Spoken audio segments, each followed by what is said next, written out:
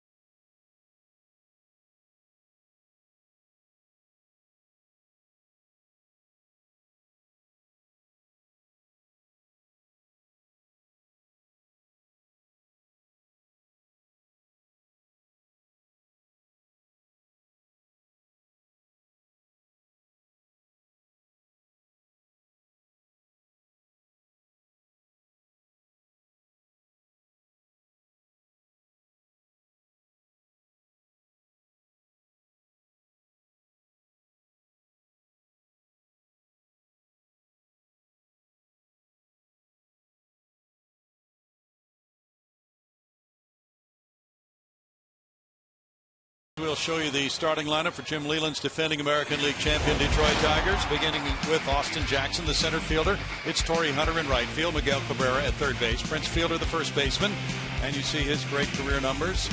Then it's DH, Victor Martinez, Andy Dirksen left, Johnny Peralta at short, Alex Avila the catcher, and Omar Infante at second base. The defense behind Jordan Lyles tonight as he makes his first start. Jason Castro does the catching around the infield. Starting at first, Chris Carter. It's Jose Altuve, Marwin Gonzalez on the left, and Matt Dominguez. In the outfield, Fernando Martinez in left, Ravi Grossman in center once again, and it's Brandon Barnes in right. Jordan Lyles comes up from AAA. This is his first start of the season. At AAA, he was 2-2, ERA not all that impressive at 5.32, so a lot of work to be done, and he needs to step up from what the Astros saw back in spring training. Curveball is a big pitch, and if he's going to be successful, that's a pitch he needs to work. And he begins his outing with Jackson settling into the batter's box, hitting .284 with 2 homers, 10 runs batted in.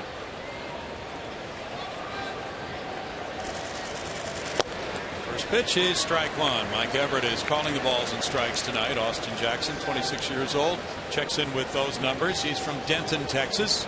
Hit .300 last year for the Tigers. And that's strike 2 from Jordan Lyles. Good looking stuff. 93-94, well spotted. Jordan, a supplemental pick after the first round in the '08 draft from Hartsville, South Carolina.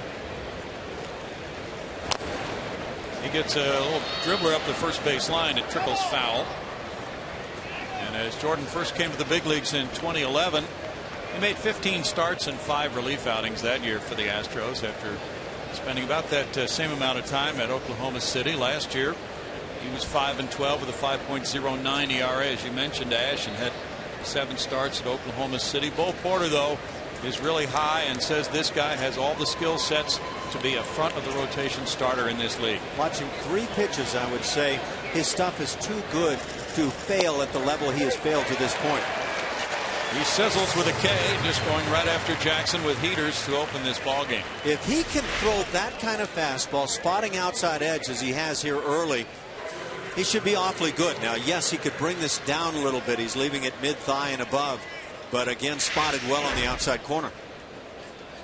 Now Torrey Hunter, a newcomer to the Tigers, and he's been a pleasant addition to their club.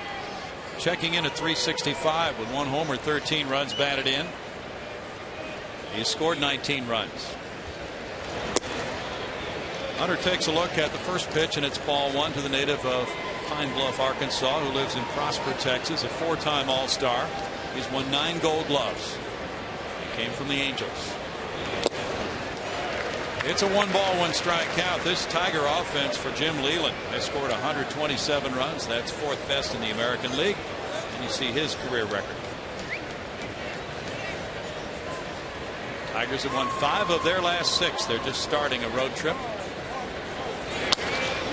It's a shot foul. They played Kansas City, Atlanta, and Minnesota on their just completed homestand, and they'll go on to play 2 games at Washington in interleague play after this 4-game series. Swept the Atlanta Braves. It's pretty impressive stuff. You know it is. Got pounded around a bit by the Angels, so it goes both ways. Sure does. Jim Leyland has managed 5 first-place finishers. Oh, nice pitch. That's the changeup, and it's been nothing but fastballs to this point. We talked about the curveball being crucial, but if you spot the fastball really well, that is a huge key, and then that kind of a changeup, that'll draw a little bit of a smile and not a happy one from Torrey Hunter. Like, how do you handle that thing? Last year, Jordan Lyles threw his changeup 5% of the time. Now Miguel Cabrera, that Triple Crown winner last year, checks in at .371 with 4 homers, 29 runs batted in for the 7-time All-Star. That one goes deep. And Robbie Grossman back in right center field. The right fielder's calling for it, Brandon Barnes. It's a 1-2-3 first for Lyles. Houston coming up.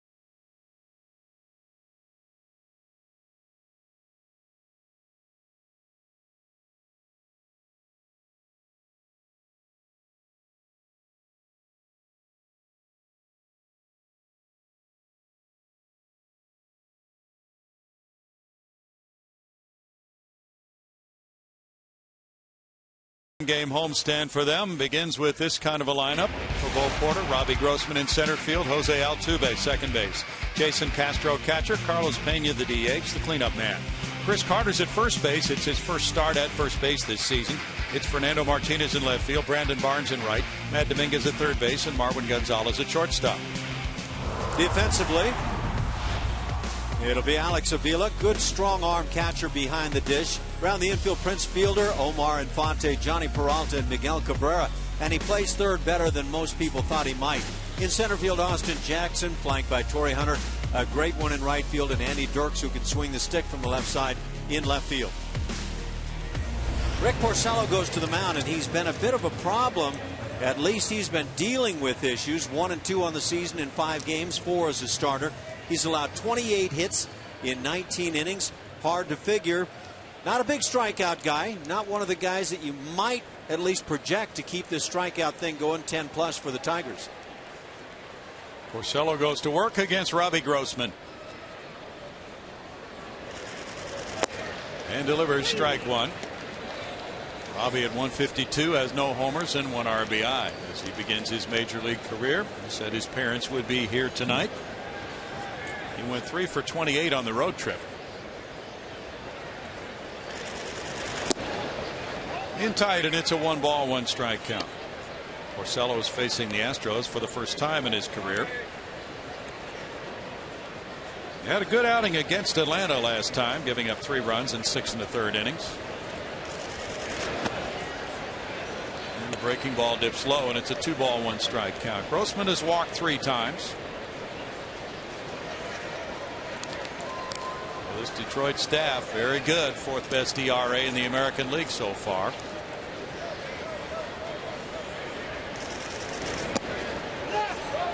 That's a strike, and it's 2-2 to Grossman. Little half swing fooled from this to the left side of the plate. And this has been the side that's given him fits, hitting .087 while hitting .300 as a right-handed hitter. When you're getting that front side opening up and inability to stay back on breaking balls.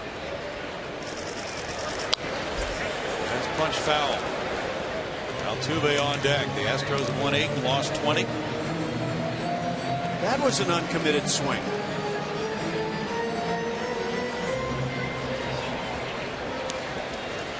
Porcello's fastball is usually around 92 at best. Leaves that one up, and it's a 3-ball, 2-strike count. He had to fight for a job in this rotation this spring with lefty Drew Smiley, who's in the bullpen now. That after going 10 and 12 last year with a 4.59 ERA. He's come right out of the chute in his major league career with 4 straight seasons, winning 10 games or more. And the battle continues as Grossman keeps the count at 3-2. This is quite a rotation the Detroit Tigers have. And you can see why they can win day in, day out when they get it rolling, especially with the bats. Justin Verlander, Anibal Sanchez, he's turned into a gem. Doug Fister and Max Scherzer. And Scherzer, a lot of people don't realize, led the major leagues last year in strikeouts per inning. That's over shortstop, out into left center field. What a nice start for Grossman. He's going to take the turn. He's going to push it to second. Austin Jackson with a throw. He's safe. And Jackson put it right on the money. Grossman still beating it into second for a double, his 3rd as a major leaguer. He likes those doubles in front of the home folks, doesn't he? No, he had 2 in his debut. This is really digging coming out of the box, and he had good reason to. That was a tough pitch down and away. What I like is the way he goes with the feet hard into the back, extended, and that lead foot hits the bag, not the back foot like a lot of guys do. He's aboard for Jose Altuve now. Altuve at .336 has the 5th best batting average in the league. He has 1 homer, 14 runs batted in. Third baseman Cabrera is in tight. Altuve shows bunt, and there's strike 1. Cabrera coming in. Altuve with 39 hits is tied for the American League lead. He set an Astros club record for the most hits by an Astros second baseman in the month of April.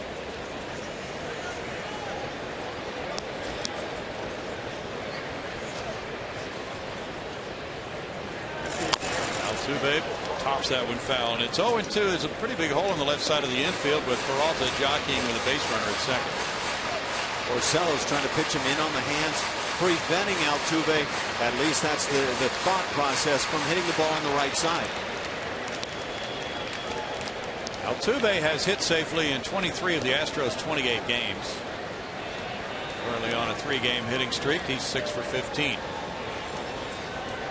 Jason Castro on deck.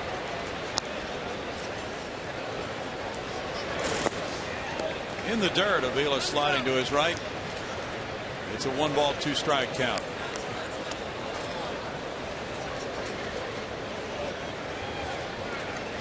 Don't hear a lot about Alex Avila as a catcher, but has a good strong arm, swings a powerful bat. Tigers are 15 and 11. They're only a half game behind Kansas City, the leader in the AL Central. Avila had to stab that one to the backhand side on a 2-2 count now. You know, from top to bottom, Ash, in the AL Central, there's only 4.5 games. That's the closest division right now in the majors. I don't think people are going to declare it the best division around, but I think the Tigers are clearly the best team, at least on paper, in that division. Kansas City's trying to turn some people's thoughts around. Yeah. Altuve strikes out. That's 1 out for Porcello. Saw a strikeout changeup from Lyles, and this is the same type of changeup. Now he throws it against the right-hand hitters. A lot of right-hand pitchers don't like doing that. They'll hold back from it. But when they throw it like that, get it down, start it around the knees, it's a huge strikeout pitch. Porcello, according to percentages, throws that changeup a lot more often than Jordan Lyles. Jason Castro at 284 has 1 homer. He's driven in 4. And a nice steady player. Currently on an 8-game hitting streak. He went 4 for 9 in that Yankee series and hit .421 on the road trip to Boston and New York. It's a career high hitting streak for Jason at 8. And now with the 10 doubles, he's in the top 10 in the American League. And he added to that with a pair last night.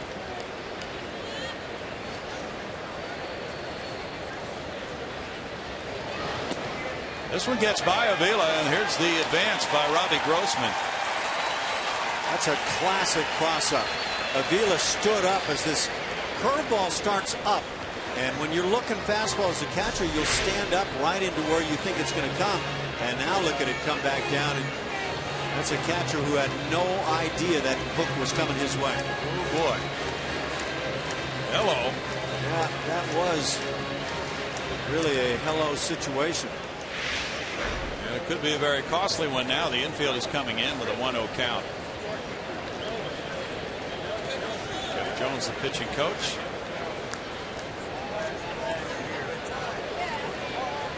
Carlos Pena's on deck. Porcello's 24 years old, born in West Orange, New Jersey. Castro looks at ball 2 from him.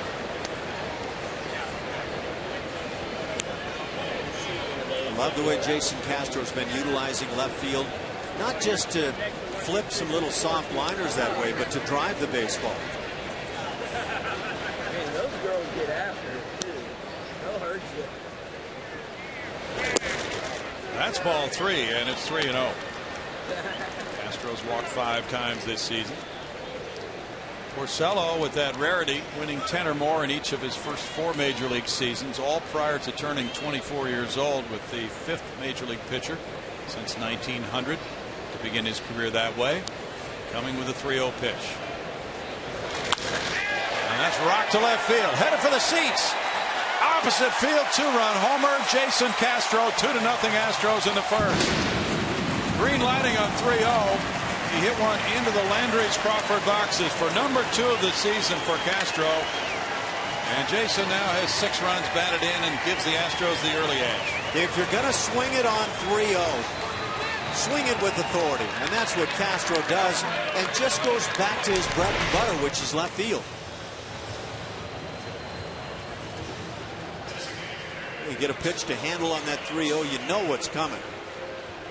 Make it be batting practice time. Wow, that a nice result for him. 9-game hitting streak and 2 runs batted in. And it's 2-0 with one out, and Carlos Pena stepping up. Carlos sports a 4-game hitting streak. There's ball one. He's a former Tiger. 234 for Carlos, 2 homers, 8 runs batted in. That was a 353-footer for Jason Castro. You and Jeff Blum were pointing out on some of his doubles on the road trip. Well, if he hit that ball at home, it would be out. But there he had it. Certainly did that in Oakland as well. A lot of long fly balls. He could have taken advantage here. The way he has swung it, I'm actually surprised that's just his second dinger on the year. Just 6 RBIs, because he's really visually been a lot better than that. 10 homers now, and 10 doubles and 2 homers. He has 12 extra base hits for the season out of his total of 26. One hopper back to the mound. Porcello tossing to fielder. 2 outs.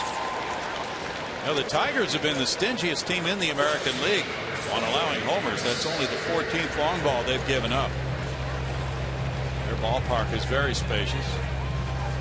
Certainly to center field, they have brought the fences in recent years, helped out in that regard with the hitters. A guy like Miguel Cabrera doesn't need any help. They've got Prince Fielder in there. They can thump it. And again, that starting staff is awfully good. Chris Carter's the batter. And over the top of that one, as it sunk, it is strike one. Carter has hit in 7 of his last 9 games. 220 for the season, 6 homers. He's driven in 14. It's a great sinker is what that was. Turbo sinker. That's a foul tip. And so Porcello has changed the eye level there on Carter, and he has an 0-2 count.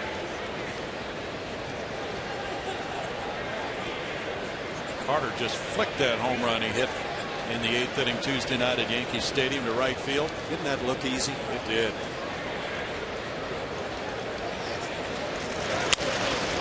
This one's in the air, and the third baseman Cabrera goes over toward the seats and back for the grab. Grossman led off with a double, and then 1 out later, a Castro opposite field homer made it 2-0 Houston in the first.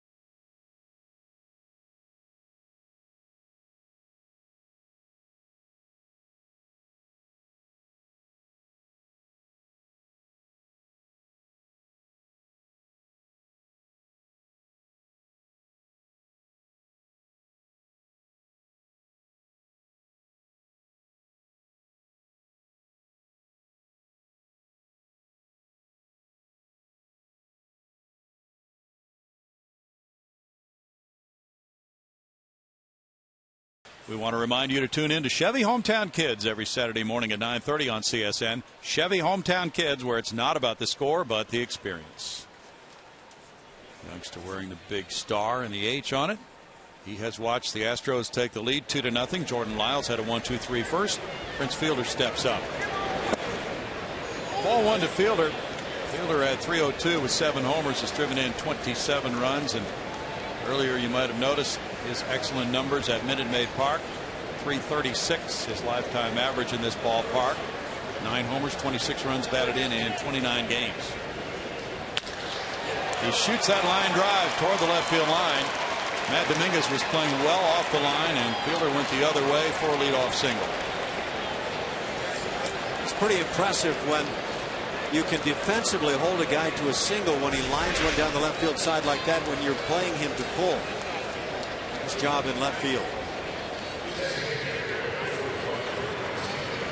Prince Fielder, a little bit like Jason Castro. Nice to have Castro in that conversation.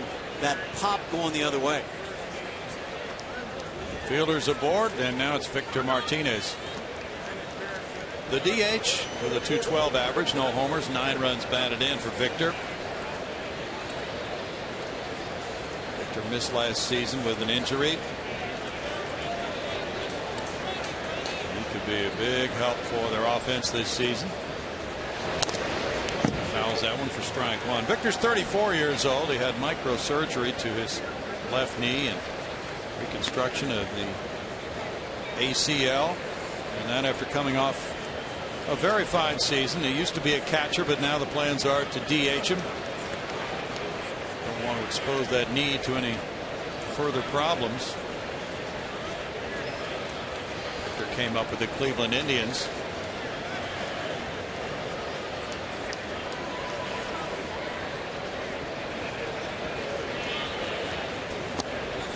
Outside, and Martinez looks at a ball to even the count at 1-1. In 2011, he hit .330 to finish 4th in the American League.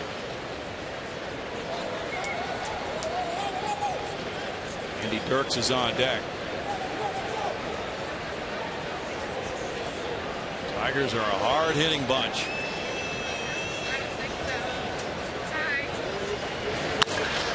It's out toward left center field. A long run for Grossman. Grossman spinning back to the warning track. Grossman is able to make a tremendous running catch. Fire it back into the infield and prevent extra bases by Martinez. You better have some speed to cover that territory in center field, and Robbie Grossman makes a whale of a play, and this just before getting to the wall. That's really all out. You're sprinting, you're reaching as far as you can. You know the wall's coming your way. You can earn some more playing time when you can play D like that. That is a terrific play. Now Andy Dirks. Dirks, the left fielder, at 211, has 1 homer. He's driven in 5. A play like that can completely turn around an inning and perhaps a ball game. Here's strike one. The leadoff man had reached. It looked like a double off the bat for Martinez.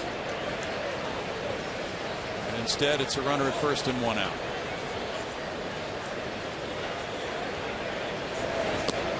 Way outside, and it's a 1-ball, 1-strike count to Dirks. Yeah, I don't know if Prince Fielder has any chance of scoring on that ball, maybe, but it certainly would have at least set up a great scoring opportunity with nobody out. Fielder not being held on by Carter. Andy Dirks, 27 years old, is from Hutchinson, Kansas. Pitch is up, and it's a 2-1 count. Dirks last year had 314 at bats for Detroit and delivered a .322 batting average. He had 8 homers and drove in 35 runs. He's a good hitter. Slot him in left field, and it just adds to what the Tigers already present offensively. Miles misses there, and it's 3-1. Dirks played at Wichita State in college. The Tigers really were on that march to a World Series title, but they got derailed.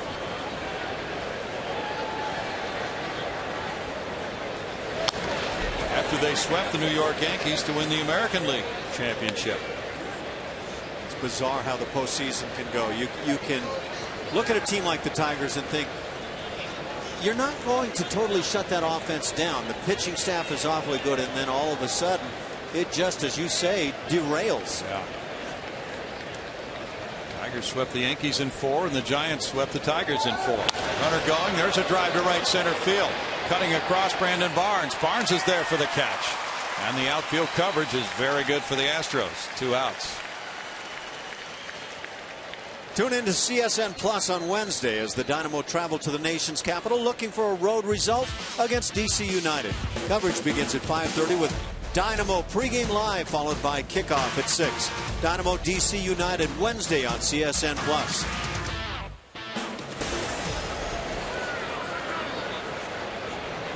Two outs now, and it's Johnny Peralta. Peralta checks in at 293. Peralta's had some very good offensive years at shortstop. He has 2 homers, 12 runs batted in. He's had 4 years of at least 21 home runs in his career. Came up with Cleveland. Detroit got him in 2010 in a trade. That's a strike to Peralta.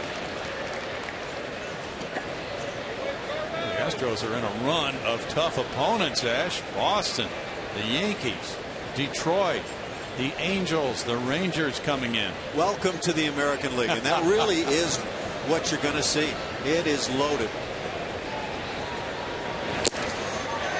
It's 0-2. They are yet to see Tampa Bay. That's a ball club that has found a way to win year after year under Joe Madden. The Blue Jays have been off to a miserable start, and you'd love to face them during that span. I think they're going to ultimately be a lot better.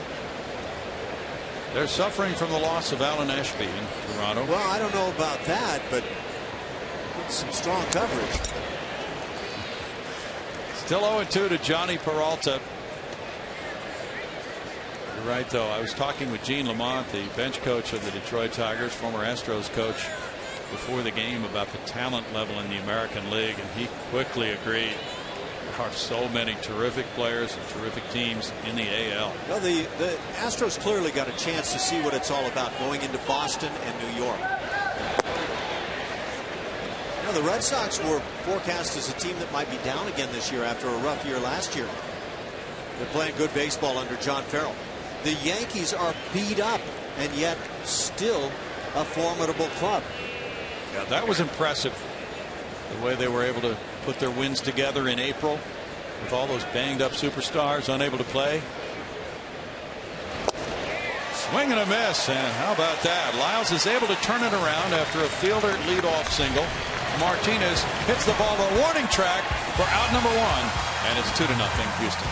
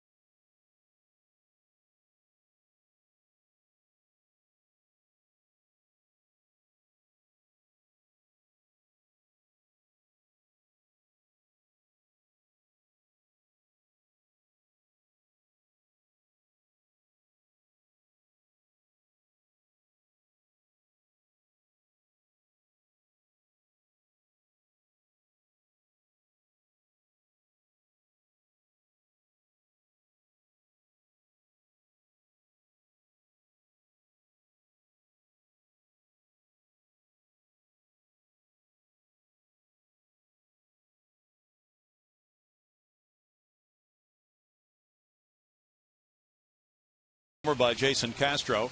Join us this Saturday, May 4th. The Astros face off against the Detroit Tigers at 6:10. 10,000 fans will receive an Astros umbrella courtesy of HEB. Call 1-877-9-ASTROS or visit astros.com to get your tickets now. Saturday night, 6:10, and the matchup is Max Scherzer and Lucas Harrell. Fernando Martinez taps one foul. There's strike one. Fernando at 231 has one homer, and he's driven in 3. He's had 26 at-bats for the Astros. Come back well from his injury and reported tonight that he's feeling great. It's a 1-ball, 1-strike count. How about the news that Roy Oswalt is coming back to pitch? He's signed a minor league deal with the Colorado Rockies. I mean, he's volunteering to pitch at Coors Field. Wow, how about that? Rockies start off well and they say, get us some help. Little tapper out to second, Infante over to first, 1 out. Does anybody really volunteer to pitch there? Not really. There are many illnesses when a pitcher's turn comes up. Work at Coors Field. Maybe he's just looking for some padded numbers offensively on his own part late in his career. Pretty good chance he'll get them, even with the humidor. Brandon Barnes comes up. 372 for Brandon. 1 homer, 6 runs batted in. He has really played exceptionally well in the early going this season. After making an opening day roster for the first time in his career, being in the starting lineup, a lot of thrills in the early going for Brandon. He tries to bunt his way on, fouls it, strike 1. I was asking him about that play in the 9th inning last night as he led off with a single against Mariano Rivera, and then he was running on the pitch, and Matt Dominguez lined to the second baseman, and it was a double play. And I love the aggressiveness, and you just don't see that many stolen base attempts against closers in a 1-run ball game, do you? You don't see that many base runners against Mariano Rivera, but that was such a pretty piece of hitting, lining one to right field, and then, like you say, the aggressive play. Look at that fastball. It straightened out, and he took advantage on one, and there aren't many to take advantage of, but then that hit-and-run style play, and I don't know if it was hit-and-run or runner going and the hitter swinging, but when it's all said and done, the Yankees really were fortunate with that one. Yeah, they were 1 and 2. He said Mariano's time to the plate was slow, and I thought I could steal the base. So he just took off on his own with a green light? Yes, he has a green light. Oh, there you go. Now that's awfully nice when you've got a young player who's that confident that he takes advantage of that scenario. Absolutely. I think the tendency of a young player, Ash, and correct me if I'm wrong, is to say, I don't want to make a mistake here with us down by 1. Especially in the big spotlight in New York. Yeah, I think that's dead on the money. I think most younger players, a lot of veteran players, will shy away.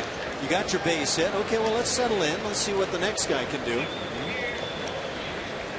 Porter liked it. Just simply did not work out.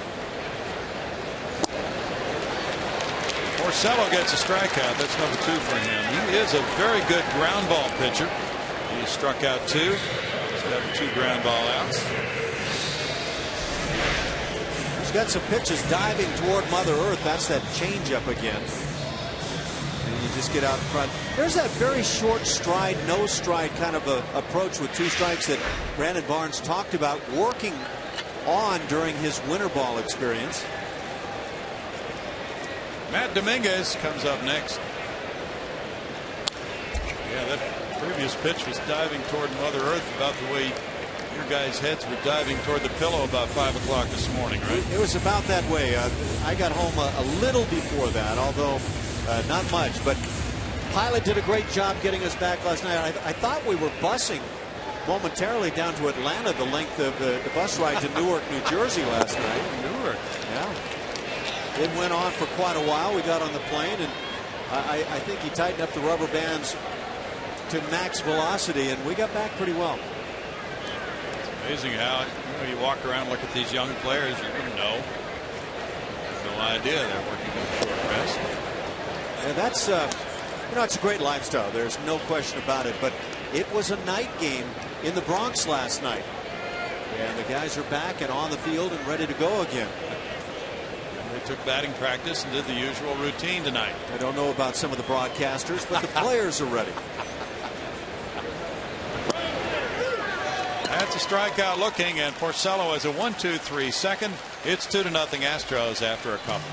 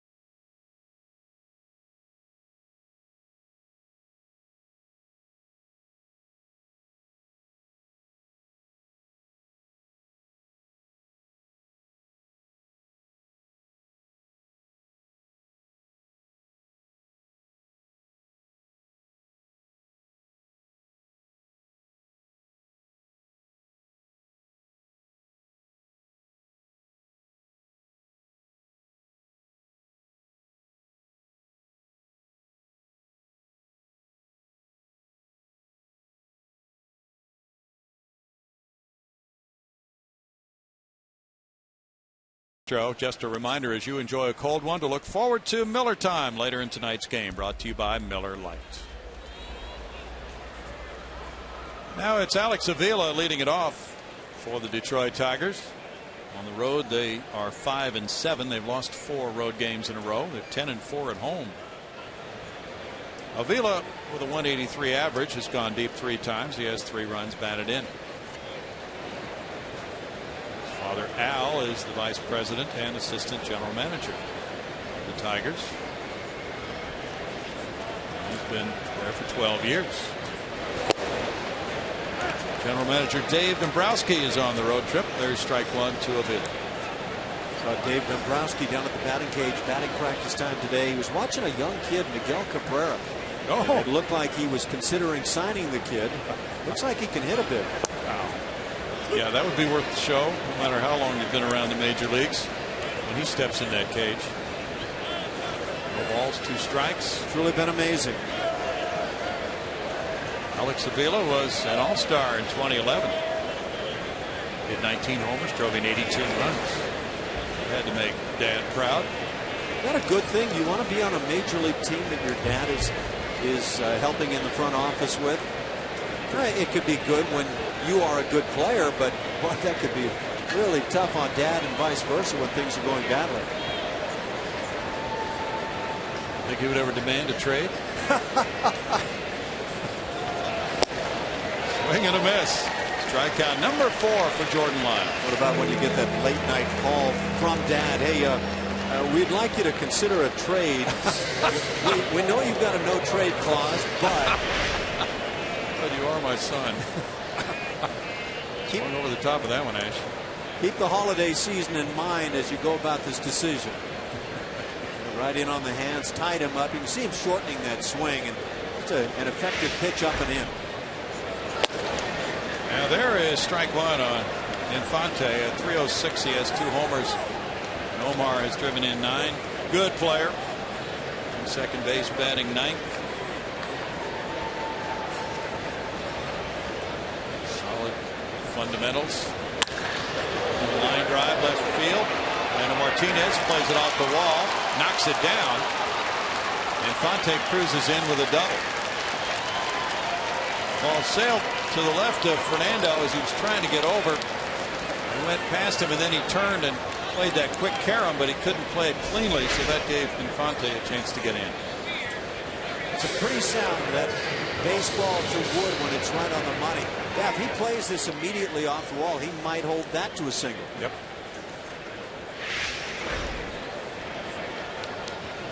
That's hit number 2 for the Tigers. Third double for Infante. He's aboard for Jackson. Austin struck out looking to open this game as Miles just threw nothing but fastballs to him on that situation. We'll see what he comes with here with a runner at second and 1 out. Well, why vary from that routine with it working so well, and there's strike 1. He's got plenty of stuff to succeed. Talking about Lyles, command just seems to me to be paramount, and mix in that changeup as a strikeout pitch, as a ground ball pitch. 1-1. Been relying upon the curveball, and he has a good one, but it looks like the arsenal may be more loaded than he realizes. Jordan threw 81 pitches on Saturday. He went 5 innings, gave up 1 run. That's the most pitches he threw in any of his starts at Oklahoma City this year. And a line shot hit into left field. Fernando Martinez up with it, gets it back in, and it's first and third for the Tigers with 1 out on the Jackson hit. Now this is where problems really begin for guys who have good stuff, and you wind up saying, why can't this guy with this good stuff succeed more? He's trying to hit the outside corner. He comes with the fastball and just pretty closely comes to putting one right down the chute, and it gets hard hit. A couple of balls sharply hit here in the inning. If you're going to come with the heater to major league hitters, you better have a purpose. It's got to find a corner. It's got to be at the knees. It's got to be up and in. Torrey Hunter's the batter. He struck out in the first inning.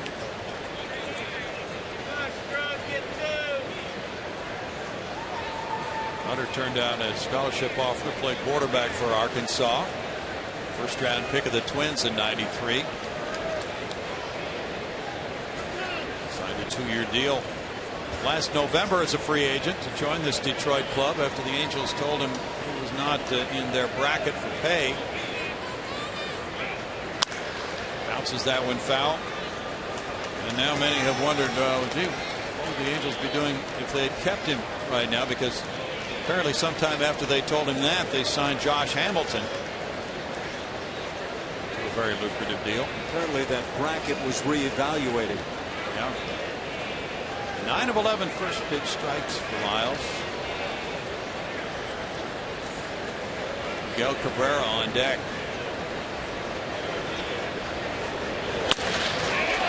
On through into right field to make it 2-1. RBI single by Hunter, his 14th run batted in. I get the impression watching a Torrey Hunter, and there aren't a lot around, that when he sees a gap in the defense somewhere, he'll actually shoot at it, and it looked like he may have taken advantage right here.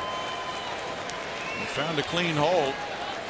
That's 3 hits in a row now of Lyles, and now Cabrera will hit a fly ball deep to right. Cabrera needs one more hit for number 1,000 in his career. And when he gets it, he will become the 30th Tiger to reach 1,000 hits. And he will be the 5th fastest Tiger to 1,000. 4 guys did it faster? Believe it. Man.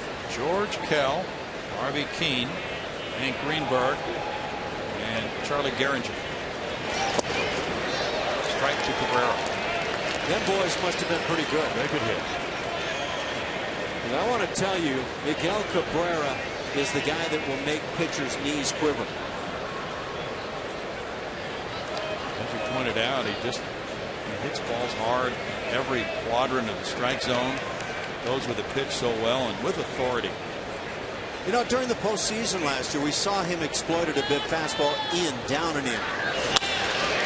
Line shot center field. There's number 1,000 for Cabrera, and the runner coming to the plate, and it's cut off, and that ties it 2-2. Jackson scoring on Cabrera's 1,000th hit. It's RBI number 30, and he wants the baseball. But apparently that down and in zone hasn't lasted against him. He figures out ways, and he can handle any pitch, as you say, any quadrant, and he'll hang out some of the most amazing line shots you'll ever see. Grossman's throw cut off by Carter on the 4th consecutive hit of the inning, and Doug Brocail goes out. And now it's Prince Fielder. So this is the dilemma for Jordan Lyles right now. Another fantastic hitter coming up. Fielder shot that line drive hit to left field his first time up, and he was held to a single. The ball hit very sharply.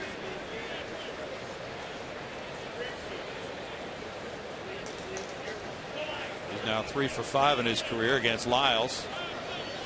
So I'm perplexed watching Jordan Lyles. His stuff has dropped off a little bit in terms of velocity, but not enough to account for four hits here in the inning and consecutively. But if he can continue to paint away at corners like he did back in the 1st and 2nd innings, it just looks like he's got the kind of stuff that for 6-7 innings could survive very well. He does. Second in the RBI race to Mike Napoli.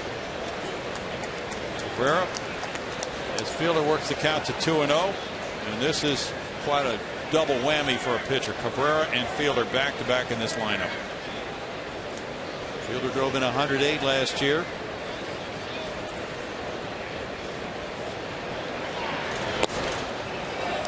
And now it's 3-0 to him. He's walked 20 times this year already.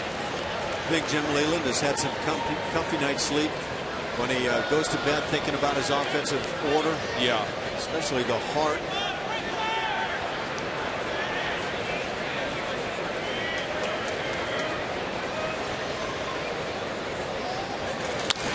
Fielder puts it in the air, and Robbie Grossman's over into left center field. With that catch and the runner's hold, it's out number 2. That's a big sigh of relief on a 3-0 pitch. Fielder unable to drive the pitch. And now Martinez will bat. Get the 3-0, you get the fastball you're looking for out over the plate and try to drive it that direction. Simply get under, and you can see the frustration. That's what hitters feel, but especially the very outstanding hitters like Prince Fielder. John Maley, the hitting coach. Bo Porter talk it over. Victor Martinez bats.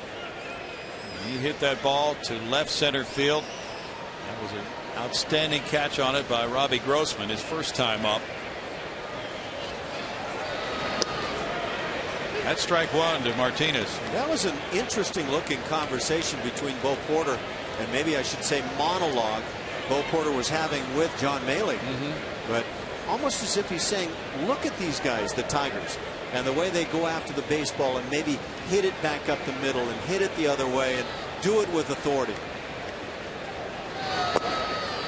Now, I don't know that you could just tell every hitter that comes to the major leagues, here's how you're going to do it. Everybody kind of has their style, but if you can teach that ploy and teach it with power, I guess you've got something special. Oh, yeah.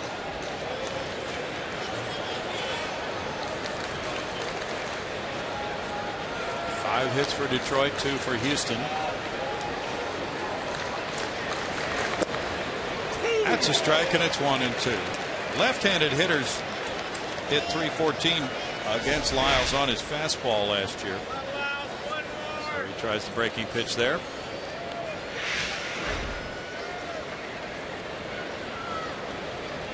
This becomes a difficult issue sometimes for a pitcher who's been in the minor leagues, and something works at that level but not at this level. Martinez checked his swing, and it's 2-2.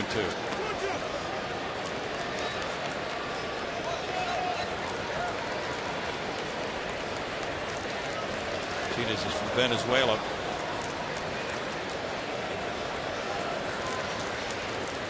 The Astros will be headed for Detroit soon on the next road trip. They'll be there May 13th, 14th, and 15th.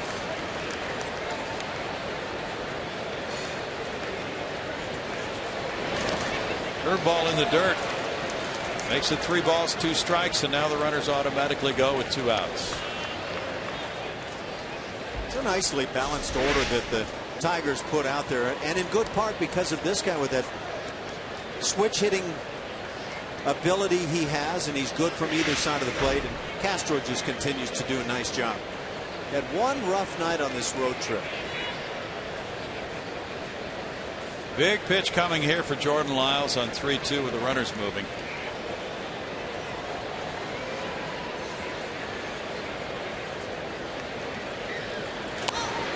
And it's foul back. Love that fastball in the hands. 3-2 count. Hitter's not surprised by the fastball. He's just surprised it winds up on the hands. Yeah, there you see it. Make that same pitch out over the plate, and it's likely to be a line shot.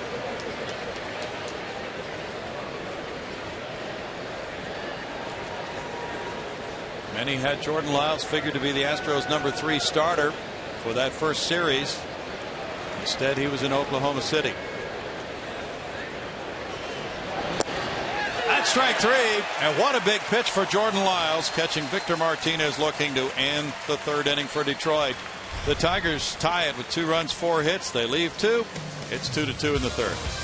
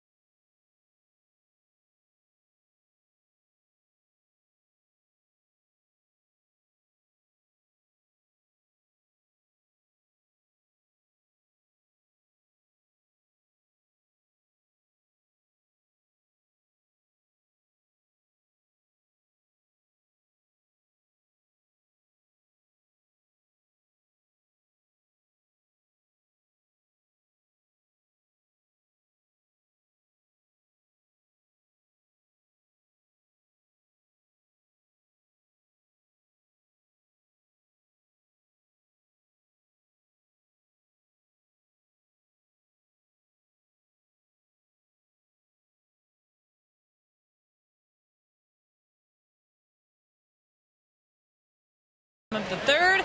It's time for a progressive fan of the game. And my fan of the game is getting this awesome bag right here of goodies. This is Nicholas to my right. Nicholas is 6 years old. Loves him some baseball. Nicholas, who's your favorite player?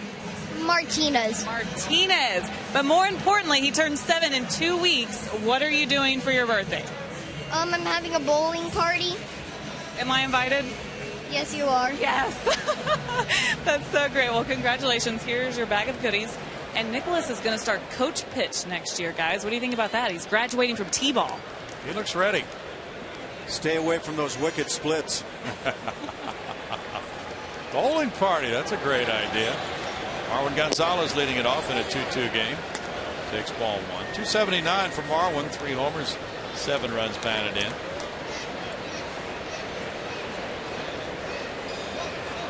Bykowski's been known to throw an occasional bowling party on the road. Maybe Julia would want to participate in that. 2 balls and no strikes. Paul's got himself a few days off. I believe he does. Enjoy yourself. Carl Patterson has a few days off. Yeah. Kevin Cedergren is in the chair tonight. Who's directing tonight? Adam Hinsdale, veteran of many Rockets games and Astros as well. 2 balls and a strike. And won't that be fun if the Rockets can even this series with a win? I think those Rockets might be alive for a while. Ooh. Cabrera is well off the line and time call now. Marwin is a good butter. 2-1 the count as he tries to reach leading off this inning. Now 2-2. Just imagine if they win that game tomorrow night.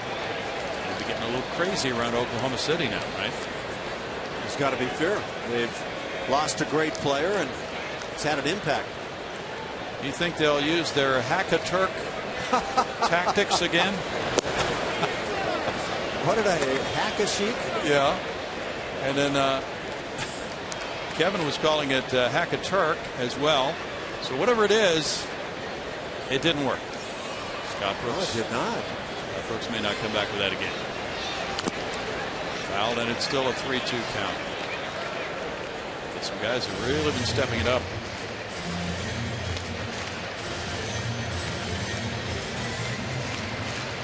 Porcello, because of that situation last year, pitching less than his best, had to win a spot back again this spring. Gave up 226 hits in 176 innings last year with a 4.59 ERA. Tigers rookie of the year in 2009, and then it slipped. Fly ball, shallow center. Austin Jackson comes in. Peralta out. 1 out.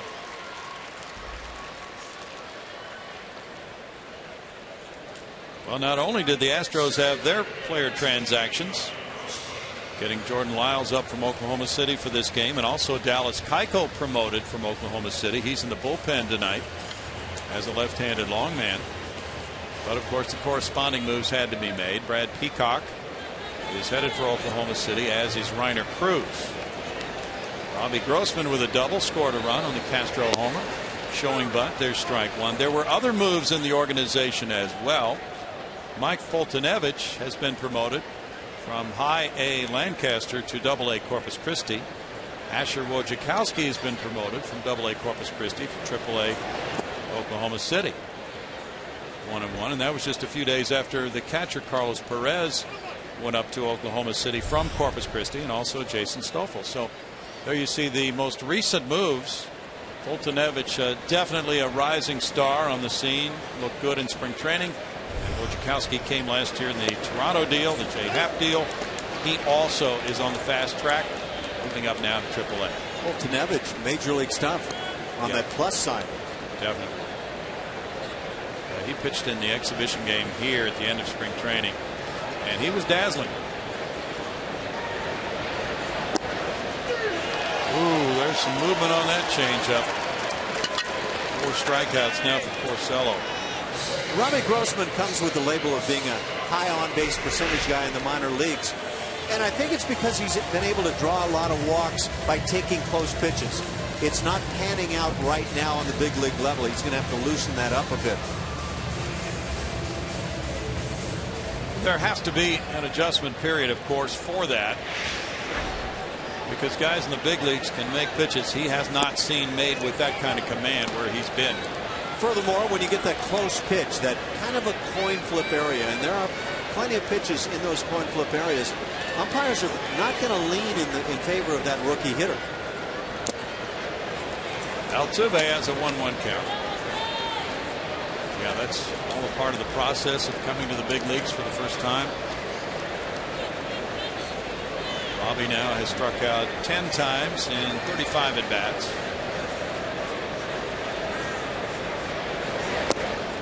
Upstairs, Altuve checked his swing, and it's 2-1.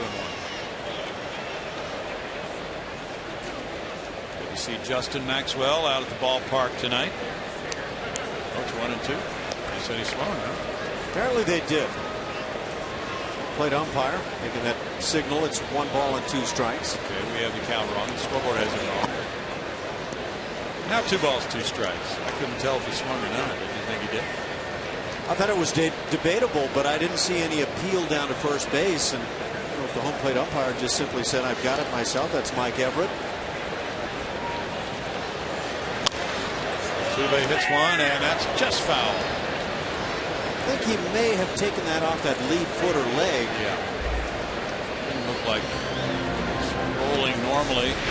Got to have that forward spin. Just kind of hugging the ground. There he goes. Yep. He's feeling that one right now. Cabrera is better at third base this year. Has an accurate arm. Not a ton of range. He was an outstanding first baseman, but he gladly moved over to accommodate the signing of Prince Fielder. Yeah, I don't see Cabrera ever picking up a Gold Glove, but he's not bad. He's better than I think you anticipate when you go in and see these Tigers, or they come your way. He'll play it well enough. He won't embarrass himself for the club. You get those 2 guys, the offense will certainly win out. Peralta throwing on the run, and Fielder is able to dig it out. So Altuve's retired from 6-3 to end the 3rd inning. And after 3, it's tied at 2.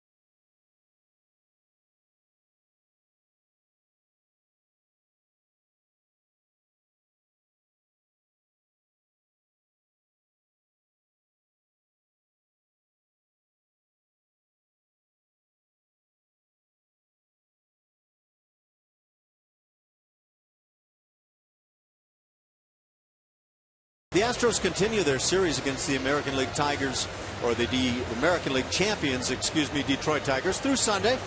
Next week, the divisional rival LA Angels of Anaheim, along with the Texas Rangers, come to town. Don't miss your chance to see the Astros face off against Albert Pujols, Lance Berkman, and Rookie of the Year Mike Trout. Call 1-877-9-ASTROS or visit Astros.com to get your tickets now. Bunted by Andy Dirks, bunted hard to Matt Dominguez, and that makes it an easy out, number 1 for Jordan Lyles, leading off the 4th inning.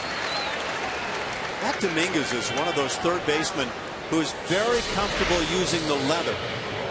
And because of that, I think he becomes extremely sure-handed. He doesn't miss balls trying to barehand and make maybe that spectacular looking play. It just looks very routine all the time. Sure did that time, and it has any number of times this year. 50 pitches for Jordan, 35 have been strikes. Peralta's in the box. He cracks one high to right center field. A long run here for Barnes. Barnes back on the warning track. It's not a bad defensive outfield right there between those two guys, Barnes and Grossman. We're already seen Grossman go a long way to haul one in. Boy, it really helps to have a right fielder who has range Yes. in this ballpark. Certainly does. It's a big right center. It's not a big right field, but it's a big right center. And if you're going to try to cover things up toward left center, which is a very tough area, like you say, get a little speed in right field, and that helps a ton. Doesn't hurt to get a 2-pitch, 2-out start to an inning either. Oh, not a bit. Alex Avila struck out in the third inning. For instance, on him, Grossman shading to left center. There's strike one. They'll just keep pumping the strikes.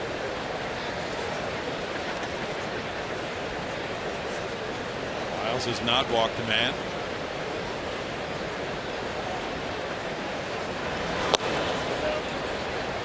It's a 1-ball, 1-strike count.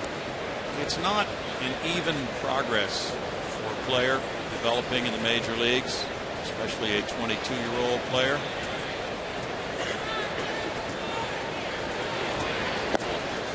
Usually there's regrouping. Usually a player, after coming to the big leagues for the first time, has to go back down to the minors. I've heard the phrase so many times, it's only going to get better from here.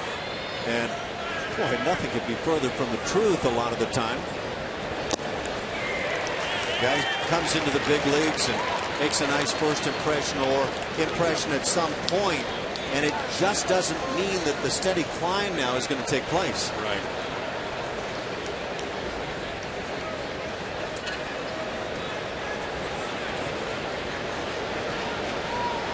He has the tools. 3 balls, 2 strikes. 6'4". Has that big stride as he delivers the ball. He has the velocity. He has a nice curveball. Got a nice looking delivery, and it sets up very well. Beats well. Sneezes into his sleeve. He's a very polite young man. There's his first walk, and it brings up Infante. Infante doubled to left in the third inning. Just had a big series against the Braves. You talked about that sweep for the Braves. He's a former Brave. He had a couple of home runs in that series.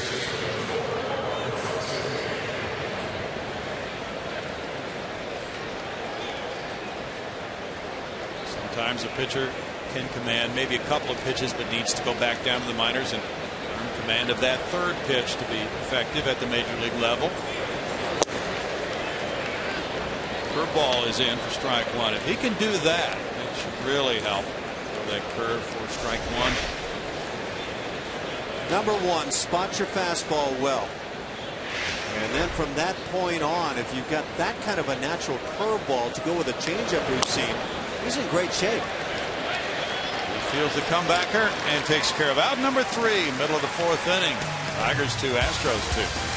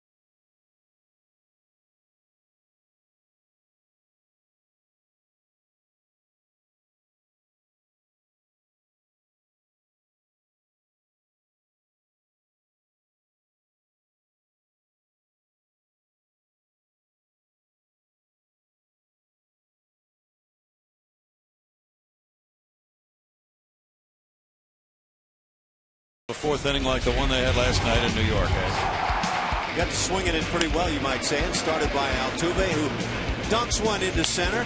And then there's that classic left field stroke. We're seeing more and more from Castro. Carlos Pena has been a hot hitter, and that ball could have been caught but got by. And then the hustle. Brandon Barnes going down the line. Look at that, just laying it out and able to stay out of the double play, and that provides a run. To Julia Morales. Well, what you were talking about leads into our Geico quote of the game. Comes from the skipper, Bo Porter. When you know that your club is resilient and they're going to fight to the end every night, that there is a staple of what we've talked about from the beginning of spring training, guys. That was a nice comeback to tie the game 4-4 with that big bat around inning. Now it's Jason Castro. Gave themselves a chance to win that series against the Yankees. Yeah, it was a hard-fought game last night. It's a hard-fought game and series. Strike to Castro. Took a 3-0 pitch to the Landry's Crawford boxes for a 2-run homer in the first inning. And now it's a 1-ball, 1-strike count. Yeah, that was great to come from behind because they didn't have anything going the first 3 innings. The minimum 9 men had come to the plate. And they roared back to tie it, but the Yankees were able to get the go-ahead run in the 6th inning and won it 5-4.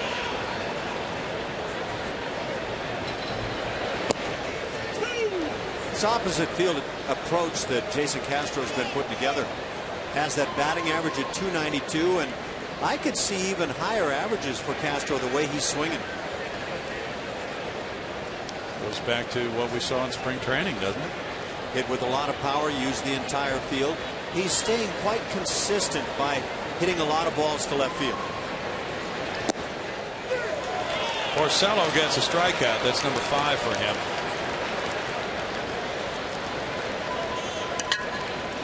See that kind of a hammer, that curveball right over the top, and that'll lock up a lot of hitters. That's a good one. He does not throw his slider very much anymore. Last year it was a troublesome pitch for him. Curveball working there. But Porcello 2 starts ago in 2/3 of an inning allowed 9 hits and 9 runs in a loss to the Angels on the road. But Dan Dickerson, who does the radio play-by-play for the Tigers, said a lot of those hits were really not well hit balls at all. Carlos Pena, the DH, grounded back to Porcello first time up. He said Peter Borges had 2 hits in that inning. There's a fly ball deep to left field. Pena trying to shoot one up into those boxes as well, and he does. Oppo for Carlos Pena, number 3. The Astros grab the lead 3-2. Welcome back home, where the Landry's Crawford boxes are close. When you're dealing in this ballpark, you might as well try to work on that stroke if you're a left-hand hitter. Take advantage, and Carlos Pena has done the very same thing that Jason Castro has done on the night. Celebration time. You take that running fastball and go with it. Oh, that's just playing into the strength that you have on your side here in this ballpark. That makes it a 1-run Houston lead. Chris Carter next. That's strike 1 to Carter. He fouled out to the third baseman earlier. Well, you talked about Castro in the spring going that way. Carlos Pena did the same thing. He was working consistently on that stroke. That certainly has paid off tonight. 1-ball, 1-strike. That was a 357-footer for Pena. His last homer was at Oakland, April 17th. Castro's last homer was April 6th here against Oakland. And they will break out in the same game.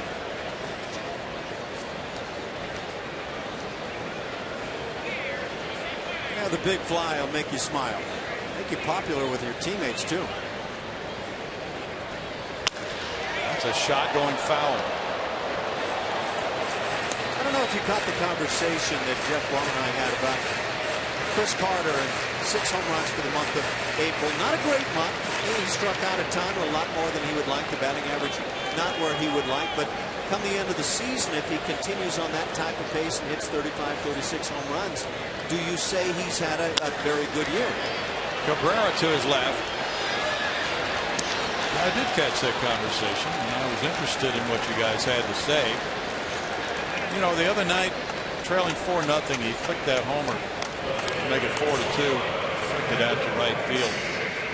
I think a lot of times, we look at just the quantity of production when the guy gets to the end of the season. How many homers, how many runs batted in, how many runs scored. But if you follow the team very closely throughout the entire year, you tend to think more of when they happened. Were they meaningful?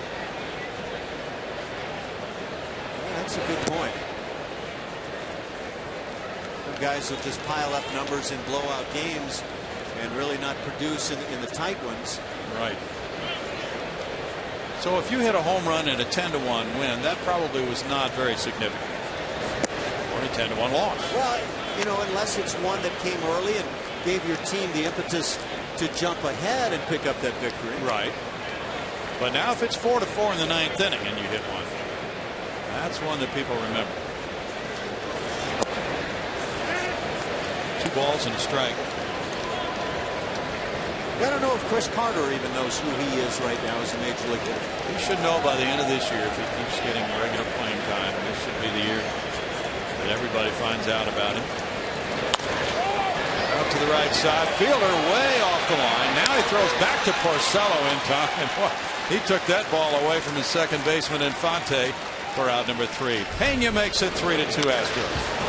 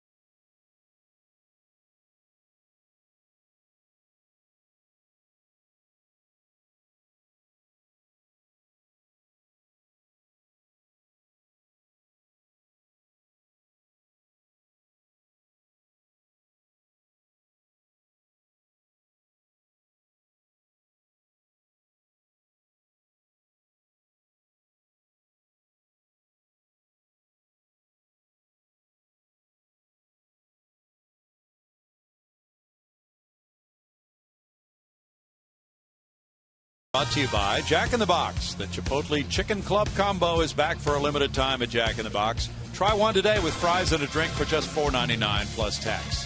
And by Progressive. Visit Progressive.com today. It is going to be very chilly overnight in Houston. 3-2 Astros.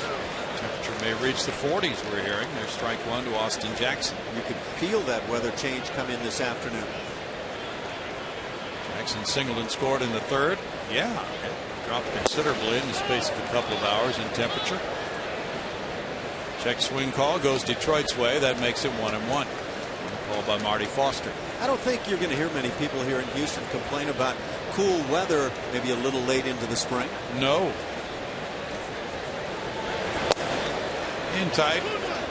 2 balls and a strike. Beginning here for Jordan Lyles.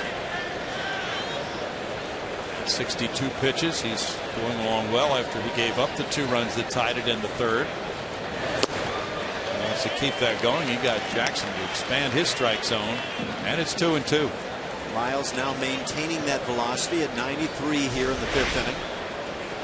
That's good, but maintain command of the strike zone.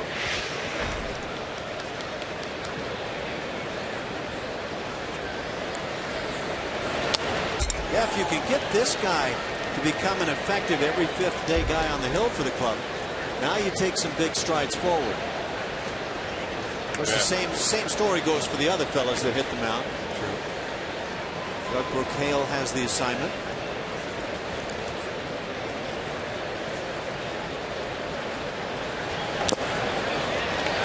Almost a strikeout, but not held by the catcher Castro. Bo Porter says we're hoping that he can become a front of the rotation starter. Well, that's a good sinker. Yeah. You just see that action all the way. Porter says the step he took back this spring added motivation to never take it for granted. He gets a strikeout. Well, he's showing things tonight that validate that he has learned some lessons. Well, I hope he didn't take things for granted. I'm not convinced that he totally did. I think he may have just run into a tough time, and it's not like, again, that his numbers really show that, well, he learned the lesson at AAA this year. It was a great lesson to learn. The numbers weren't all that good, but sometimes that can happen, and you can still make the step back up to the big leagues and turn it around. Torrey Hunter singled in a run in the third inning, going to right field. There's strike one to Torrey. He has 298 career long balls. Very nice career. How do the Angels let this guy get away? Not surprising. And then you bring in Josh Hamilton, and he's fallen on his face to this point. Yeah. 1 ball, 1 strike.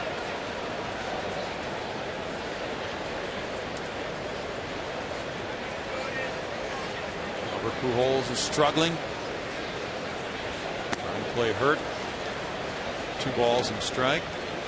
Peter Borges is down now with an injury. He's on the disabled list, so Mike Trout has moved back to center field. We'll see that Angel Club coming in next week.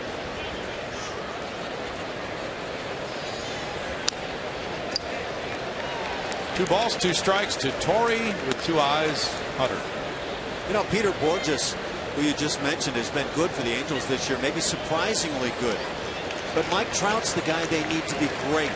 And I wonder, by moving him out of center field and putting him in left, did you maybe hold back some of that greatness he showed a year ago? Ground ball is short. Marwin Gonzalez wondered the same thing. 2 outs. Come spend your Cinco de Mayo right here at Minute Maid Park with us. First pitch against the Tigers is at 3:10, and 10,000 fans will receive a Los Astros t-shirt. That's courtesy of Goya. Come out early for the Cinco de Mayo Street Fest from 12 till 3 in the afternoon, presented by Budweiser. Call 1-877-9-ASTROS to get your tickets now. Miguel Cabrera singled in a run in the 3rd inning with his 1,000th career hit. He's 1 for 2. Upstairs, ball 1. Cabrera last year in his MVP season had a .606 slugging percentage to lead the American League. Eye-popping numbers, but many thought Trout should have been the MVP. 1-1 because of his tremendous defensive help he provided to the Angels in the stolen bases. But Cabrera volunteered to move across the diamond from 1st to 3rd so the Tigers could sign Prince Fielder as a free agent. And that was an MVP type move. And also an unselfish move. He could have said, no, I'm staying at first base. That's where I'm comfortable. You'll have to get another type of free agent. I think anybody who would argue against Miguel Cabrera would have a very tough argument to make. But if you watched Mike Trout throughout the course of the year and everything he did, there was a strong argument. It was just one of those years, but I think the right man got the award. Bouncing hit through the right side. Altuve was stationed up the middle, and Cabrera took it into right field for his 2nd single of the game. The Astros had Altuve playing well towards second base. That provided a big hole on the right side. Does this swing look like a guy shooting right toward that hole? It certainly does to me. Yep. That's, you know, the really good hitters, to me, can at times in the count just say, well, I'll take advantage of what's presented me. He seemed to be doing that, and the count was 1-2, so not his usual full rip on a different type count, but he was down to 2 strikes, and he got a hit, and he got aboard for Fielder. Fielder's 1 for 2. That's important too with Cabrera. He was a .330 hitter last year. He's .318 lifetime, hitting in front of Fielder. Right to Fielder. So are you saying that maybe Cabrera sees himself as an on-base percentage guy with 2 outs and nobody on? What? And you've got Prince Fielder coming up next? I think in that situation on a 1 and 2 count, he may have. I think it's a very good move. These two guys back to back are an awesome 1-2 punch. Ball and a strike. Cabrera just turned 30 and Fielder's 29, so they're going to be a 1-2 punch for a while, it would appear, Ash. I would say as a pitcher, you're not going to beat those two guys a whole lot, but you try to hold them down as much as possible, and I think Lyles has done a nice job. Yeah. In for a strike, 1 and 2. Let's face it, this is no picnic pitching to this Detroit club. And then there's Victor Martinez and Andy Dirks and Johnny Peralta and so on. It is a very tough lineup. Their number 9 hitter Infante's hitting .306. That's not bad. Out to Altuve. And over to Carter. No runs a hit and a man left. After 4.5, it's 3-2 Houston.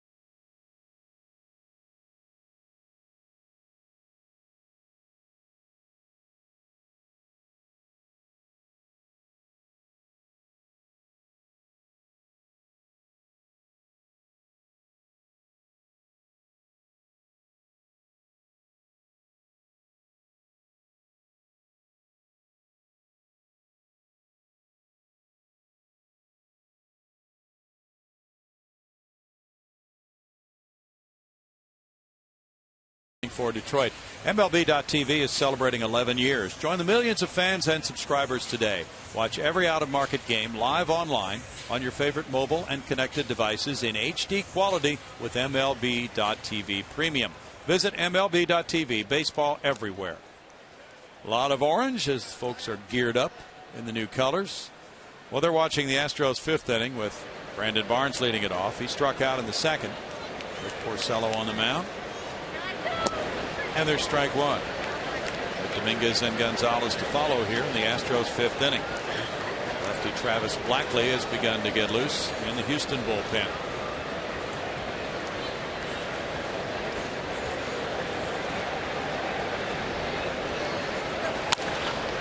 Tap the shortstop, Peralta.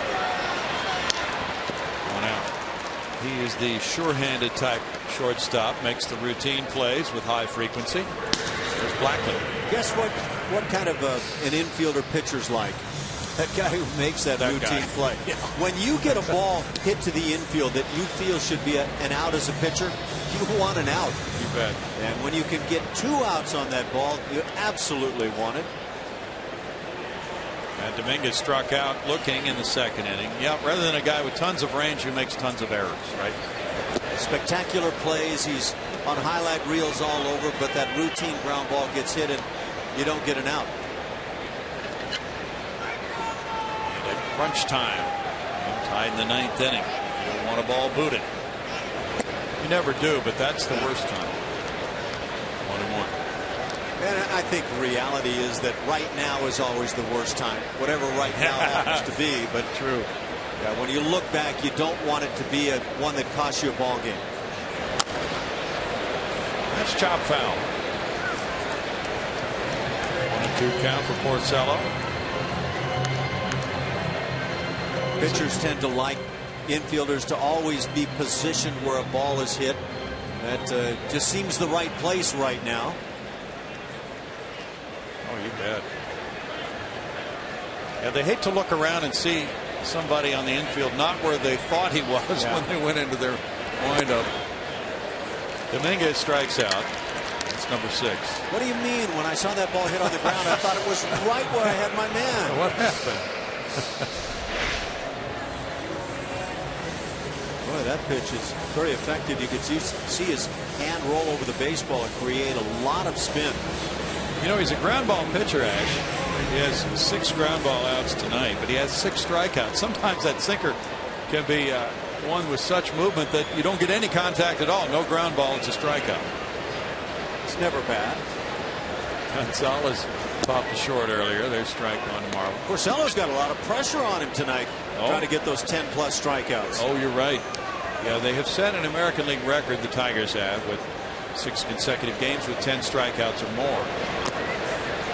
A couple away from the Major League record. Goes back to the dugout. He's being shunned by teammates. Nobody can talk to him. How about the 17 strikeout game you mentioned from Sanchez? That set a Tigers club record, and they've been around for a long, long time. Mickey Lolich had some 16 strikeout games. In the dirt for ball 1. Denny McLain, part of that era. Yeah. Seemed like Lolich was the big game pitcher, though. He was. Game 7 in '68.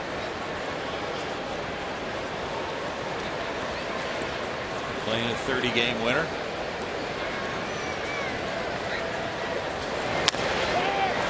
Dribble to first base. Fielder tossing.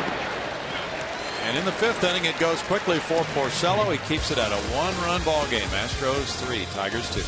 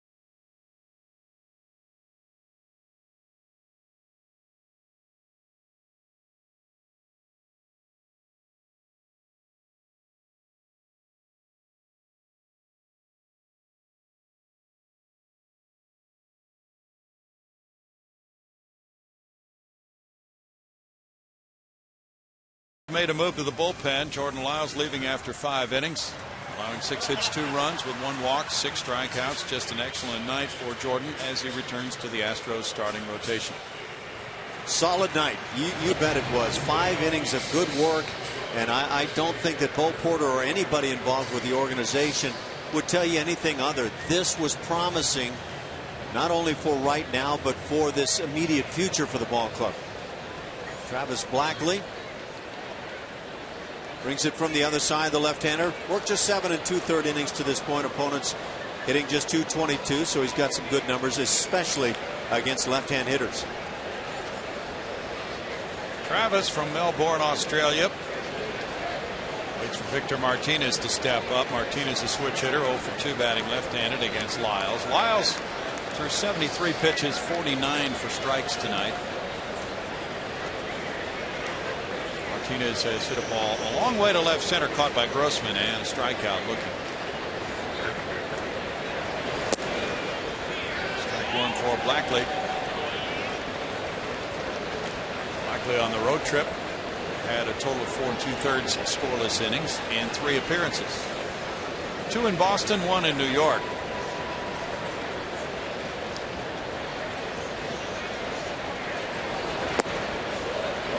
It's a 1-ball, 1-strike count with Dallas Keuchel now in the bullpen.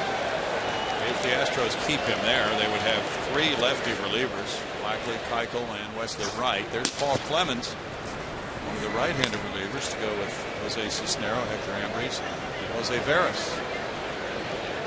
Joaquin Benoit is tuning it up in the Tigers' pen. And there might be people wondering, well, wait a minute, Lyles threw 73 pitches. Why is he out of this game now? I would agree with the move, Ash. Could he throw more? Perhaps. Sure. Fly ball to center field. Grossman waiting. Yeah, I'm in your camp. I think that probably the game plan was, well, we'd love to get him through 5 innings pitching good baseball tonight. And then you get to that point and you think, well, do we change the game plan? I think it's probably a wise idea at this point to stay with it. He leaves with a feeling of accomplishment in this game. Nothing that he can look back on and say, boy, it just unraveled for me at this point. True.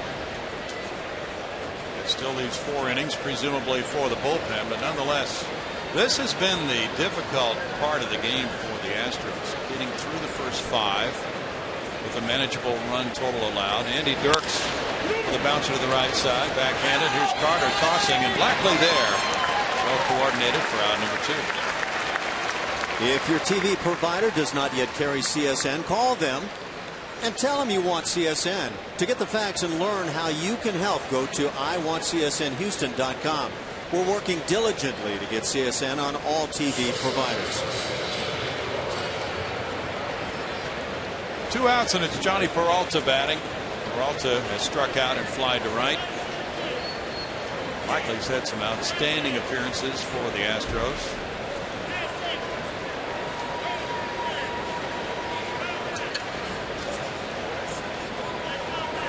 Alex Avila's on deck.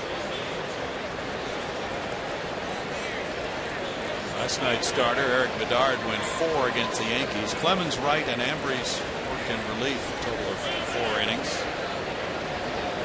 Bullpen's really held up well considering the number of innings it has been required to pitch this year. Back to that issue about the starters. The overall ERA for this entire staff right at the bottom of the major leagues, and the starters have been the main culprits in terms of the difficulties. Strike makes it 1-1. Blackley worked in the 9-1 win Monday night because Harrell started that game. Blackley worked around a couple of walks in that game. And when he came in, he inherited 2 runners and got a double play ball on Brett Gardner. Fouled, and it's a 1-2 count on Peralta, and the right side of the infield has only 1 player for Houston, Chris Carter. That's the way the shift has gone with Altuve over.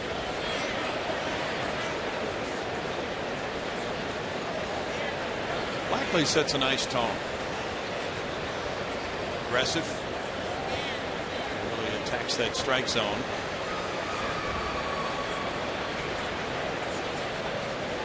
Yeah, the group of starters for the Astros this year, collectively an ERA at 6.17. And that's more than a half run worse than any other starting staff in Major League Baseball. So there's a lot of work to be done, and I think Jordan Lyles went a long ways tonight in helping in that regard. He really did, Ash, and he's re-entered the rotation here after having a rough spring and then waiting a month for this opportunity. He's done well. Swing and a miss, and Peralta's down on strikes. That's a 1-2-3-6 for Blackley, and it's 3-2 Houston.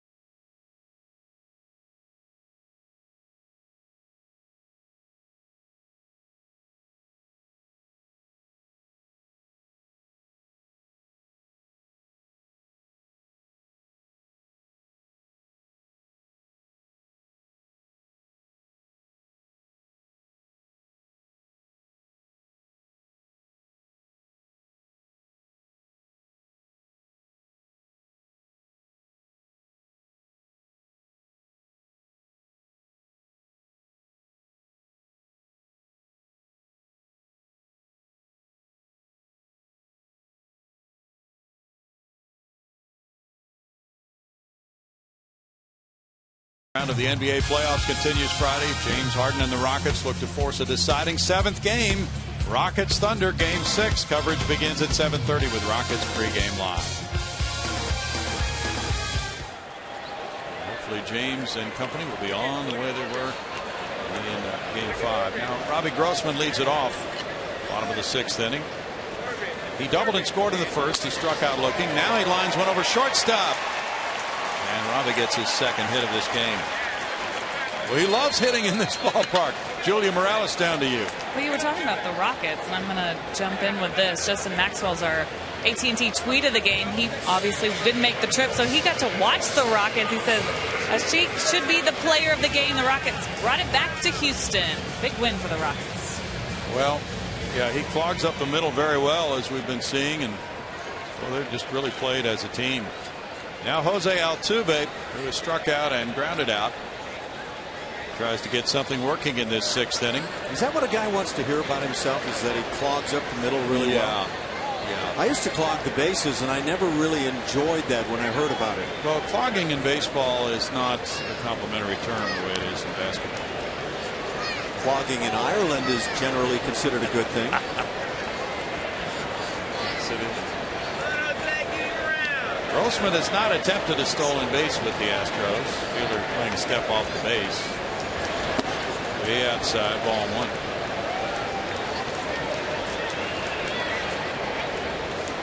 The Astros as a team have 12 steals and 17 tries. Dave Tremblay, the third base coach, flashing signs. How about that Robbie Grossman kid? Is he finding himself from the left side of the plate? He's back close to where he went to high school at Cy Fair. He just seems to hit better at home. Ooh, he was leaning as they threw over.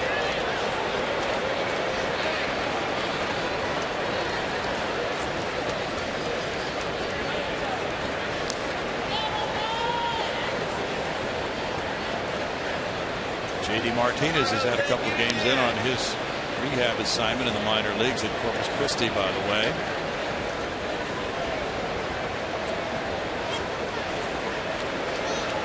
Grossman broke in with that 2-hit game against Seattle. This is his first home game since then. So 2 games at home, total of 4 hits so far for Robbie. Wasn't that a great move by Bo Porter to get him into that lineup that last game of the homestand so he could do that at home? Whoa, what a play by Fielder. He didn't know where the ball was. Maybe it wasn't a play by Fielder. I thought he got in his glove. Let's see it here. No, I don't know. I don't know who officially knocks this down. I think Robbie Grossman gets the assist on the play. It's a play by Grossman, actually. Oh, yeah. He's got good reason for a tight hamstring tonight. And very lucky Rick Porcello still has a runner at first. Drilling him with that pickoff throw. 2-0. He could be on third base if that hadn't hit him as he went diving back into first.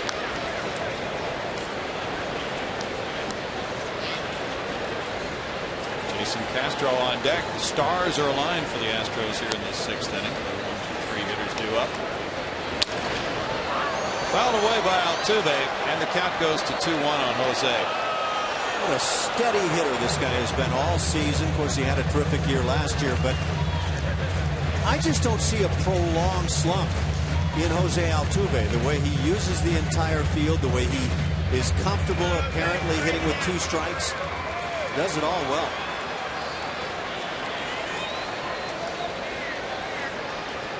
He's had 4 3-hit games. Yeah, he just picks up hits in bunches, and he's been pretty well slump-proof so far this season. Porcello's got his mind on Robbie Grossman. Well, with a 2-1 count, there's reason for that. Good running count.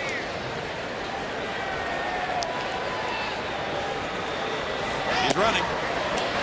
The throw is there, and the tag in time to get him. You got to get a better jump than this. And what wound up happening is Porcello went into it wasn't a slide step, but a quick delivery to the plate. And when you see that as a base runner, you're thinking, I'm going. But at that point, you've got to know I didn't get enough jump.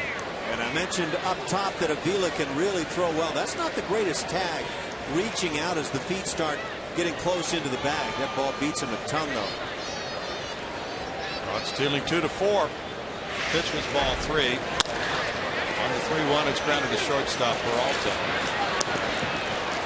What was a promising beginning now is at 2 outs, nobody on. Just as we promised earlier in the game, it's Miller time, brought to you by Miller Lite. And we look at the Castro 2-run homer.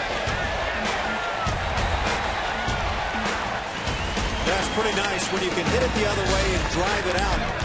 With Jason Castro, there have been some ballparks this year that have held him as he's driven balls to left. But if he maintains that stroke right here at home, well, he could find a bunch of shots to the Crawford boxes.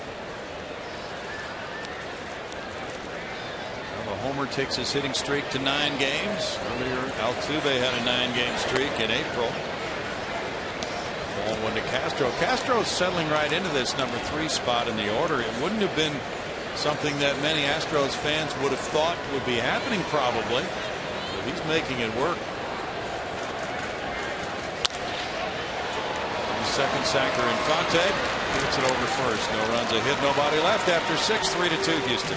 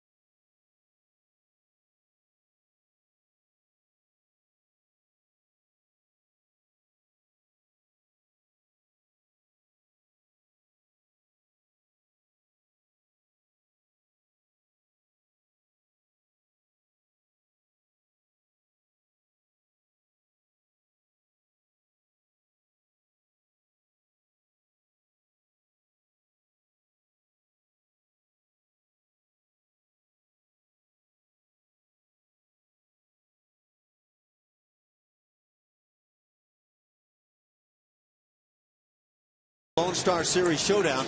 Justin Maxwell will sign autographs for the fans from 11 a.m. until noon. That's at the Whataburger restaurant located at 340 Highway 6 in Sugar Land. While you're there, register to win tickets to see a game during the Astros series against the Rangers May 10th through the 12th.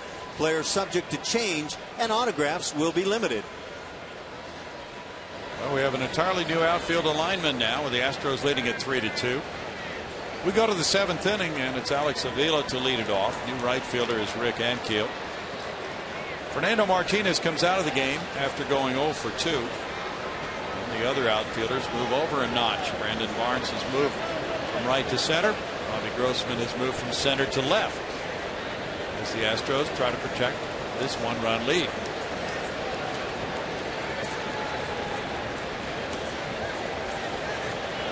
Avila has struck out and he's walked. That's ball 1 from Blackley, who had a 1-2-3 6th inning relief for Jordan Lyles. Part of what Bo Porter talks about, his theory: offense early, defense late.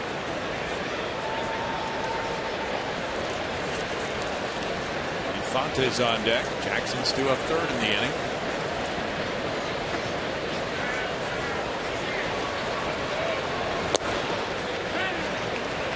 Makes it 1-1.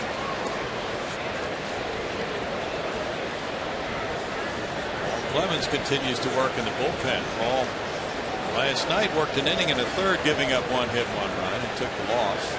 Paid attendance tonight, 16,624. It's in for a strike, and it's 1-2 for Blackley. Red Sox lead the Blue Jays 3-1. They played 7.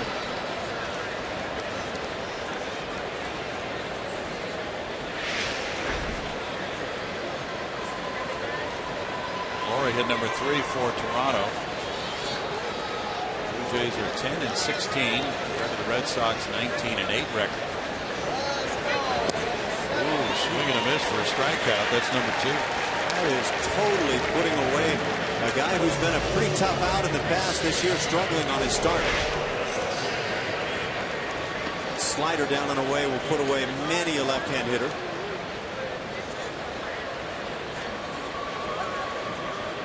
Bull Porter now is going to go to Paul Clemens. He's gotten 4 outs from Blackley. And with right-handed hitters due up next, 4 in a row, he'll swing it back over to the right side, and Paul Clemens, when we come back with the Astros leading 3-2.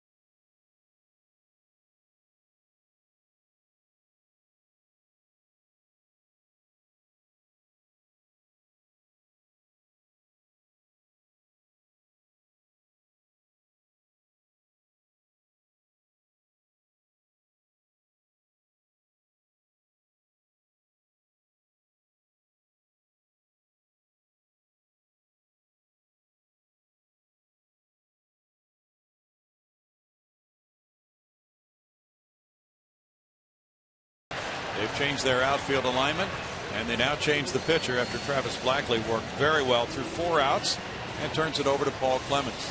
25-year-old right-hander, a free and loose spirit to say the least, and he's been pitching effectively for the ball club. 18 innings to this point, that in 6 games. He's finished out a couple of games, allowing just 15 hits in that span. 9 runs.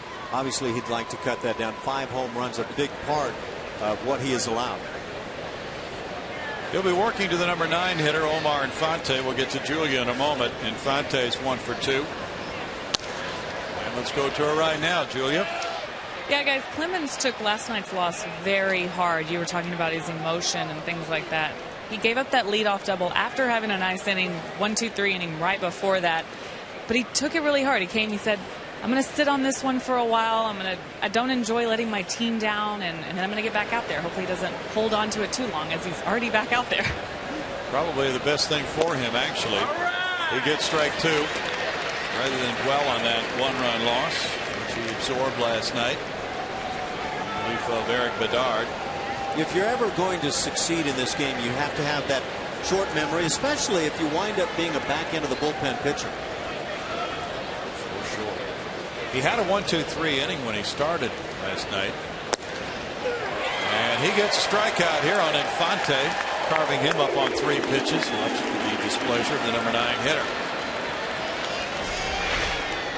You see bottom of the knees right here, maybe even below. That's getting a pitch you'd love to get a bunch over the course of a season.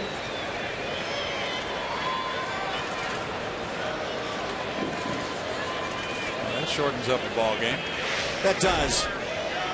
That bottom of the knees area, though, is where pitchers are taught to pitch, and quite frankly, I'd like to see more calls kind of in that bottom of the knees range. That's ball 1 to Austin Jackson on the hook from Clemens. Jackson is 1 for 3. Clemens got the Yankees 1-2-3 in the 5th. Then he gave up a double to Nunez, and he wound up scoring on a double play ball after Paul left last night, so that tagged him with the loss. His first as a major leaguer. He got his first win, though, in Seattle in his major league debut. He's experienced both ends of the spectrum already.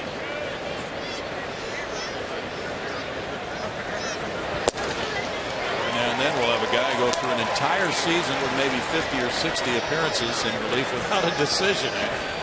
Did you see that last pitch? Yeah. 96 miles an hour, and it sounded like it. It did. Sounded like 95, and he exceeded the sounds.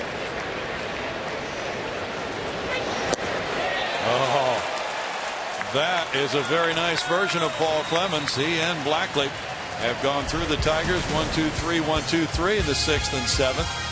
It's 3-2 Houston.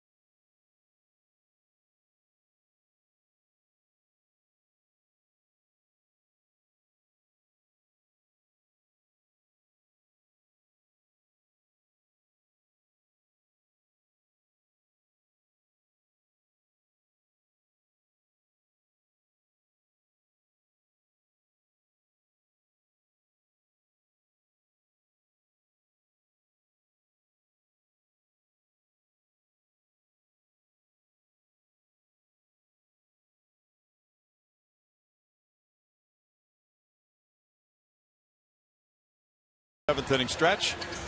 It's 3-2 Houston. 4 hits for the Astros. 2 of those long balls. A 2-run shot by Jason Castro in the first. Solo homer by Carlos Pena in the fourth. Tigers tied it in the 3rd inning on singles by Hunter and Cabrera, but the Astros then on the Pena homer took the lead, and ever since that 4th inning they've been protecting it. They've changed their outfield alignment. They've made a couple of pitching changes, and now they come up in the bottom of the 7th looking for more runs against Rick Porcello, with Pena to lead it off. He has a homer and a ground out to the pitcher. You know, you mentioned a good game tonight, and it is. And the reason? Very good pitching. Yeah. Both with the starters and now the relief coming in. Pena takes a look at it. It's strike 1 to him. Jose Ortega's warming up for Detroit. The infield shift is on Pena. That's nothing new. Ortega getting loose there as 3 infielders work between first and second base. Miguel Cabrera is way out there where the shortstop often plays. So Pena wants to bunt. Be a good way to do it, and he does. Porcello drops the ball, throws it away. Pena will stay. No, now he's going. Here's a throw, and Infante gets it there early, and that was not a choice that worked out well for Carlos Pena, as Peralta made the tag on him from Infante. A 4-6 play for out number 1. An unfortunate set of circumstances and a poor decision right here, but let's watch the tag at second base. This is another one of those reach tags, and I'm not so sure the feet don't get in. It's a good idea on Carlos Pena's part. Let's get a start to the inning. Now as he slides into second, watch this tag reach out, and I don't know. Obviously the ball beats him by a wide margin. That's going to get the call. Can't fault him for lack of effort. Well, he was trying to make something happen. And it's out number 1. Now here's Carter. He's 0 for 2. Strike 1. Still waiting to see. It is an error on the Tigers. Well, they do get the tag in time, but young infielders out there put the glove down, not reaching. It was ruled an error on Porcello. Little play at second, went for 4-6. what happens when guys try to barehand rather than use the glove or the combination of glove and hand. He had time. They make the play tougher than it needs to be. And one to Carter now. Beats that into the ground, 1 and 2. Well, that was a good thought, though, by Pena.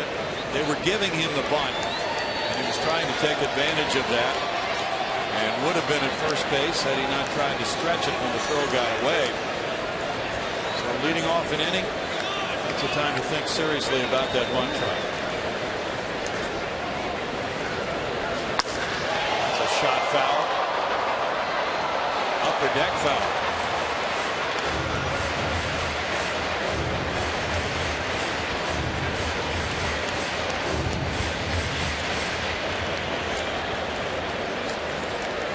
White Sox lead the Rangers at Texas 3-1 in the bottom of the 7th inning. The throw from the grass. Peralta gets Carter. 2 outs. Celebrate Mother's Day with Pink in the Park at Minute Maid Park next weekend as the Astros face off against the Texas Rangers. 10,000 fans will receive a pink giveaway each night, courtesy of Methodist Cancer Center. Call 1-877-9-ASTROS or visit Astros.com to get your tickets now. There's double barrel bullpen action for both Porter, lefty Wesley Wright, and right-hander Hector Ambrose. The hitter is Rick Ankiel, up for the first time in this game. Rick's a 189 hitter for 53 at bats. He's belted 5 homers and he's driven in 11 runs. Done well pinch hitting. He has 2 pinch homers and 5 pinch hit at bats. And he's driven in 4 runs. Ball 1 to Rick. What a throw Rick Ankiel made on this recent road trip. I'm trying to recall, I think it was in New York, could have been Boston. Just hung out a laser from right field. He complained that he got a bad hop on it. It came up a little bit, but you guys talked about that. Yeah, impressive. Line shot into right field. Well, he's produced off the bench. Not considered to be a pinch hit because he was already in the game defensively, but nonetheless his first swing of the night, and that produces a resounding line drive single. Well, if you're going to get an at bat here or there, get yourself a good swing. Hank is quite adept at this opportunity where you just get a swing or 2. 5 hits for the Astros. Brendan Barnes has struck out and grounded to short. Porcello staying in this ball game with his club down 3-2, competing very well tonight. He gave up the 2-run homer to Castro in the first. Solo shot to Pena in the 4th. Both of them reaching the seats in the Landry's Crawford boxes. He's thrown 94 pitches. 60 have been strikes.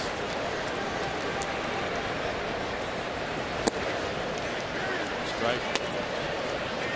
The starting rotation has produced 7 consecutive quality starts for the Tigers.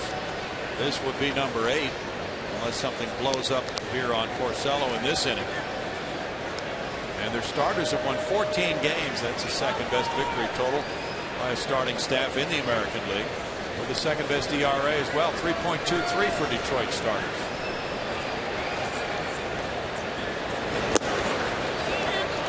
Balls, 2 strikes.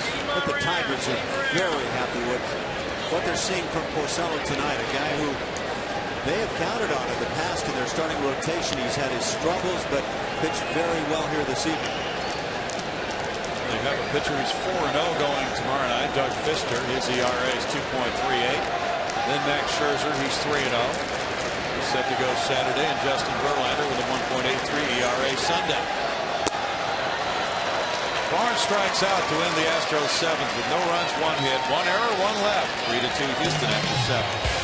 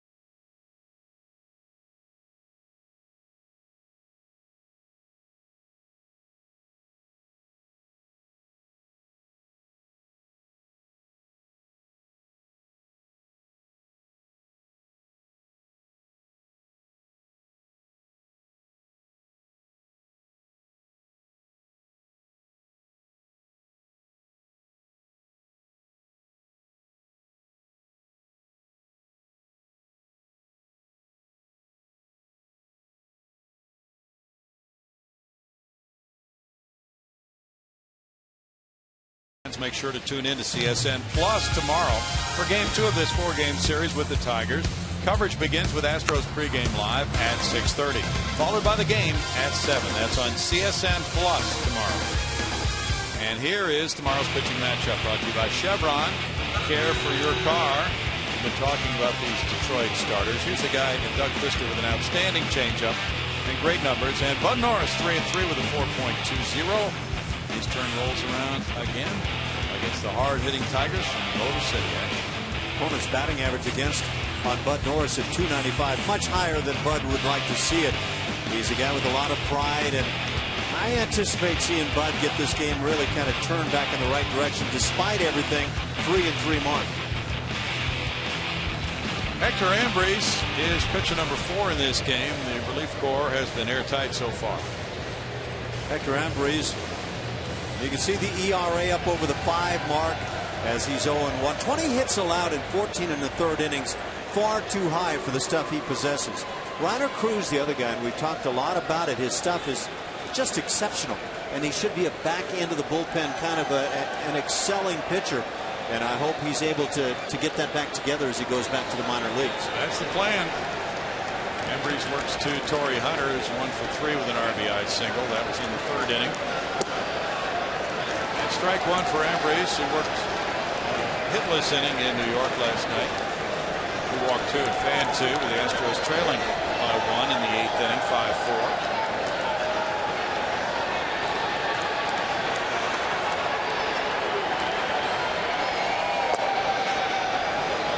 For a ball, and even to count him 1-1. The Astros were talking about that. Bo Porter was asked about Reiner Cruz being demoted along with Brad Peacock. Peacock will start for Oklahoma City, and they want Cruz to really fit into that back end of the bullpen and refine his stuff so he can come back and be an effective force for the Astros.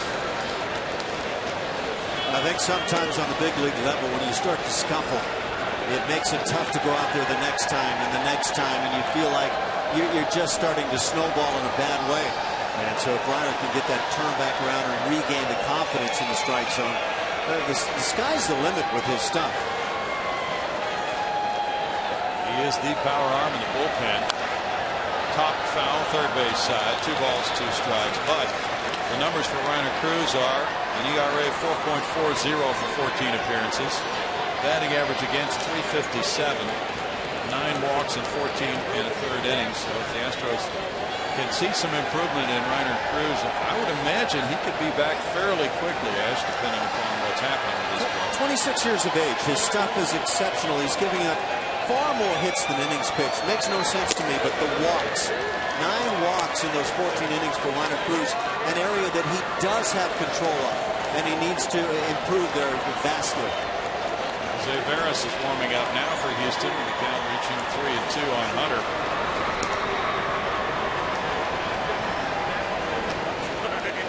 Closer getting loose. And a leadoff walk puts Hunter on, with Cabrera and Fielder to follow. It's never an easy game, any facet of it, but that leadoff walk late in the ball game, it's just murder. It's murder on everybody, and you know that pains Doug Rotale. Cabrera tied the game with a single to center field in the 3rd inning. Then he singled to right field in the 5th. He's 2 for 3.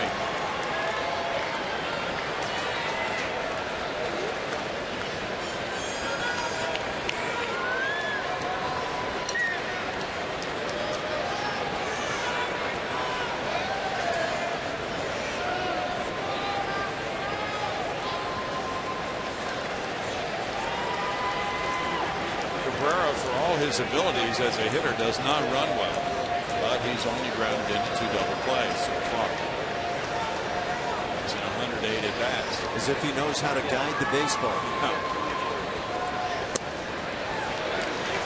Strike on a good breaking pitch that catches the corner for Ambriz.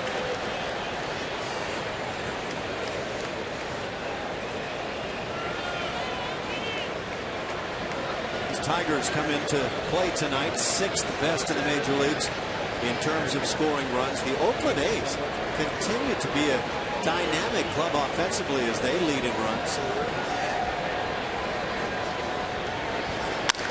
Ground ball sharply hit. Dominguez on a knee. Gets it to second. Altuve on to first. Their double play, ball number 3 of the year. And Cabrera on a very important pitch by Hector Ambriz. Bounces into a twin killing around the horn. And the Astros defensively continue to get the double plays. It's about base runners. Yes, that's a big part of things. But this is a good-looking infield. Matt Dominguez can play third. The guys at third, short, and second have been awfully good. That'll be it for Ambriz. Prince Fielder coming up next. And Wesley Wright is making his way in for a lefty-on-lefty matchup. 3-2 Astros.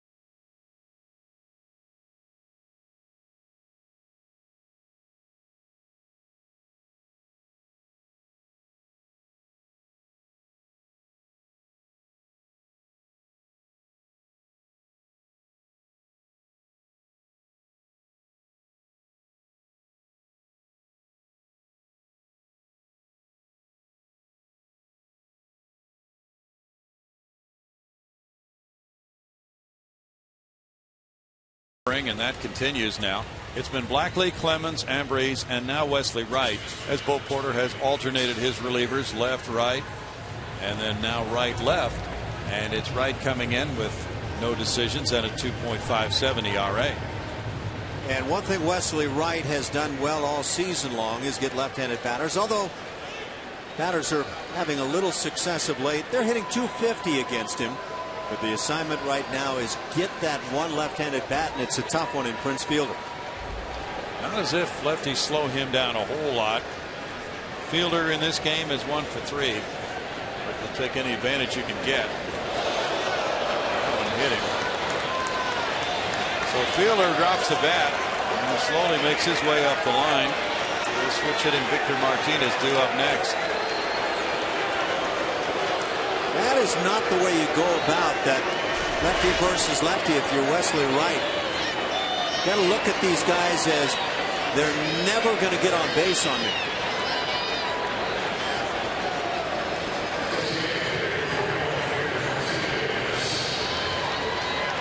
The left forearm, it appeared. And that fastball drills that left forearm. There's a lot of muscle in that forearm for Prince Fielder. Looks like a man who's hurting pretty severely. Now Doug Brocail's coming out. Martinez 0 for 3 tonight. He was robbed his first time up by Grossman in left center.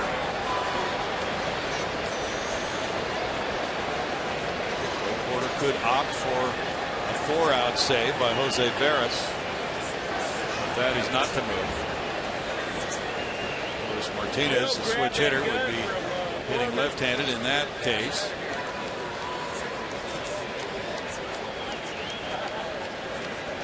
Martinez hasn't been a hot hitter so far this season, but he's been a little more effective by about 20 points or so against left-hand pitching. So maybe a break as far as he looks at things. Victor's a .303 lifetime hitter. Much better than he has performed this year.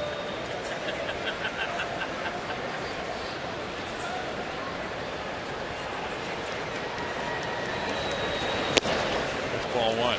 It's that same spot. Lefty at the plate, that might have had a chance of finding another forearm. Wesley Wright pitched twice in Boston, twice in New York. On the road trip.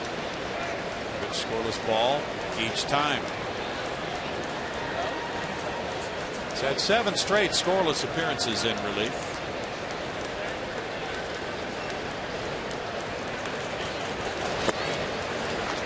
Falling behind here 2-0 after hitting Fielder on the first pitch, so he has yet to throw a strike. A left-handed specialist, he's the guy that really has the best opportunity to succeed in my book.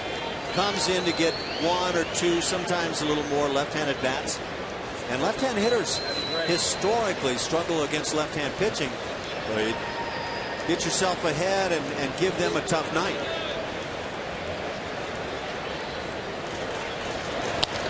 That's flared foul. Wesley worked an inning and 2/3 last night against the Yankees, throwing 20 pitches.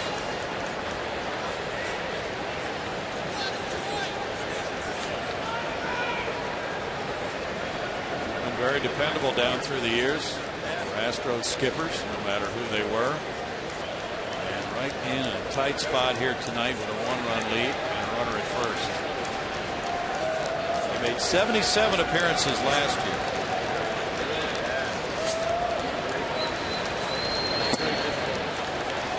Now it's 3-1, and he's really struggling to find the strike zone. Andy Dirks is on deck. He bats left.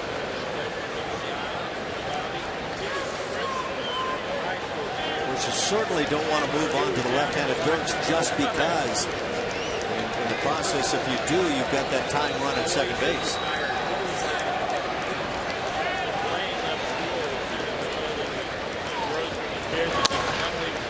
That's fouled away, and it's 3-2. Now the runner will be taking off on the next one, Fielder. Been a very unusual game. 2-run homer by Castro. First, 2-0 Astros. Tigers tied it. They put together 4 consecutive hits in the third. Pena with a 1-out homer in the fourth. Gave the Astros a 3-2 lead, and that has been the scoring.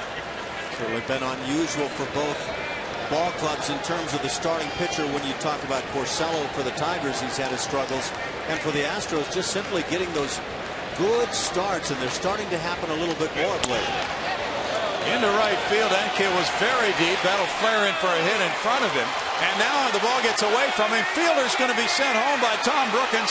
And here's the throw to the plate. Not in time. The Tigers have tied at 3-3. Enke was playing almost on the warning track. And by the time he got there, he had run several steps and then did not make the clean pickup. That gave Fielder a chance to score.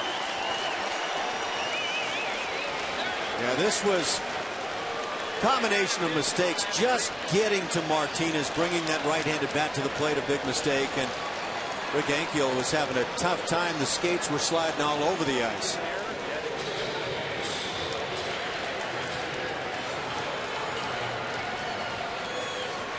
It's one of those plays that had to feel like William Bendix playing the Babe right there. Fielder scores. Matt Tuiasosopo comes up to pinch hit. We have a pinch runner at second, Don Kelly, as well. He's running for Victor Martinez, who checks out of the game. Now Kelly coming over to talk to Tom Brookins, the third base coach, who sent in the tying run. And that'll be it for Wesley Wright. We'll be right back.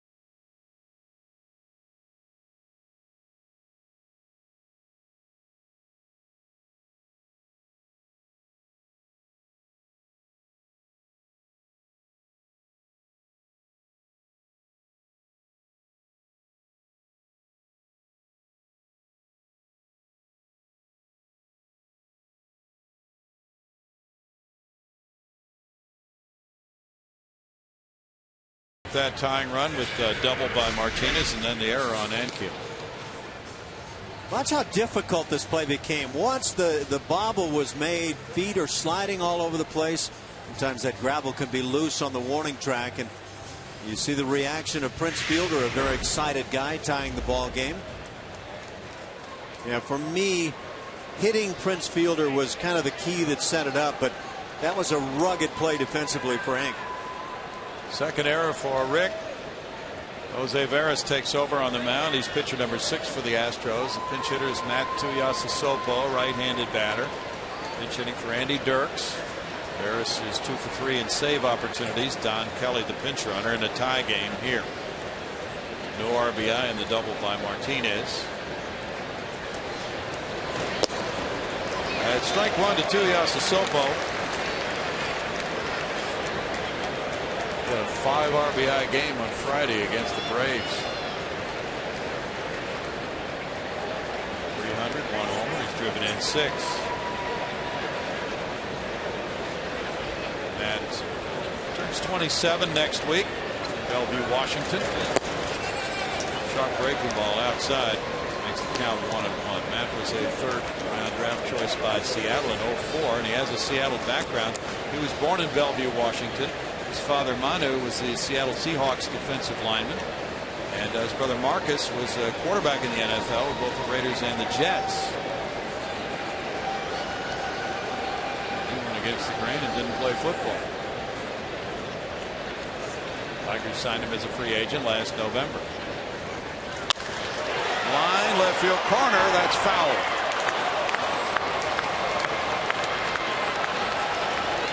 Well, he guessed fastball, obviously, got one in and couldn't quite keep it fair, but it's the kind of swing you want to get as a pinch hitter.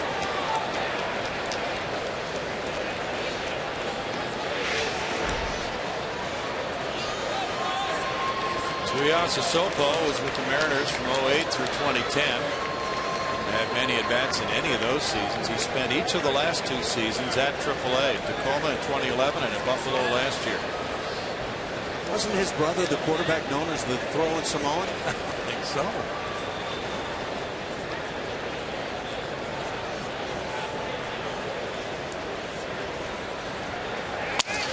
That's a broken bat liner into the seats. There's a quarterback from Washington or Washington State who played for the Bengals. He was also known as the throwing Samoan back in the. And I'm wondering if I'm crossing that up. Maybe Tuiasosopo was not the guy.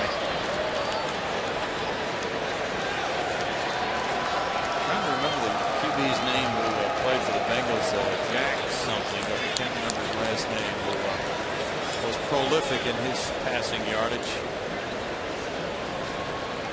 back in his college days. 1 ball, 2 strikes. The Tigers have tied it here in the 8th. They've had an evolving bullpen situation. They have 2 relievers on the DL right now, Octavio Duatel and Phil Coe. Jack Thompson was the throwing Samoan. That's right, Jack Thompson. 2 balls, 2 strikes. He racked up the yards in college. Eagle break. It's a wonderful aspect of life these days. You know, it's amazing how quickly things start to come to mind as you play around. Peralta's on deck. Swing and a miss. And Veras snuffs out the Tigers here in the 8th, but they tied with a run on 1 hit and an error and a man left. We go to the bottom of the 8th inning, and it's tied at 3.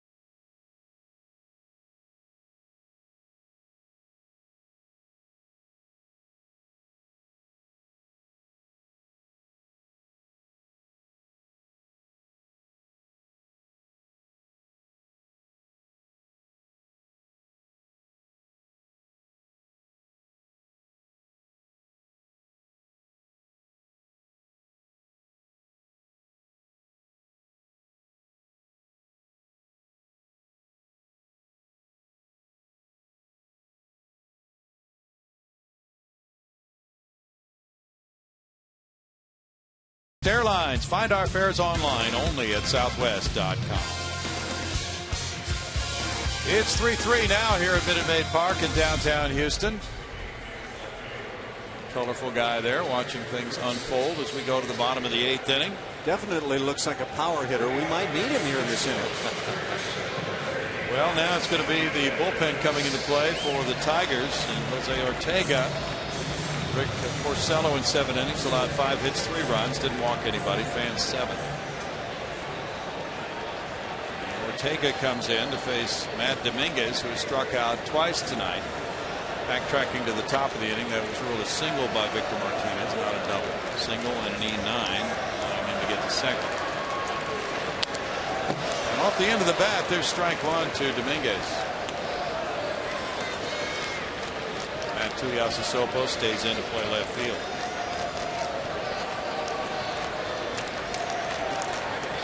Ortega's 24. He's from Venezuela. Last year at AAA Toledo. This is his first season as a major leaguer.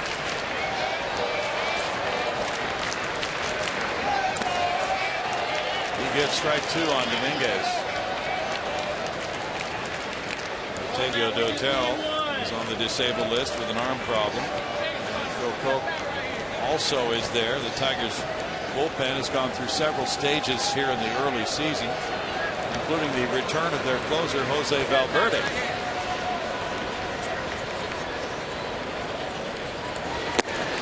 Dominguez is down on strikes. 8 for Tiger pitching. When you're in a tie ball game late, it's never good to look and see that the opposition is using their second pitcher on the night. And the Astros have used 6 as we speak. Dominguez just had to deal with a pretty good hammer. And the Astros closer Veras had to come in and get that final out in the top of the 8th inning. Marwin Gonzalez is 0 for 2. Tigers about hit the Astros 7-5. Each club has made 1 error. Chopped high and foul. Ortega was recalled from Toledo prior to the game yesterday against Minnesota. And he had not allowed a run in 10 outings with Toledo this season, over 14 innings. Tigers signed him as a non-drafted free agent in July of 06. It's a 1-ball, 1-strike count.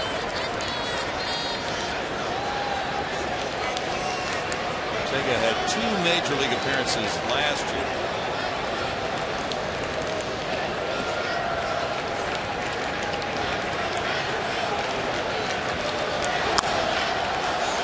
Fouled away by Marwin Gonzalez. Ortega has legit stuff. That fastball at 96, and it just looked like a riding 4-seamer.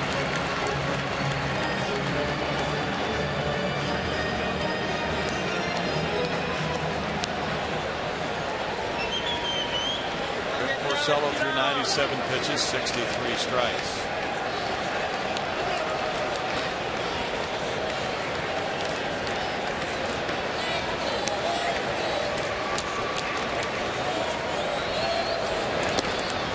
Marwin takes a look at ball 2. It's 2-2 with Robbie Grossman on deck.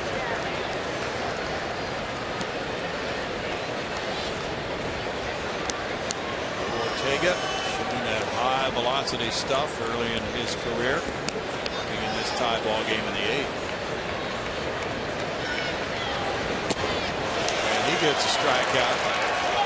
2 of those for him. Changeup, even when it's not located well, can produce strikeouts. Just leave it up.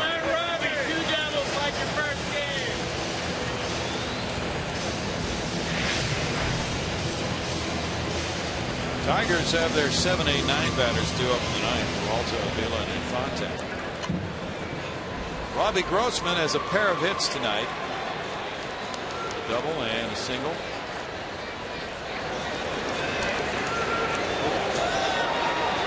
Way out in front of the plate.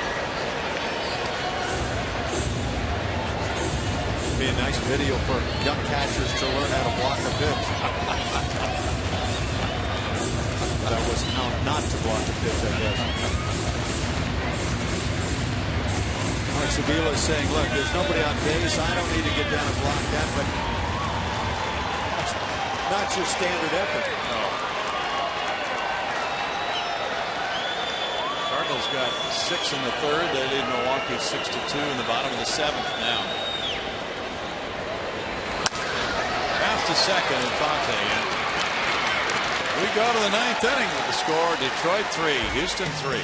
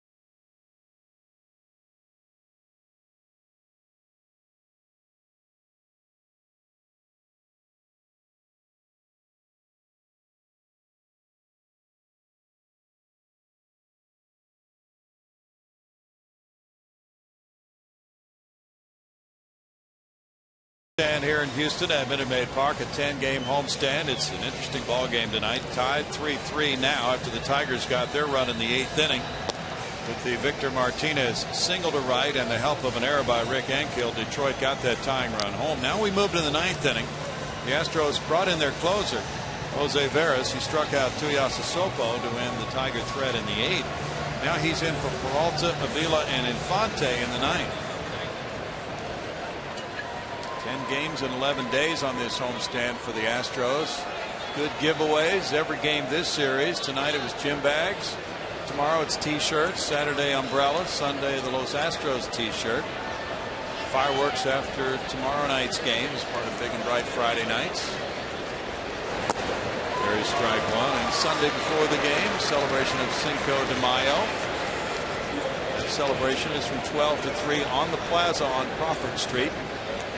Mariachi band, Mexican food, and beer Sunday, and then the ball game starts at 3:10 Sunday. Mexican food, you say? I'll see you a little late in the ball game. Okay? Oh, you won't be around for that till about 6 o'clock. You'll be the closer that day. 1 ball, 1 strike. I am a rather large fan. Here's a look at what lies in front of us.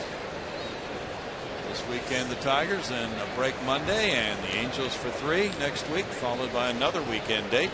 That one with the Rangers. Back into divisional play. Tap foul, and it's a 2-ball, 2-strike count, and he is down. Peralta feeling that one.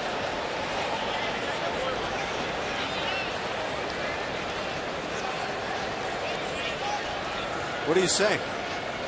Other than, I've been there. I think he chopped this down on the ground and got more a poor opportunity coming his way.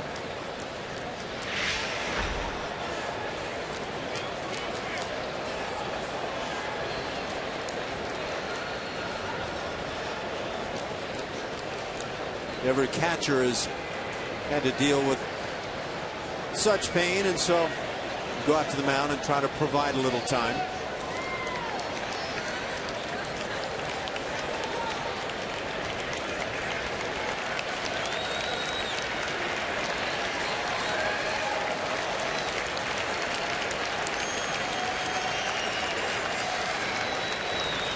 Jim Leland's son Patrick is a catcher, right? I believe so, yeah. Thinking about Jim Leland, it feels like he's been managing the major leagues now since Smokey Burgess or Fred Hutchinson, I think is what I wanted to say. Just feels like he's been there forever. What a great manager. Boy, he plied his trade in the minors for many a year before he got his first major league breakthrough. I remember years ago he was managing the Rockies and he resigned. Scouted for a time, maybe a year or two, with the Cardinals. He was working for his good friend Tony La Russa as a scout. Just kind of decompressing, but staying close to the game before getting back in. Well, he got himself a good gig in Detroit. They had a miserable 2003, winning, I believe, 43 games. And then they started spending some big money. And it's paid off, and they draw fans in droves. Strikeout. Is caught looking. They do over $3 million last year. There's that breaking ball that legitimately is a hanger, but against a right-hand hitter who may not be feeling his oats at the moment, a pretty effective pitch. Veras gets out number 1, and now it's Avila. Astros hoping they don't have to put their extra inning plan into effect. Veras probably would be considered finished after this inning. Now Avila is 0 for 2 with a walk. And there's strike 1 to him. Joaquin Benoit once again has started warming up for Detroit.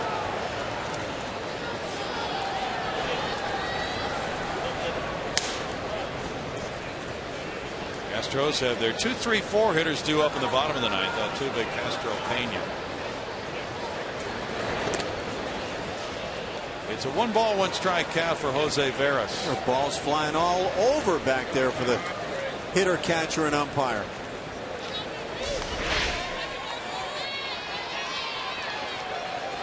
You try to block it. You try to protect the umpire. I think that's what Alex Avila was embarrassed about in the previous half inning, was the way he let one slip on by. Yeah. And sometimes they are just destined to get the umpires. Altuve's on the grass in short right field. 1-2 to Avila. Rick Ankiel almost on a warning track and right, as you can see on that shot. Jim Leland began managing in the minors in 1971 at Bristol. Managed through 81 at Evansville, and then his first major league opportunity came in 86 with the Pirates. Got him looking. That's 3 strikeouts in a row since Veras came in. Now Infante. Well, the Astros staff with 13 strikeouts tonight.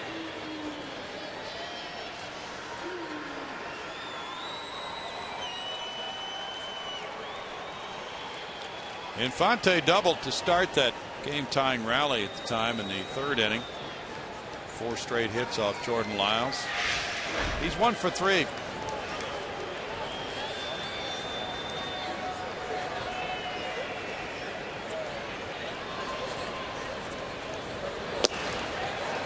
That's strike 1. You and Jeff Blum were pointing out that the skipper, Bo Porter, has made sure Veras has not had a lot of inactivity in that bullpen, even though the Astros at times have not had save opportunities for him. He's pitched every 3 or 4 days.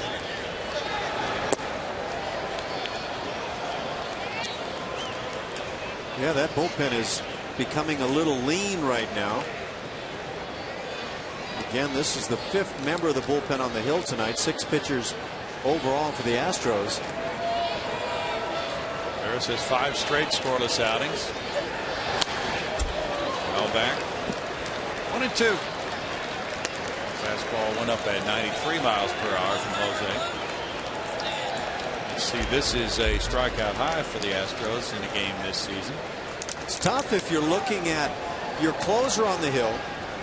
He's working in his 2nd inning. He's just working toward his 4th out right now. But in his 2nd inning, and you may be forced to run him out there again. Boy, yeah, there's some urgency to the bottom of the ninth, that's for sure. Time called. And with Benoit, one of the setup men, warming up for Detroit, he is getting ready to come in for the bottom of the ninth inning when it'll be Altuve, Castro, and Pena. So those three are going to be feeling that they really need to end this thing.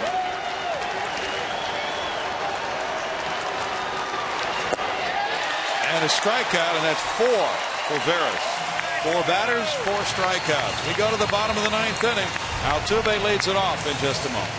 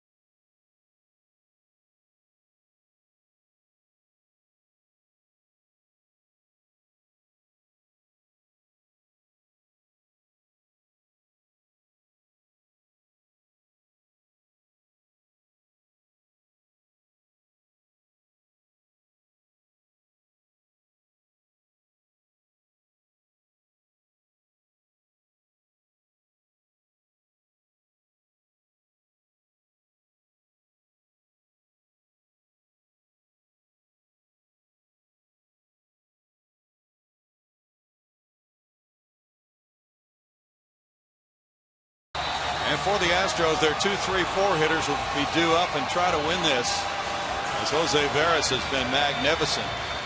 He came in with a runner at second in this 3-3 game. In the 8th inning, he struck out Tuiasa Sopo. Then in the 9th, he mowed down Peralta, Avila, and Infante. 2 of them were looking. So 4 batters faced 4 strikeouts. We're not sure if anything more will be asked of him, but right now, lefty Dallas Keuchel is warming up in the Houston bullpen in case of extra innings. And Altuve's 0 for 3. Keuchel could well be that guy that's asked to suck up a good number of innings if it should come to that. Ooh, a high strike call into the bottom of the ninth. Ortega had a 1-2-3-8 in relief of Porcello, who went 7.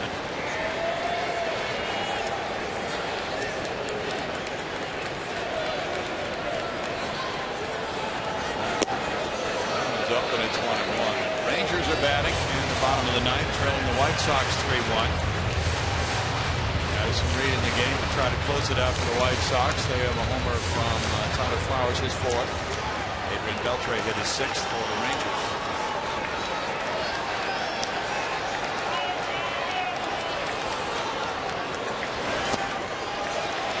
It's 2-1. Cabrera's very close to third base. It's what you call your no doubles defense. You don't want a ball getting between third baseman and the line. Jim Leland, like many managers, absolutely wanting to play no doubles at this stage of things.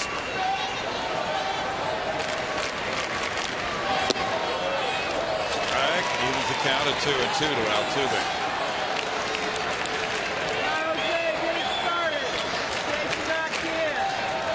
Padres beat the Cubs 4-2. Phillies down to Marlins 7-2 with Kyle Kendrick winning his 3rd. Altuve strikes out. That's the 3rd strikeout for Ortega. Contact has suddenly become a very difficult commodity, and I think Jose Altuve realized he got a hanging breaking ball up and in, and might have been trying to win this thing on the one hack. He looked livid then he missed that pitch. The Tigers attain one of their goals tonight, he says with tongue-in-cheek. 10 strikeouts for their staff. Well, that is 7 straight games for them with 10 or more. Jason Castro homered in the first. Since then he has struck out looking and grounded out. Strike to Castro. Those are the recent games with all those strikeouts. Of course, if you ask Jim Leland about it, I have a feeling what he'd say is couldn't care less. Let's just win ball games. Right. Or he might throw the spin that says it's indicative of solid pitching, and solid pitching will get you a lot of wins. Tigers had a 5-game winning streak until losing yesterday.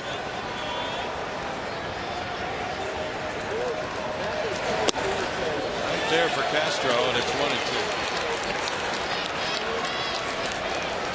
Tigers lost 2 of 3 when they came here in 2009.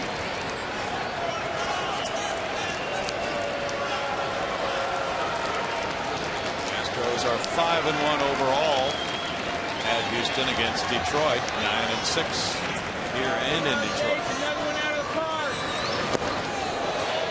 It's 2-2, and Ortega is keeping the hitters loose.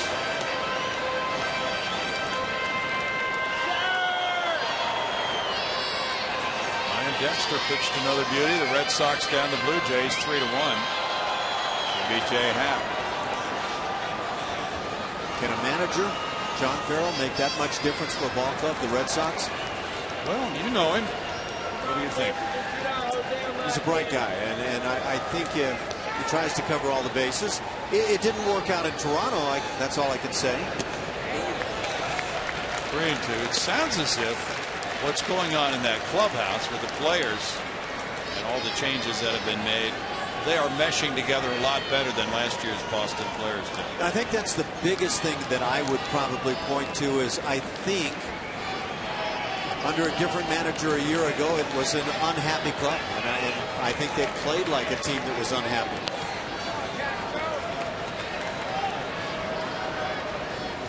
Grounded, and there's the second baseman Infante spinning and throwing him out. That was an amazing play. Looked like it would get by him. He got it just in the webbing, and then he was able to spin and make the throw. And the position from which he throws here really makes you marvel. Yeah, that's tough to throw accurately when you're doing that.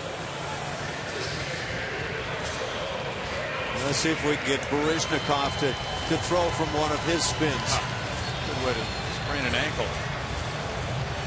That is some kind of throw. Very accurately done. Good time play. Here's the 4th inning homer by Carlos Pena. That made it 3-2 Houston. Tried to bunt his way on in the 7th, and he reached on Porcello's error, but then he was thrown out trying to stretch it at second base. He's 1 for 3. Tops that one foul, strike 1. Chris Carter on deck. Fielder guards the line at first.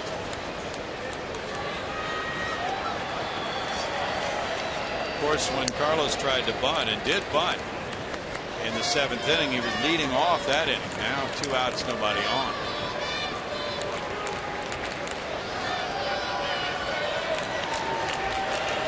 He's a .255 career hitter against Detroit with 6 homers. It's a 1-ball, 1-strike count. Tiger bullpen has a 1-5 record, a 4.56 ERA.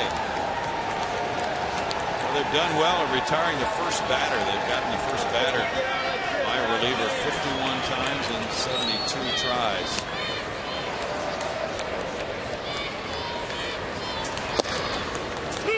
Strike call makes it 1-2. Mike Everett called it, even though Alex Avila didn't catch it. Mike Everett's been a strike providing umpire tonight, and I think that's a good thing. Upper range of the strike zone, bottom of the knees. I think it helps move the ball game. I think it's a plus. Game was moving along swiftly for a time. It was. Somebody jinxed this thing. I think it was you. 2 balls, 2 strikes. There you go, assigning blame. What's that all about? Somebody has to assign blame. We can't all be blameless in life, Ash. It's your fault. Okay, I'll take it and run with it. It's what you do with what comes your way that makes the difference. It was wishful thinking because you got to bed at 5. Yeah, let's try to do this a little earlier tonight.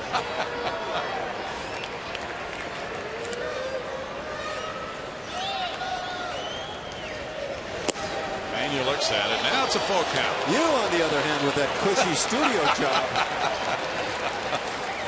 We enjoyed watching you guys. I hope you did. I hope your flight was a good one.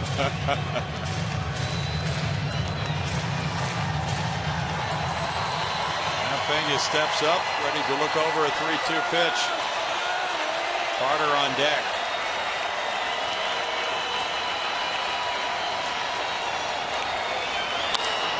Popped up. Cabrera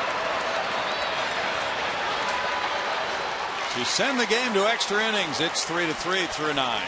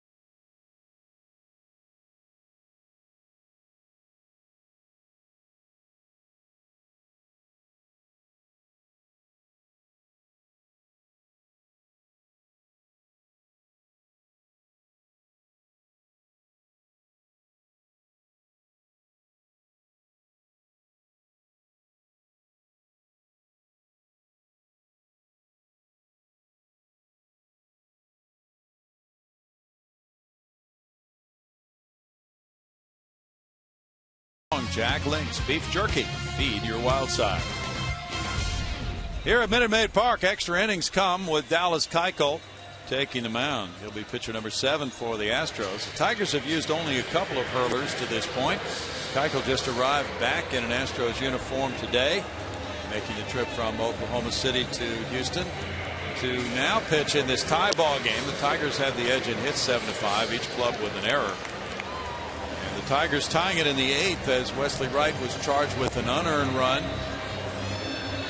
So now Keuchel working to the top of the lineup here in the 7th inning. Jackson, Hunter, and Cabrera due up against the left-hander, who had some good outings earlier this year for the Astros, Ash. You know what we have here? We have, number 1, a failure to communicate our need for a regulation ball game tonight. And number 2, the first extra inning game of the year for the Astros. 4 games this year. You see Keuchel's numbers. Now it's Jackson who's 1 for 4. And there is ball 1 as we go to Julia Morales. I got to talk to Dallas before the game, and said, well, he's well rested. He's one of the few of us that are well rested. But he said while he was in Oklahoma City, his goal was to just maintain. There was nothing he really went down to work on because it was just the timing of everything. And of course, the bullpen was worn out at that time. He was just trying to maintain and stay consistent. He made only 1 appearance for the Red Hawks. He made a start against New Orleans and went 6 innings, didn't give up a run, throwing 66 pitches. Last time I saw Julia was about 3:30 this morning. Bags were coming off the truck. She was standing there bleary-eyed and yawning. And it felt like a few hours ago. you remember that? One of those good times? It was good times. So you want to travel with a major league club, Julia? Sounded fun in the beginning. Yeah, I'm just kidding. No, it is. It's a lot of fun. It is fun. Not fun for this man right now as he enters this game tied. The Astros have Carter, Ankiel, and Barnes due up in the bottom of the 10th. A shot foul. Well, it's certainly fun to be back in the big leagues. His last appearance with the Astros was April 20th here against Cleveland in that 19-6 Indians rout. And that's when he did get optioned down after that game because the Astros needed a fresh arm after the Indians really torched their pitching staff. But he had made 3 really good outings prior to that Cleveland game here. And gets a swing and a miss here from Jackson to strike him out. 5 straight strikeouts by Astros pitching.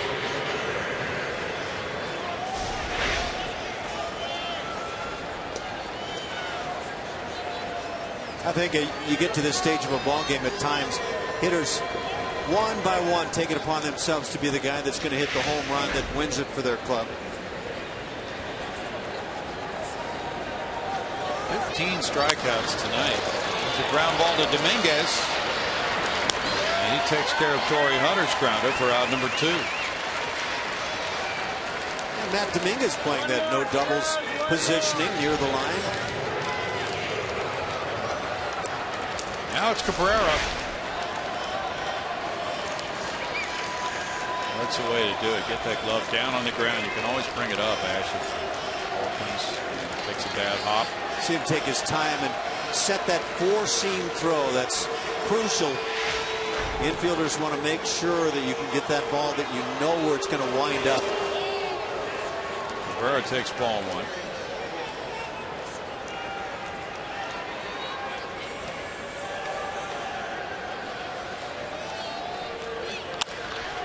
Under the shortstop.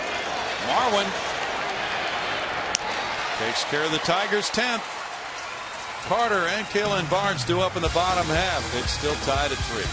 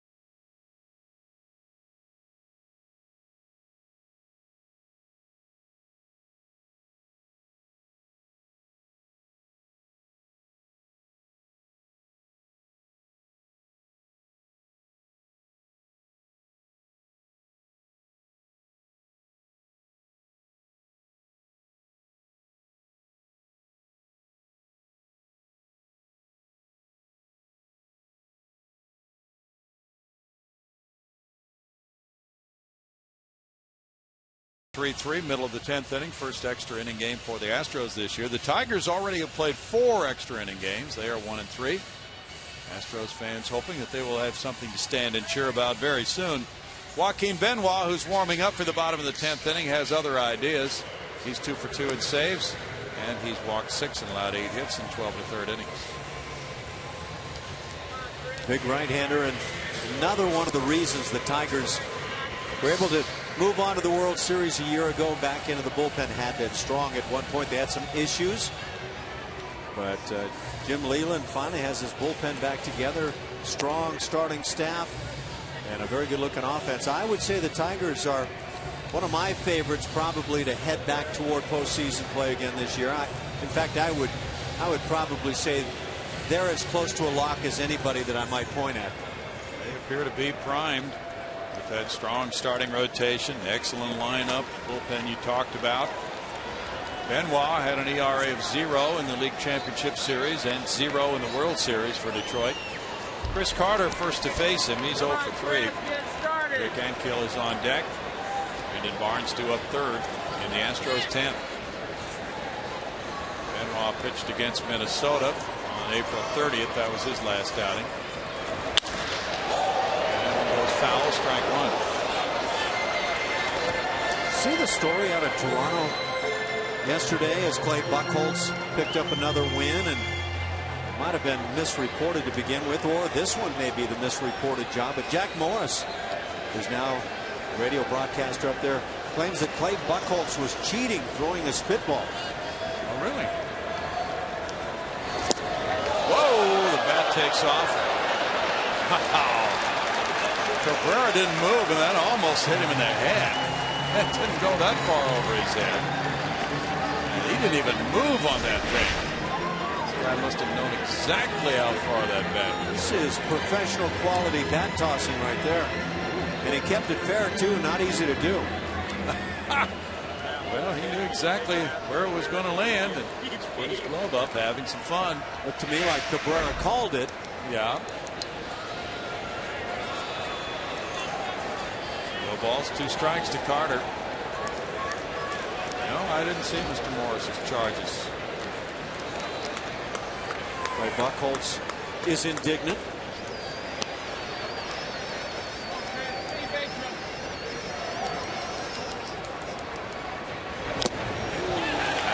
Out number 1. This is Jack Morris's rookie season as a broadcaster. Is that correct? Well, it's his re-emergence as a broadcaster. He previously broadcast, I know, from Minnesota. And now he's in his first year with the Toronto Blue Jays. A lot of pressure when you do so. Rick Ankiel hung out a line drive to right field for a single in the 7th inning. He came off the bench when the Astros made some moves defensively in the outfield. And ball 1. It was initially reported that Dirk Hayhurst was the guy they're kind of sharing time in that real tough role they're combining over, and apparently now they're saying it was Big Jack.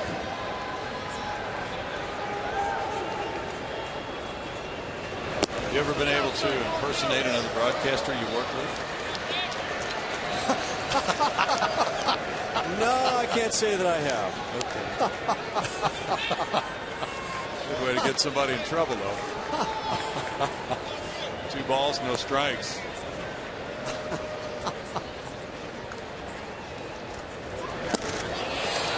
It's 2-1. Not that you'll know right now.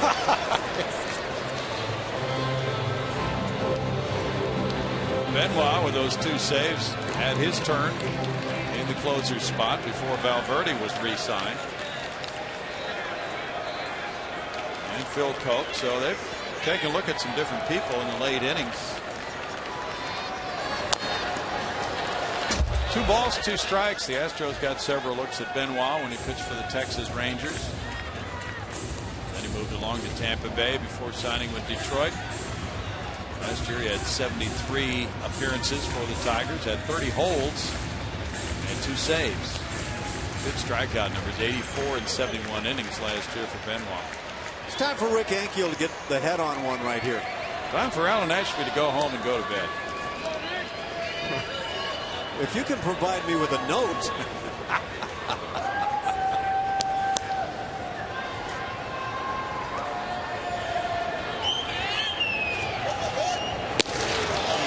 Strikeout. 2 outs. That was a hard sounding heater. That popped all throughout this ballpark. Here it is. Throw it hard and swing it hard. See who wins out. We've seen a few strikeouts tonight. Boy. That's 12 for Detroit. 15 on the other side. Yeah. Brandon Barnes is 0 for 3. It's going to be fun if he singles or walks or gets on first somehow. to see if he will run. That's strike one. Anthony is on deck. Just waiting for a second to see if you were going to break out the calculator on that one. There are several ways. Shall we count the ways he could reach first? We always do that with scoring from third. Fewer than 2 outs, right? But we don't do it on getting first. No balls, 2 strikes. 9 straight have been set down by Tigers relievers. Ortega with 2 perfect innings. He struck out 3. That includes Porcello's last out and his 7 innings of work, the 9 straight.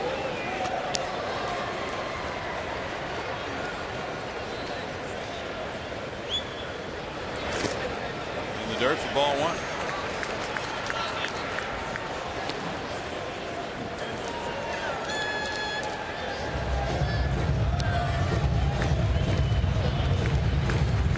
Game 29, first extra inning game, and it comes on the night where you had the late flight in. Just kind of the crazy nature of this game. That's baseball, isn't it? You guys probably knew something like this was in store. I hate hearing that "you guys" stuff.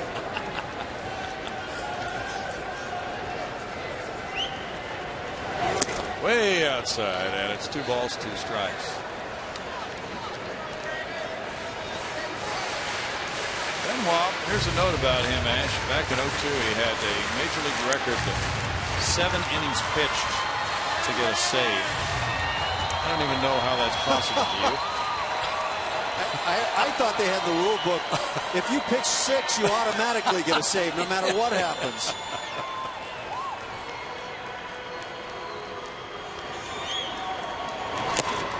And he strikes out the side in the 10th. Moving this game to the 11th inning. Tied. Detroit 3, Houston 3.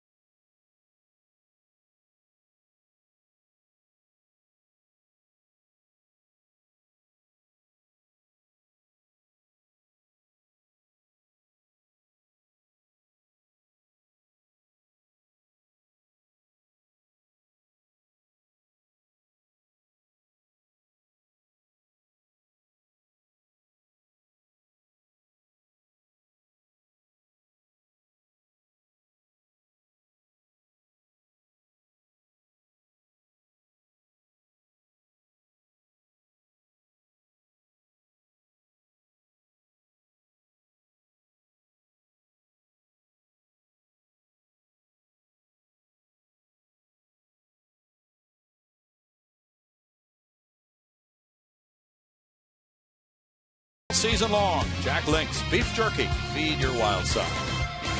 Feed it.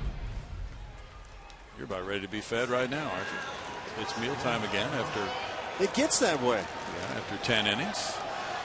There's the pitching breakdown. Lyle started 5 good innings. Blackley, Clemens, Ambrose, Wright, Veras, now Keuchel. Jose Cisneros still out there in the bullpen. Prince Fielder takes the first pitch. There's ball 1. Dallas Keuchel at a 1-2-3-10. What I have awaiting is some luscious strawberries at home, and there is some chocolate that will be covering them soon. Oh, nice. Soon is the operative word here. Now Keuchel falls behind Fielder, 2-0. A guy who has tremendous power.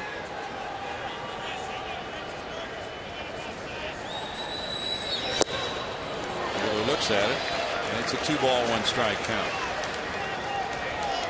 Fielder scored the tying run in the 8th inning after being hit by a pitch from Wesley Wright. He scored on an error by Rick Ankiel. 3 balls, 1 strike. Porter's club led 3-2 after 4, and he changed his outfield alignment in the 7th inning, bringing Ankiel off the bench. To Hopper, and coming in from right field, here's Altuve. So that bullpen has really seen the appearances tonight.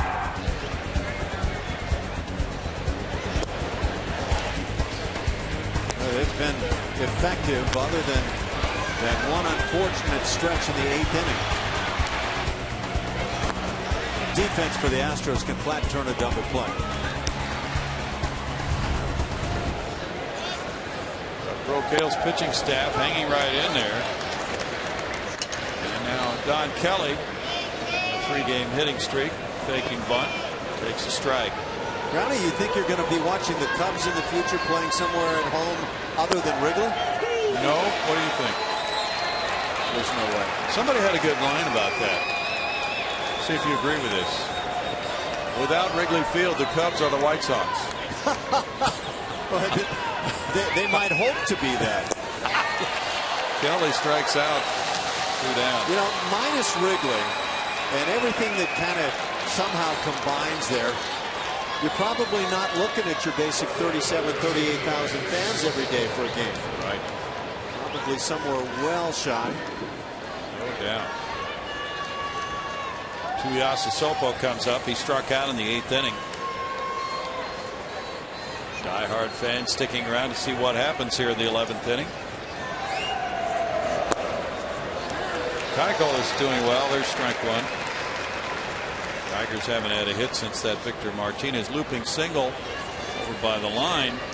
Rick Ankiel came over to field it back in the 8th inning that tied it. Here's the good news for the Cubs, though. An independent team. The Schaumburg Boomers have offered the Cubs to be able to play in their home ballpark in the event it's needed. Well, that was very charitable of them. 25 miles west of Wrigley. What's the capacity there? Any idea? Well, I don't know that they can pack 38,000 in there, but somewhere probably around 3 or 4. 3,800. 1 ball, 2 strikes. But the offer is standing. Nice to know they're not closing the door on that. They need renovations at Wrigley, folks. 500 million? Is that what we're talking about? I think that's right. 2 balls, 2 strikes. And the big hang-up is the large video screen they want to put up that could block the view of the rooftops across the street. Yeah, how about that? Neighbors complaining. 3 balls, 2 strikes. Supposedly they'll get more night games in the deal if they get a deal. We've been watching games from our rooftop for all these many decades. You can't take that away. Exactly.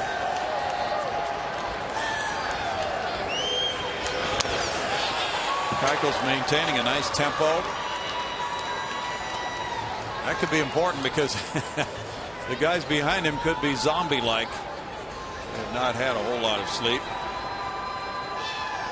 Sometimes you get those nights and it's your 25 hit night as a club. Seen in the minor leagues, guy just get off the bus, put on the uniform and go play, and 25 hits later they've won 17-1. Yeah. 2-out walk, and Tuiasosopo's aboard. It's only the 3rd walk by Astros pitchers in this game, and the Tigers have not walked anybody. Peralta is 0 for 4 with 3 punch-outs.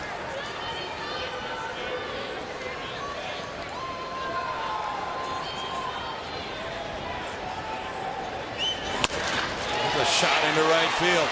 Ankiel comes after it, and he will hold the runner to second base. Tuiasosopo did not get to third on that with 2 outs. Pretty surprising. He didn't give it a shot. The ball was hit cleanly, but Ankiel was really deep. I would imagine the reports for the Tigers as well as other clubs say the one guy Probably not to challenge with the arm as Rick Ankiel. But it was Ankiel that had the problems earlier in the ball game and the error that cost that run. Now pinch hitter coming up, Ryan Pena, switch hitting catcher, and Doug Roquel will go out to go over his strengths and weaknesses with Dallas Keuchel and Jason Castro. He's batting for Alex Avila, who was 0 for 3 with a walk. Pena's a veteran backstop, has been around for many years.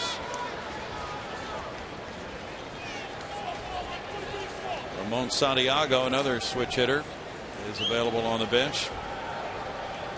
He is an infielder. Usually those middle infield types are held out until kind of the last available move by a manager because they're so versatile they can play anywhere in case of an injury.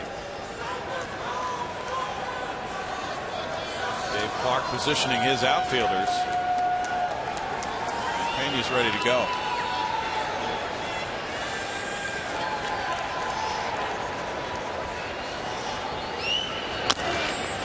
Keuchel comes over. It's a foul ball, though. Strike one on Pena.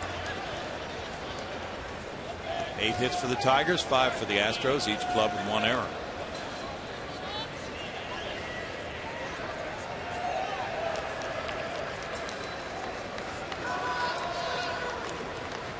Pena is 31. He was born in Cuba. Just joined the Tigers this year. He's been with Atlanta and Kansas City earlier in his career, beginning in the 05 season as a Brave. Line shot to right. Tuiasa Sopos being waved home by Brookins. Here's the throw to the plate. Castro with a tag. Oh, they got him. What a tremendous peg from Rick Ankiel in right. And Castro put the tag on Tuiasa Sopos. Big time play at home. An amazing throw. And we talk about this arm all the time. But tell you what, the fans that are still around got treated to a terrific play by Rick Ankiel combining with Castro. That is hanging it out.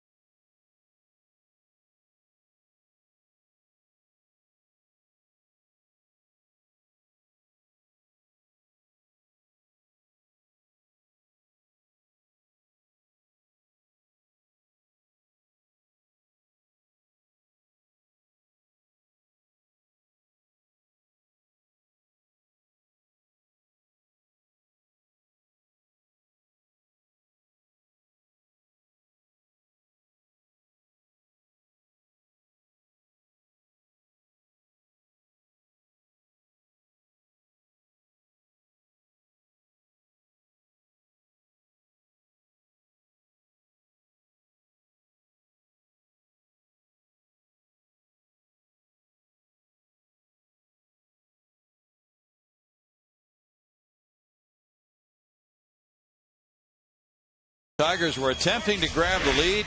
He made a bullet of a throw to home plate. You cannot do it better. And there are very few people who have played this game who have that kind of an arm. Rick Ankiel, a lot of times he'll make some would-be throws, but not cutting it loose. But this one, I mean, that's got to be, I'd love to see a radar gun on a throw like this and right on the money. That throw never got above shoulder high, did it? Watched him in the spring during drills for the club, and that's what he would throw like time and time again, and have been just dying to see him get this opportunity in a game. And at clutch time, he made his 3rd outfield assist of the season. Now the Astros try to win it in the bottom of the 11th with Matt Dominguez leading it off. He's 0 for 3 with 3 strikeouts. Marwin Gonzalez to follow. Robbie Grossman due up 3rd.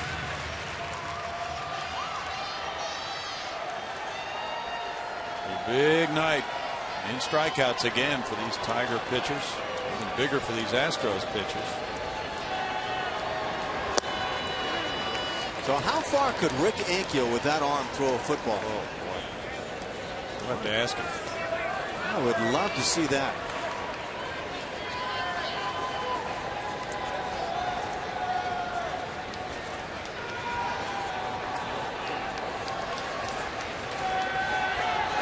It would be a good question. You probably, being a teammate of Nolan Ryan's for years, heard the story about Nolan throwing football, right? But Tom House was the guy that used to have the guys throw footballs as part of the drill to strengthen your arm and to throw properly, pronating and the whole bit. And so I'm not sure what story you might be referring to. When he was in high school? Oh, no. Supposedly when they were conducting these football throws, just general athletics program, and the baseball coach was watching, of course. Football coach was out there, and they were testing how far different athletes could throw football. He threw it the length of the football field, according to one story. Wow.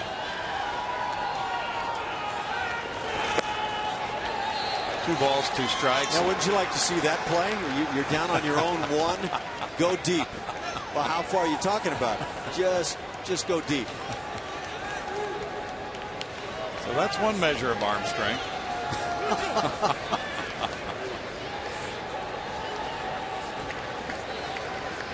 And then we often hear stories about scouts when they're looking at amateur players.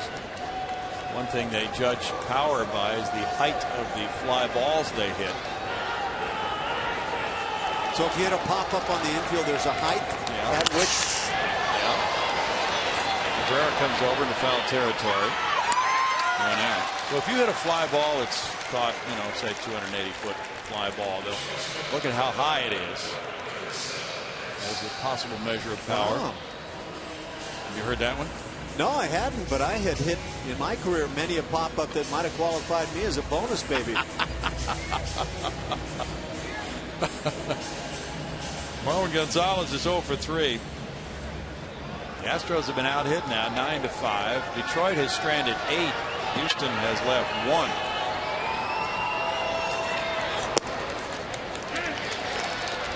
Strike to Marwin.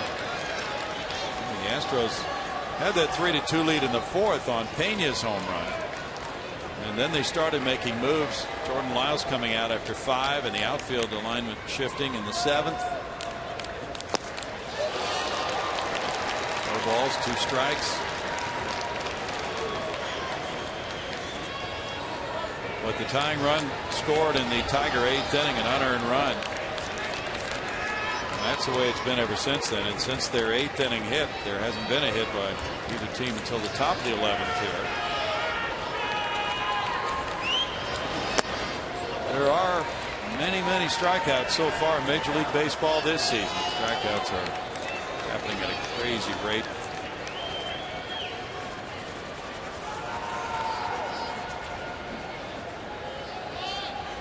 White Sox beat the Rangers 3-1 in Arlington, Texas.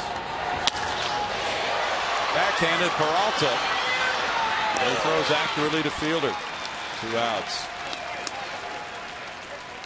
Robbie Grossman comes up. He's 2 for 4.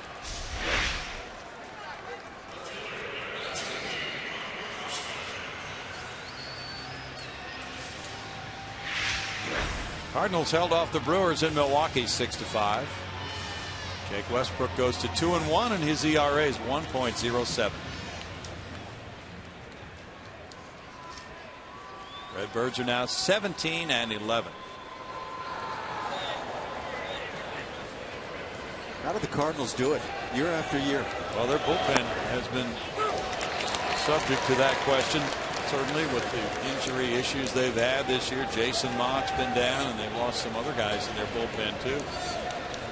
And it has been quite a story, but they've worked their way into first place in the NL Central. They had good starting pitching. 1 ball, 1 strike. Somebody was throwing out stats on what Albert Pujols has hit since he left St. Louis and what Carlos Beltran has hit, and it's just been about the same. So the two have washed, huh? Pretty much. 2 balls and a strike. I don't think the Angels were banking on that. No, we're not banking on that. Albert's been banking on that. Yes, he has. Definitely playing hurt so far this year. Yeah, with that paycheck, that's a 10-year deal. He's in year 2.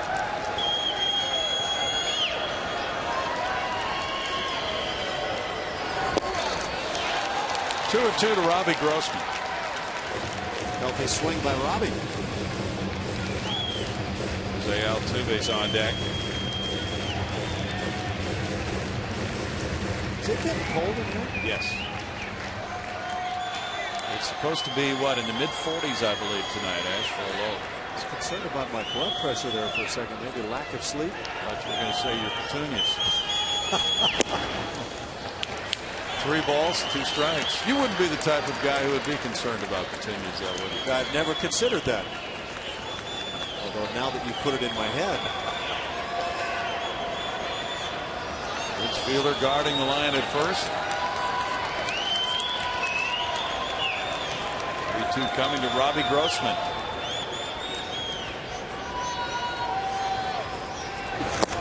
He takes a walk. First Astro base runner since the 7th. So Robbie Grossman, I believe, if memory serves, stole 1 base at AAA this year. Gets on a lot. Might he have the running game in mind here? He might. 12 straight batters have been set down by Tigers pitching. It's in Leland's club in a 3-3 game. Altuve has not reached base tonight.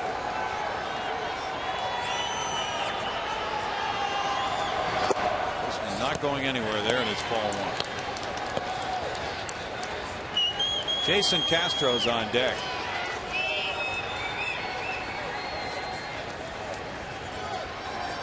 Dave Clark, first base coach, is settled in right behind, even a foot in fair territory behind his runner Robbie Grossman. Fielder's playing off the bag. Strike, and it's 1-1. Sometimes you get a pitch to handle when you're maybe trying to provide a chance for a base runner to take a bag.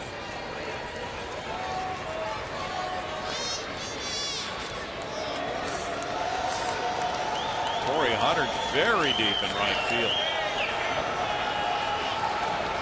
And then no doubles type of alignment.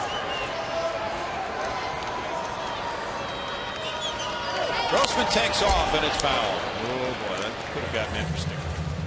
It could have. That was somewhat of a quick move to the plate too. It is not Avila behind the dish anymore. Brian Pena has a strong arm, but we saw a great throw tonight from Avila.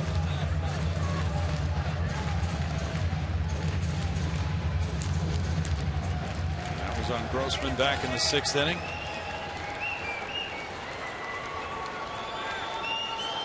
The idea for the Tigers defensively is to make sure that runner Grossman does not score on the ball hit by Altuve.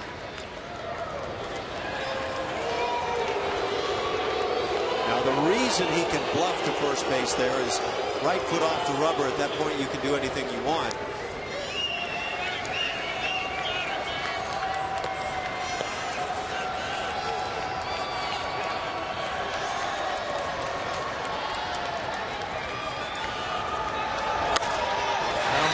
Cabrera to his left, throws to second for the force play on Grossman. To end the 11th inning, it's still tied at 3.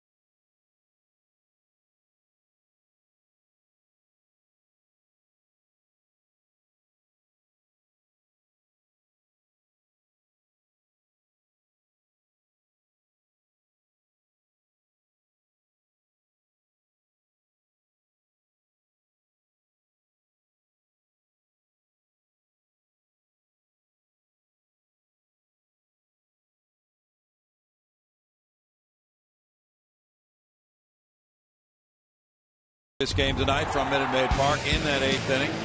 There's the hit by pitch as Wesley Wright flunks Prince Fielder. And then the fly ball to right field, looping in for a hit. Rick Ankiel is charged with an error on this as the tying run scores. Fielder coming around to score it on the hit by Martinez and the error by Ankiel. And then in the 11th inning, here's the Rick Ankiel throw to the plate. And it is an absolutely gorgeous throw. Radar gun says 101. That was amazing. I think anybody who hung around and got to see that throw was rather impressed to say the least. Too bad. There's Rick in right field. That was his 3rd outfield assist of the year. There's ball 1 to Omar Infante. Darren Downs in the bullpen for Detroit. Altuve positioned perfectly to throw out Infante. 1 out, and he's now 1 for 5.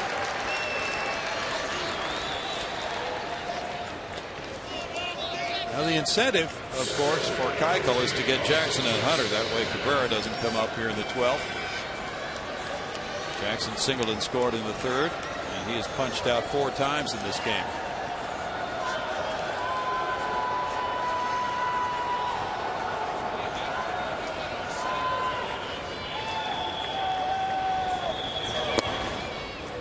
Curve dips in for a strike from Dallas Keuchel. It's a 1-ball, 1-strike. Last year he had a 5.27 ERA for Houston. He made 16 starts and did not make a relief appearance. That goes foul. No balls, 2 strikes the count. At Oklahoma City he did not pitch in relief last year. But with the Astros this season, he's been able to stretch it out. He had a stint in Oakland on April 16th of 3 scoreless innings.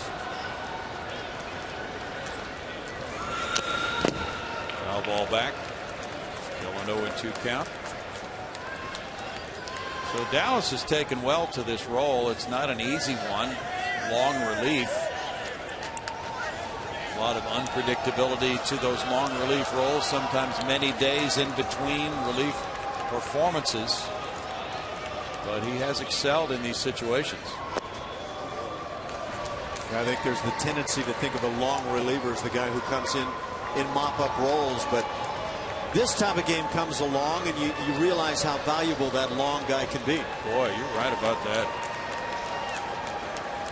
Yeah, it's just unusual that it would happen this way. There's a looping fly ball, a hit into shallow right field, right off the end of the bat by Austin Jackson. He's aboard, and he's 5 for 5 in steals this season. That's hit number 2 of the night for Jackson. Right off the end of the bat, don't have to hit him hard. It's all about location. And with Austin Jackson, he certainly is that threat to be able to run.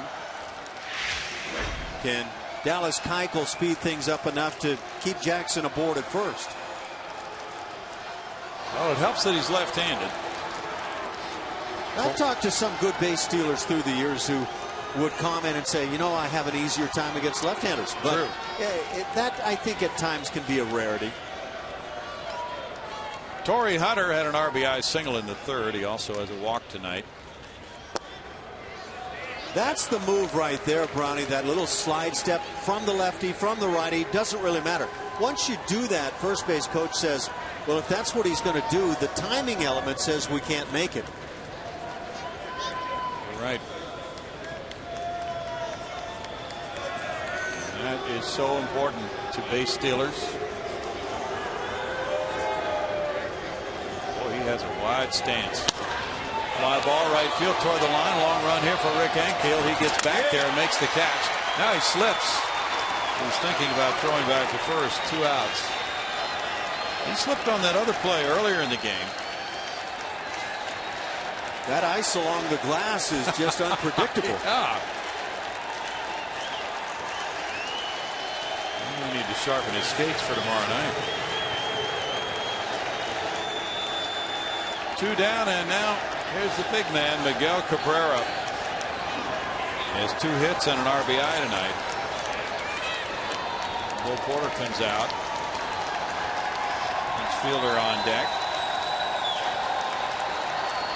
Well, I would imagine this is a conversation, number one, about how you do want to pitch Miguel Cabrera, and that would be rather gingerly, I would certainly think. At the same time, you've got an awfully tough bat, Prince Fielder, coming up behind Cabrera, but he's left-handed. And so maybe the comment was, look, pitch him tough. If you walk him, so be it, and go after the left-hander. The Astros have their 3, 4, 5 hitters due up in the bottom of the inning. Castro, Pena, and Carter. Right side of the infield is wide open for Miguel Cabrera. There's ball one as he does not go fishing on it. Back in the 5th inning, he was at the plate with 2 outs and nobody on. The count went to 1 and 2, and with this type of defensive alignment, he just grounded the ball through into right field for a single.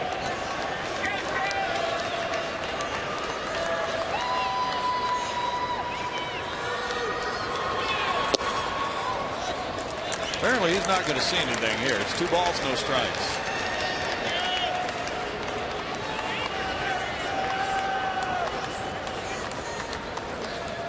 Miguel Cabrera is a good enough hitter, and he's been through this enough times to know he's not going to go fishing after something that he can't handle either.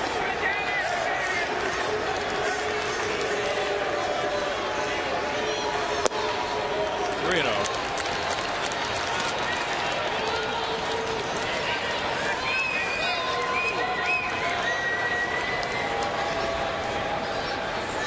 I don't think that was frustration on the face of Bo Porter, just acceptance of what this reality situation is.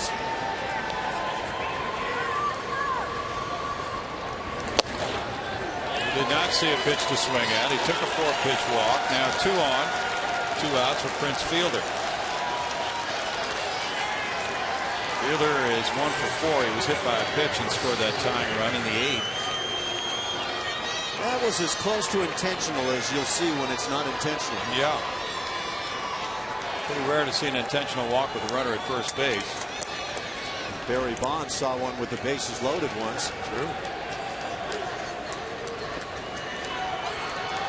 Well, Fielder was facing the lefty Wesley Wright, who hit him with that pitch in the 8th inning. Now, as he looks out at another lefty reliever, the 3rd lefty reliever of the game for the Astros, likely also. Fouls at strike 1. That was a decent hack by Fielder.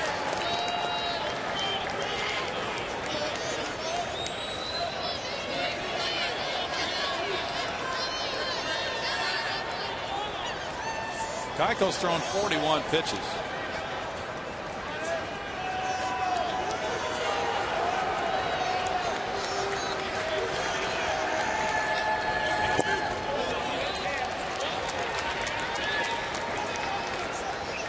One ball and 1 strike to Fielder. Don Kelly is on deck. Not suggesting a walk to Fielder here in this situation, but Kelly usually is not the number 5 hitter on the Tigers. He bats left. Fly ball near the left field line. Grossman on the run. It will go back into the seats. 1-2. Happy they stayed. Long-time Tiger Brandon Inge gets himself a souvenir. Thought he was with Pittsburgh now, Ash.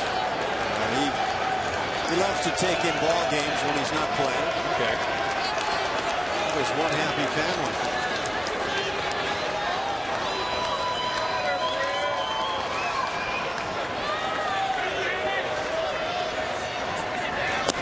Way outside, and it's 2-2 now. Prince Fielder. He's had some monstrous years, including 09 when he drove in 141 to lead the National League with Milwaukee. Kelly on deck. Fielder, a first-round pick of the Brewers in 02. Ground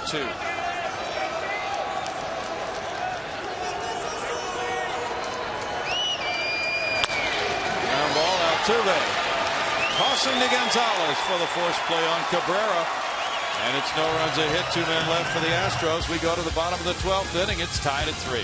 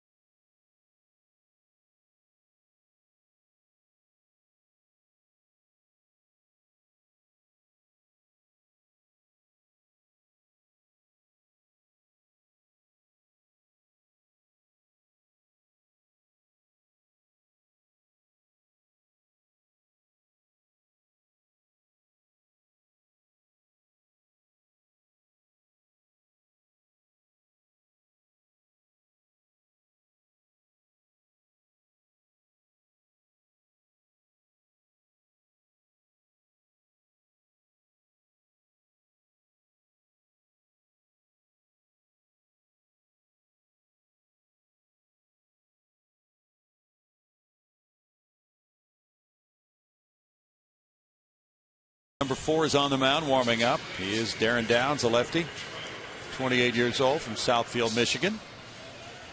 Carlos Pena is watching, as he does. He'll be due up second in the inning. A lefty because it's Castro, Pena, 2 left-handed batters. Then Carter for the Astros here in the 12th. Darren Downs with those numbers for 10 2/3 innings. He's allowed a couple of home runs in those 10 2/3 innings. That's my focal point. Oh, yeah. Opposition hitters hitting just a $184 though. Well, actually, lefties at 235, better than right-handed hitters so far. 143 against Downs. So the lefty hitters Castro and Pena will get it started, or maybe Castro can finish it. He hit a 2-run homer in the first inning. He's 1 for 4 in this game. Joaquin Benoit in 2 hitless innings, walked 1 and fanned 3. Jose Ortega had 2 hitless innings. So this is quite a job by this Detroit relief corps, working after Rick Porcello went the first 7. Downs pitched in yesterday's game against Minnesota. This was his first year on an opening day roster. Pitched in 18 games last year with the Tigers, going 2-1 with a 3.48 ERA. He pumps in strike 1 as the bottom of the 12th gets underway. But Downs has spent 10 years in the minors. He was drafted in 2003 by the Cubs. He has had some perseverance. Detroit signed him a year ago last November as a free agent. No balls, 2 strikes.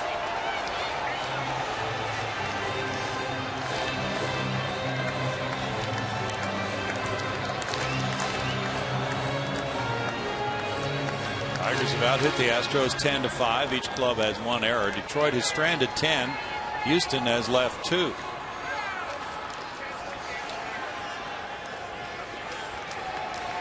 That's pretty impressive. 11th inning, you've left just 2 runners on and you're tied, obviously. Yeah, it is. 1 ball, 2 strikes. The Orioles lead the Angels 2-0. They're in the bottom of the 6th inning in Anaheim. Angels are 10 17. Rolled out to second. Infante over the fielder. That's 1 out for Downs.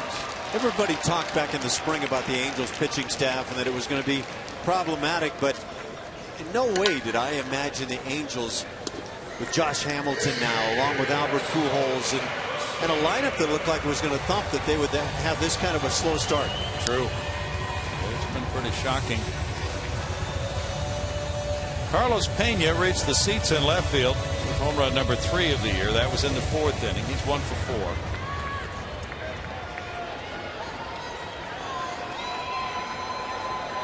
That's Joe Blanton shutting out the Angels tonight for Baltimore.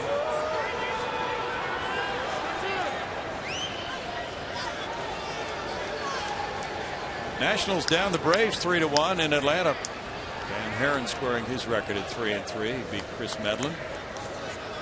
Rafael Soriano got his 9th save. Dan Uggla hit his 5th homer. It's a good Nationals Braves is a good matchup in the NL East right now. Strike to Pena. Both teams expected to perform well this year. Luke Petonen is warming up for Detroit now. The only difference being that I think most people felt that the Nationals would be the possibly runaway best club in that division. True. The Braves have been astonishing with what Justin Upton has done as their new outfielder. Brother BJ hasn't quite hit his stride yet. Justin's got some amazing pop. He really does. White Sox top the Rangers tonight 3-1 as Hector Santiago took the win over Justin Grimm. And the Rangers have had their share of pitching injuries as well this year. Matt Harrison's out for a while. 2 balls and a strike with Chris Carter on deck. They were postponed in Kansas City, where the Rays and Royals were scheduled to meet tonight. Is that the front that's moving down this way, or has already arrived here? Yeah, I would imagine it went up in that blowing gale. Not sure what it's doing outside other than making it cold in here. Yeah, it's getting quite a lot chillier in here. A shot on the ground through the left side of the infield, and Pena's aboard with a 1-out 12th inning single. And he's done that several times this year. But if Carlos Pena wants to have a rebound year this year, put up amazing numbers, this would be a terrific way to go about it. He's hitting the ball sharply the other way.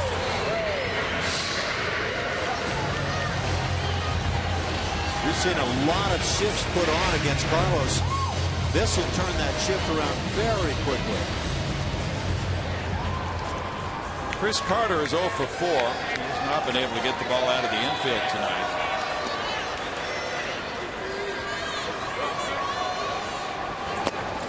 In the dirt, ball 1 was picked up by Pena.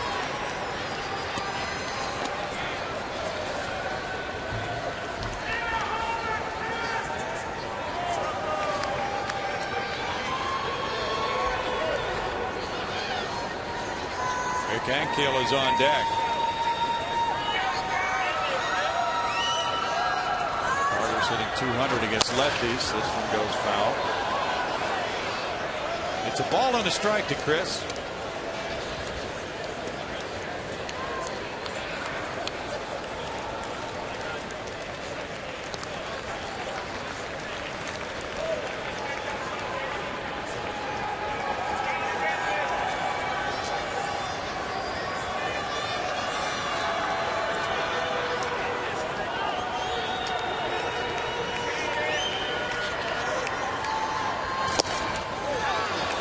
At it, it's strike 2.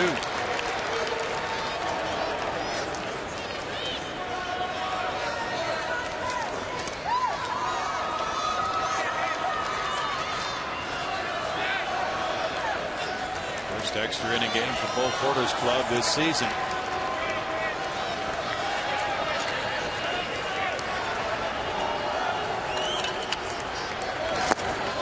Carter takes it. The appeal went first. He checked his swing. Marty Foster with that call. The count runs to 2-2 now on Chris.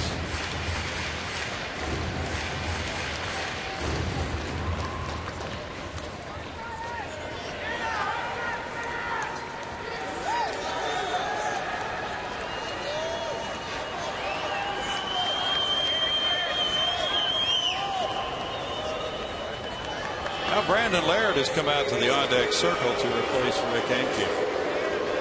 Got man here lately.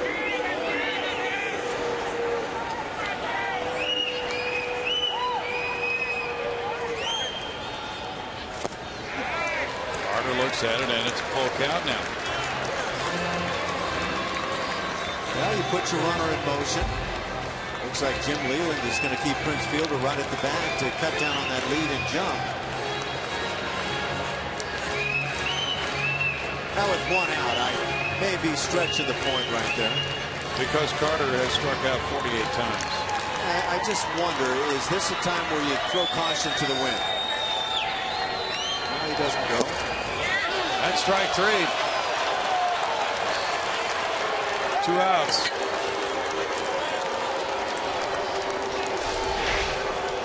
See what Chris Carter saw here. Looks like it's high enough.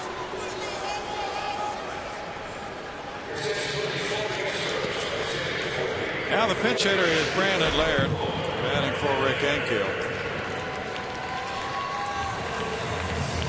Laird brings a batting average of .250.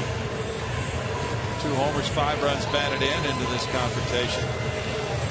As a pinch hitter, he's 0 for 1. Jim Leland is coming out. He has the right-hander Luke Pitconen warmed up.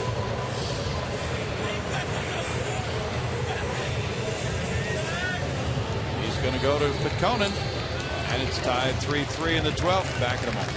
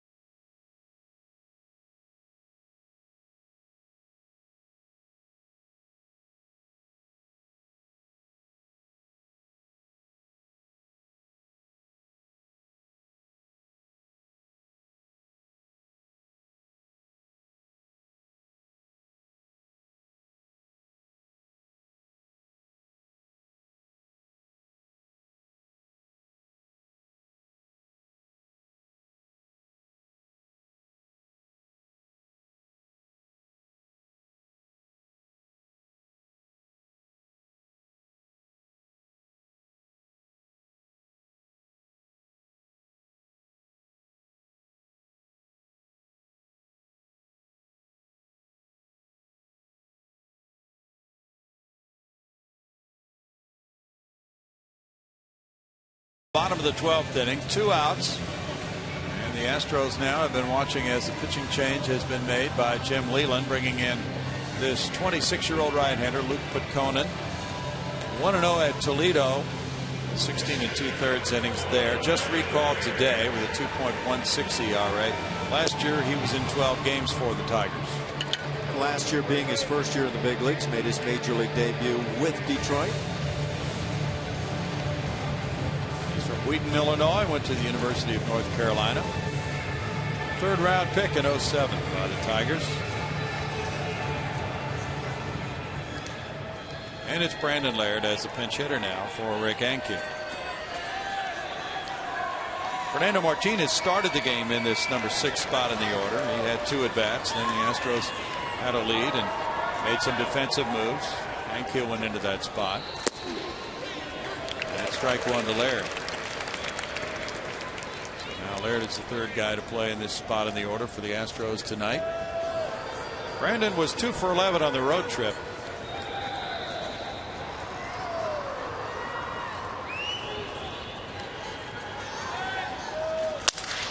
Broken bat roller out to Peralta. And he throws to fielder in the dirt, but Prince picks it out for the final out of the 12th inning. We move to the 13th, and it's still tied at 3.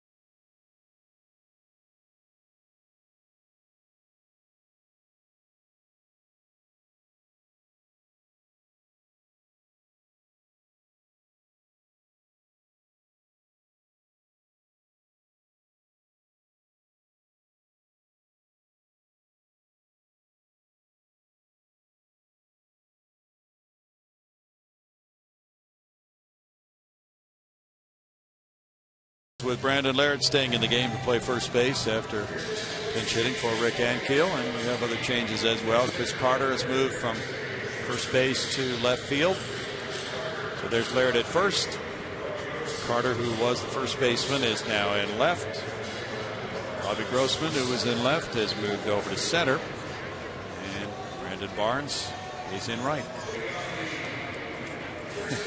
Well, if we're going to play a long time, we're going to make it difficult on the score sheet. That is where we're going to go. Yeah, Grossman started the game in center, then he moved to left. Now he's back in center. Barnes started the game in right, then he moved to center. Now he's back in right. We go to inning number 13 now, and Don Kelly leads it off. There's strike 1 on Kelly. And Dallas Keuchel is working effectively. Got out of 12th inning trouble by getting fielder. This fly ball is going to be inside the left field line for a line drive hit. Carter will get it in, but not in time to get Kelly's pretty speedy getting to second. On a leadoff line drive double here in the 13th. He does run well. That was just slash away, do a little curvature down the left field side and take off running. Now we'll see how the Tigers play this. You get that leadoff double, it creates small ball opportunities. Kelly turns around to second base. Now we'll see how they do play it. Matt Tuiasosopo coming up.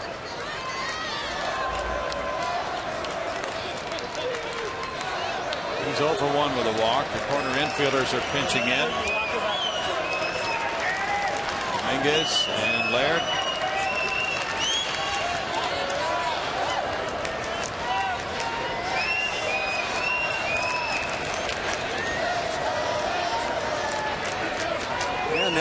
moments where make sure and go out to the mound and have all question marks covered. A lot of times the big question mark for a pitcher is, what do I do in a bunt scenario? If it's on the first base side, third base side, where am I covering? At times you're trying to get that base runner heading to third base, and so what is the best option to make that happen? Usually it means you leave your third baseman, in this case Dominguez, back at the bag, covering only a bunt that's pushed past a pitcher covering, likely Keuchel on the third base side.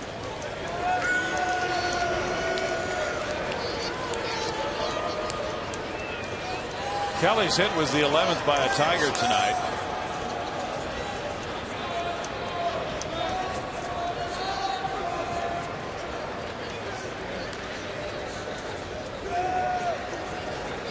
Keuchel's thrown 47 pitches.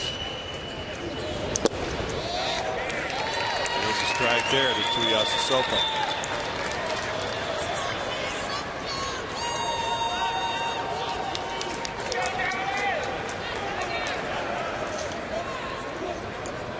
And usually as a hitter in this scenario, you don't like to give up a strike that can otherwise be used to try to move the runner.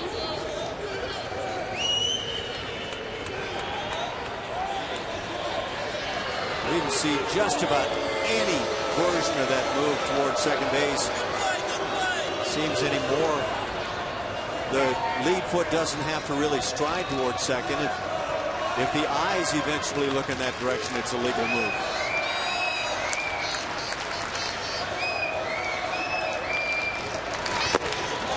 He went for it.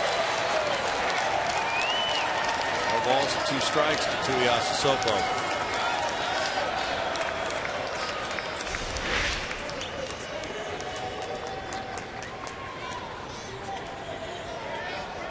Give up that first strike, you take it, and then suddenly comes a wicked slider down and in. You can't stop the bat. And now 2 strikes. This is the 4th inning for Keuchel tonight.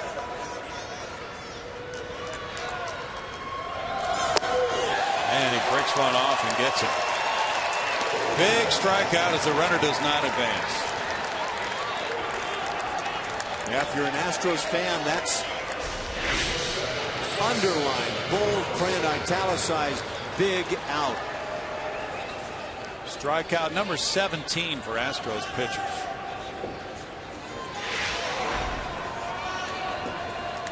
Johnny Peralta's the batter. He singled in the 11th inning. He's 1 for 5. Looks at strike 1.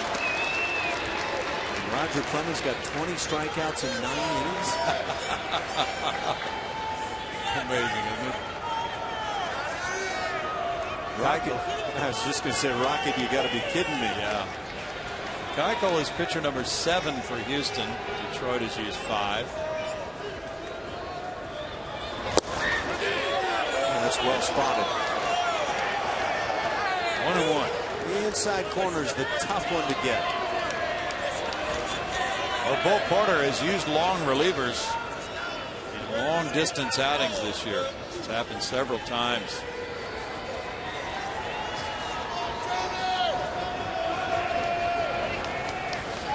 But it's what can happen when, as a manager, you feel like you're in a ball game, you have a chance to win, you've got a 1-run lead and you're holding it for a while, and you go to the bullpen back and forth and you're bringing guys in for an inning and 2/3 of an inning and whatever the case may be, and pretty soon the bullpen gets very thin.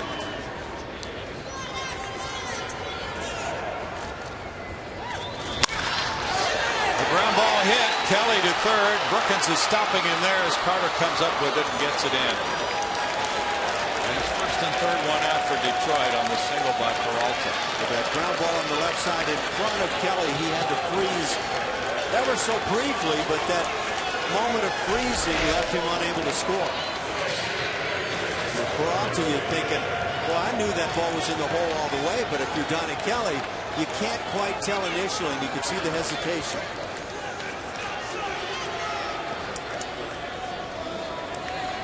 And that's enough to keep you from scoring.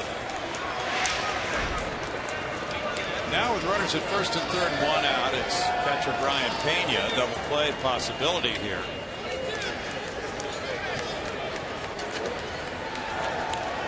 Infante's on deck. Peralta, the runner at first, has one stolen base in 2 attempts this season.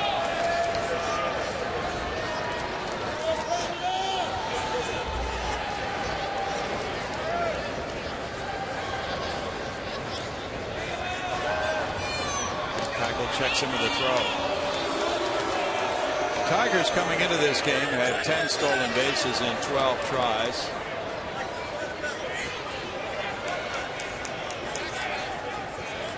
All the sluggers they have in their lineup, not really necessary for them to steal a lot of bases to generate offense. They were 13th in the American League in steals last year, 59.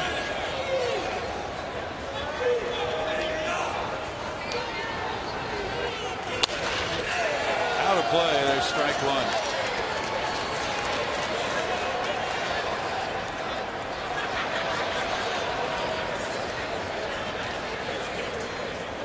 Getting to be a long night for Jason Castro at this point. All the squatting he's been doing. He had a first inning home run, a 2-run shot. And now grinding away all night long. Life of the catcher. Well, last night in New York and the night before. Bounce foul. Was on a flight. Got to bed maybe 5 o'clock today. You mean he didn't have an appearance? No, he didn't have an appearance. No balls, 2 strikes.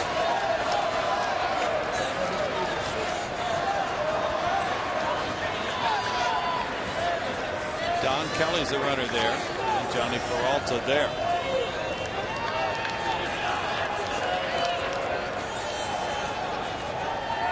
Brian Pena was born in Havana, Cuba.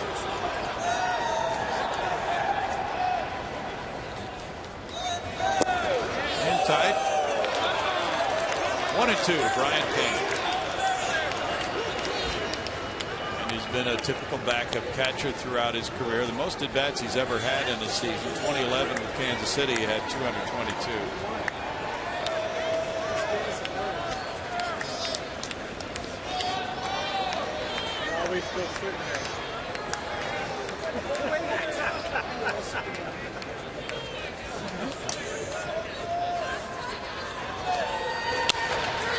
Flared foul.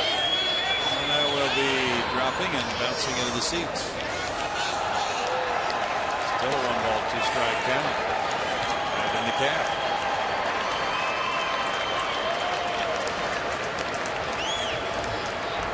Now, unlike other attempts at foul balls, holding kids, this is not reckless endangerment. He did that with panache. I'm not so sure. It looked like the feet were getting ready to fail me now. Oh, no, you don't want to go down holding that kid. Like all the highlights show.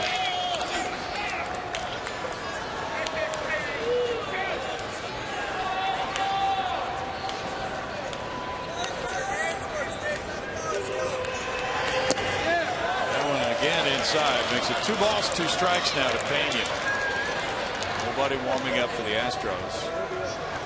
Bo Porter has his man on the mound. He's going to decide it.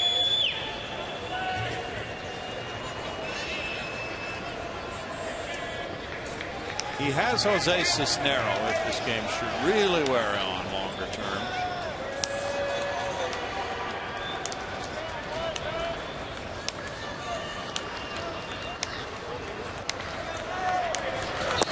And a swing and a miss. Pena strikes out.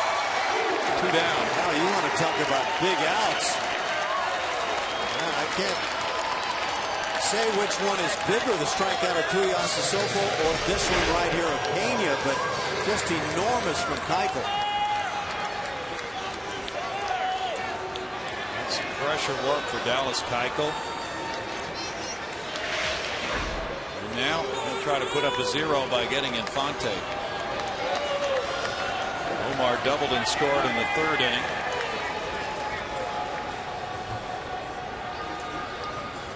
Now Castro's going to let the infield know that in the event that runner from first base Peralta takes off running, my hunch would be he's not going to throw through.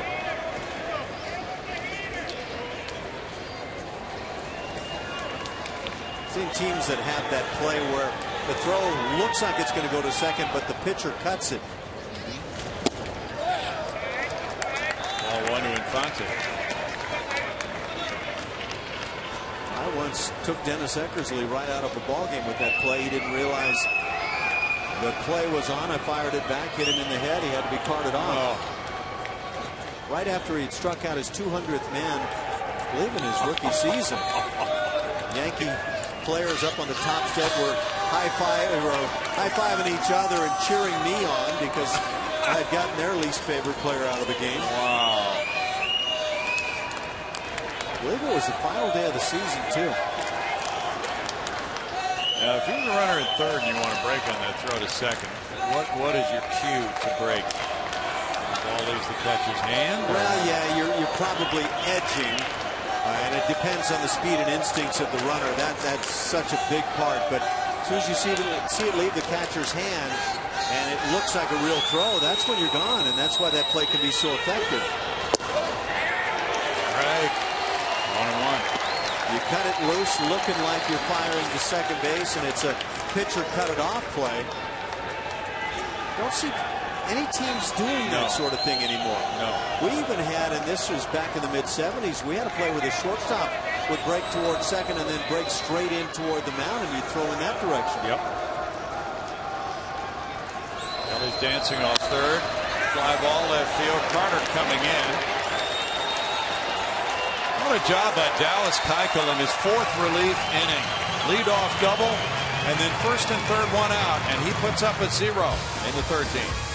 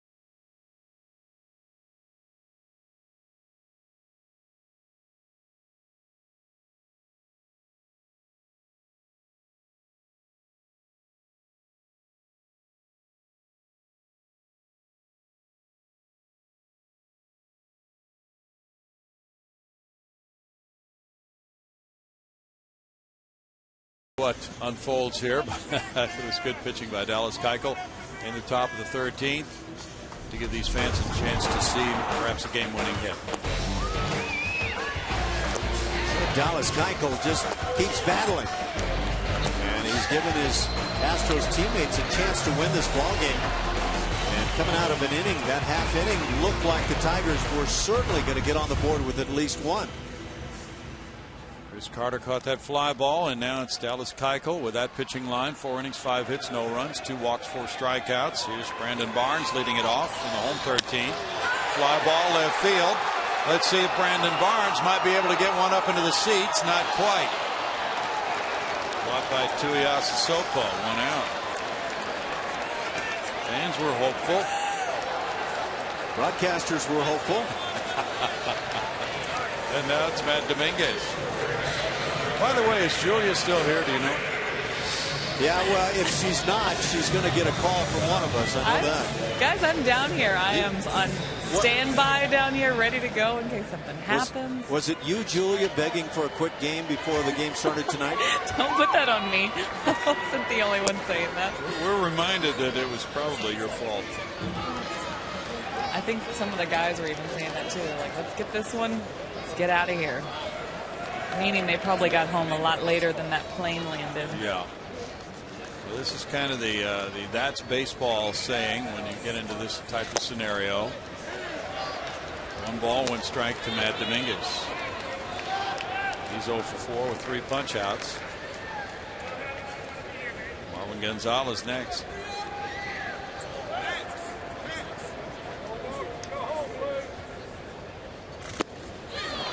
It's 1 and 2. Ash, do you remember the longest game you played in?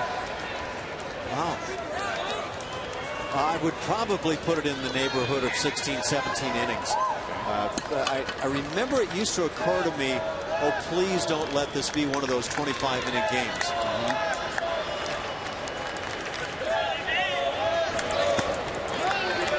2 balls, 2 strikes. The Angels were involved in a 19-inning game, I believe, yesterday, if I'm not mistaken. Right. And, I'm not sure who their opponent was in that game. Oakland, right? Was it Oakland? Yeah, it was Oakland. The thing is, neither one of those teams was on the wake of a long midnight travel arrangement. No. Not come out looking. But then neither one of those teams had one of their broadcasters talking before the game about a short game. Yeah. Conan made his pitch. Now Marwin Gonzalez comes up.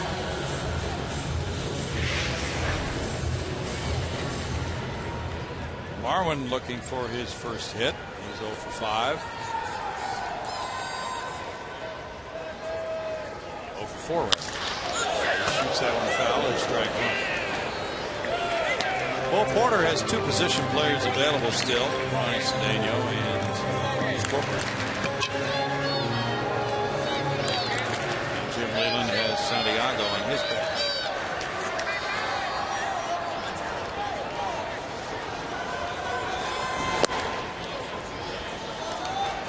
It's 1-1. Jose Cisnero had begun to warm up when Dallas Keuchel was pitching to Infante in the top of the inning. But he has sat down now.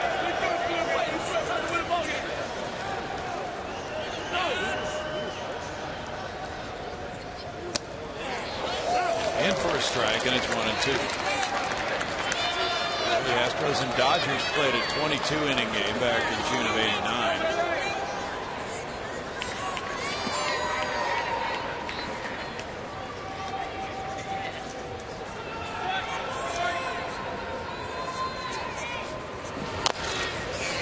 Dribbler goes foul. Still a 1 ball, 2 strike count. Is that the longest game dating back to that '89 season? Yeah, that's the longest, and it was 7 hours and 14 minutes, Ash. So we have a ways to go to. That'll mess up post-game festivities. Yeah, it will. That was a Saturday night, and the next day we played a 13-inning game. Oh, no. Yeah. Get away, Dave. Yeah. 2-2. And you'll love this. The Dodgers in the Astrodome. That was a 3-game series, and Vin Scully was doing the NBC game of the week in St. Louis. He did that game in the afternoon and did the 22-inning game at night. Oh my goodness. Was Tommy Lasorda still managing it? He was. That post-game pasta spread would have taken a severe hit on that one. Bet it would have. And then the 13-inning game on Sunday took a while, and then on Monday the Astros were off. But Vin Scully and the Dodgers were in Atlanta, where he broadcast a doubleheader. Oh, no. Wow. That's why, or one of the reasons he's known as the Great One, huh? Yes, it is. And there are many. Oh, yeah, I'm sure that he did it without a mistake. Every inning of every game. Yes. Poetic. Yes. Always. 21st inning was one of the most poetic of his life. Little roller and Cabrera to his left. Takes care of out number 3. We go to inning number 14. It's tied at 3.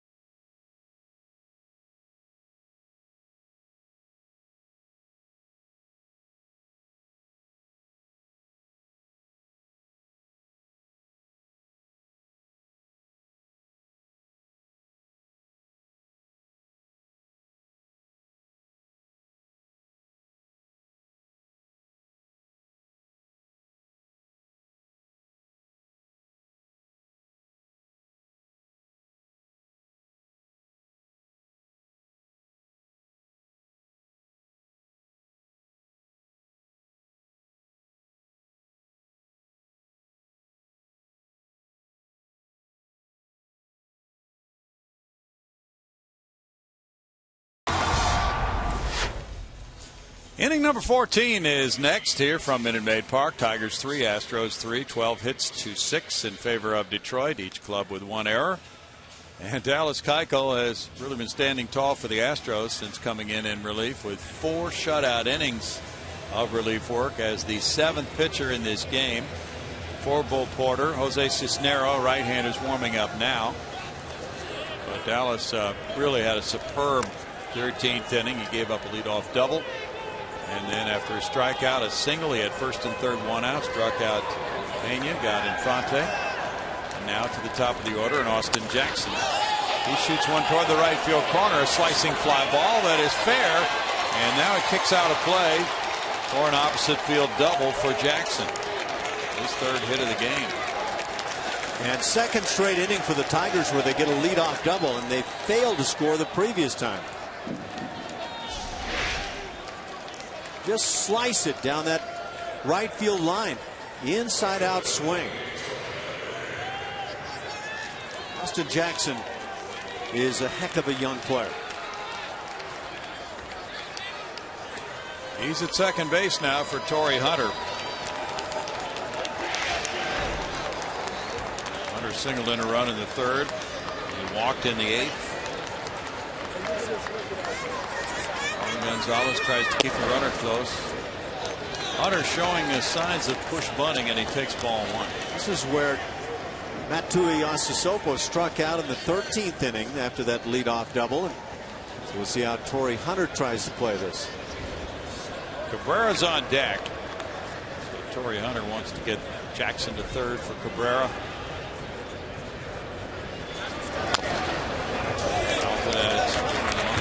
Wouldn't mind driving him in himself. Keuchel came right in on the hands, and it left Hunter with kind of no alternative but to try to pull something. Yeah. He might come back with that pitch. Be very effective in trying to prevent the runner from advancing. Rally caps are in abundance.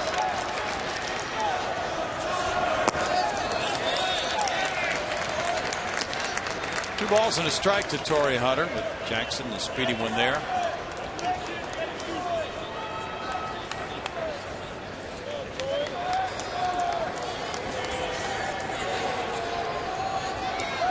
Jackson scored 103 runs last year for Detroit.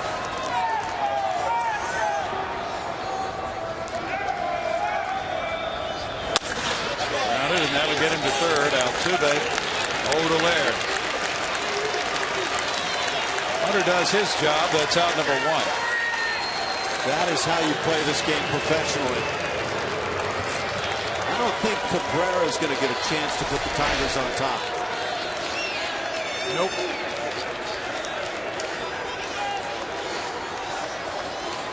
He'll get a free pass. And I think you have to play it this way. Number one, he's the premier run producer in Major League Baseball and has been for some time. But at the same time, with the left-handed batter on deck, you've got to play for the double play. Well, Prince Fielder will be coming up with runners at first and third and one out. I don't think you could get better protection than Prince Fielder for your three-hitter, but that's how good Cabrera is.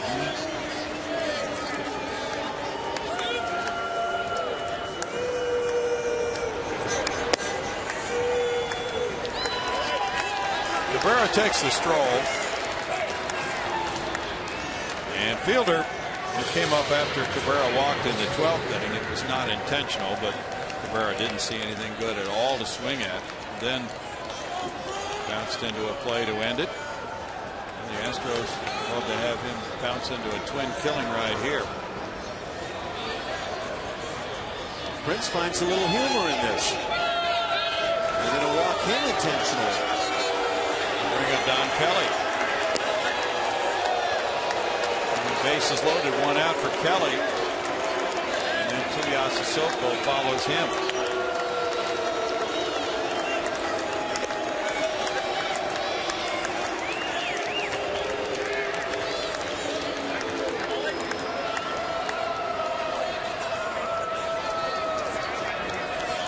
Set up a force at any base. It'll mean that the top two hitters don't swing the bat in the inning. Keep in mind it was Don Kelly lining the double down the left field side to start the 13th.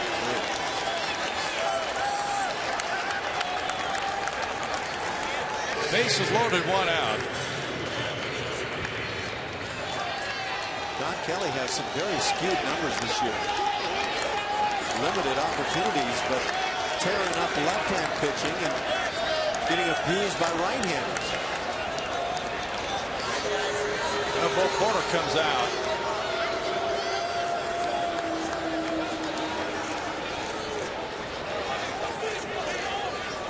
Maybe options on where plays might go. If it's hit slowly in the infield, come home, get a force out there. If it's hit sharply, you can get the double play, go through second base to Dallas Keuchel. Start your double play to Castro, the catcher. Got probably a number of scenarios you can run through.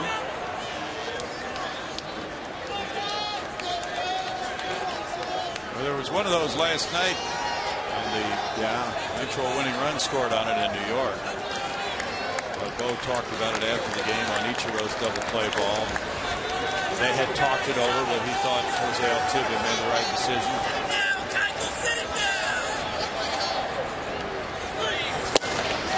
In tight.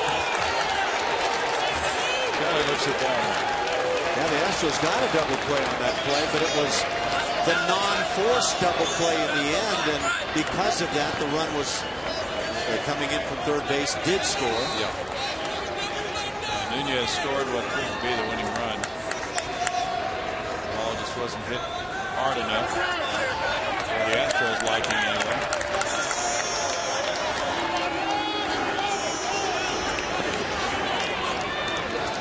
Kelly's had just 28 at-bats this year.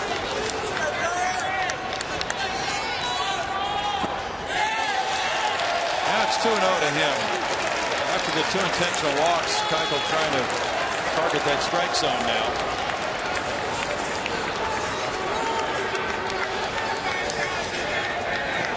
Well, you would certainly guess fastball, but is Don Kelly green lighted here to swing at it?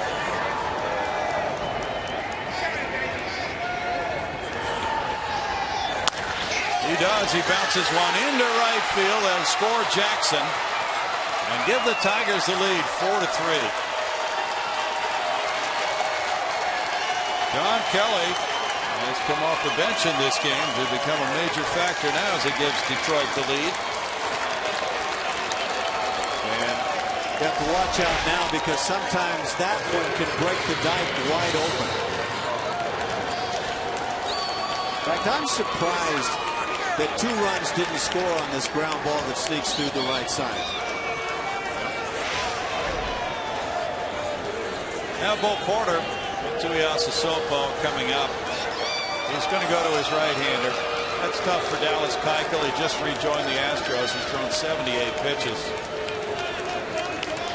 And has to be feeling the effects of a long night's work. A lot of pressure work also in these extra innings tonight. 4-3 is the score. We'll be right back.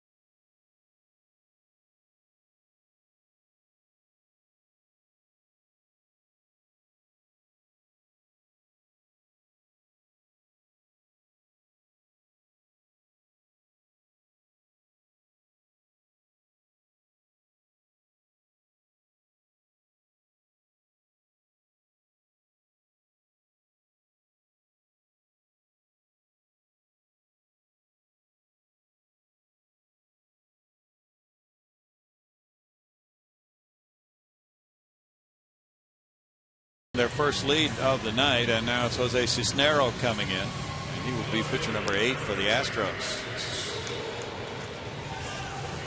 Cisnero has shown a very good arm and very competitive on the hill since coming up to the club. You can see it in the ERA, 117, 5 hits allowed, and just 1 walk in 7 2/3 innings. Right now, what he'd love to get is that ground ball to create the double play that ends the inning. Tuiasa Sopo will be the batter with the bases loaded and 1 out.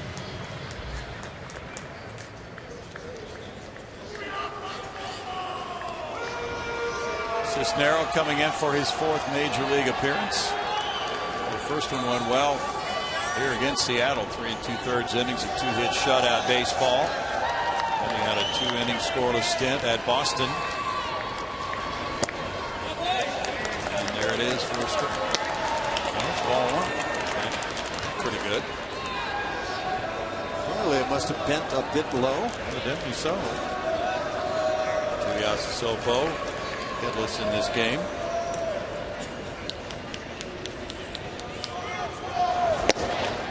It's upstairs and it's 2-0.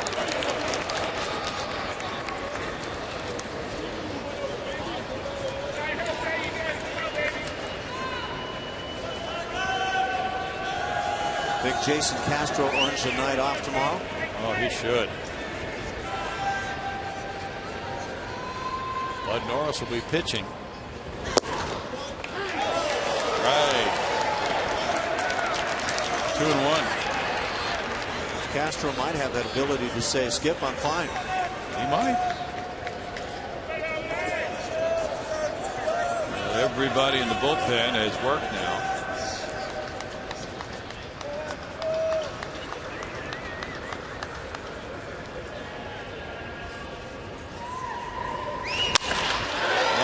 Shortstop into left center field. That'll score a couple. And the Tigers lead by 3. Tuiasa Sopo into second.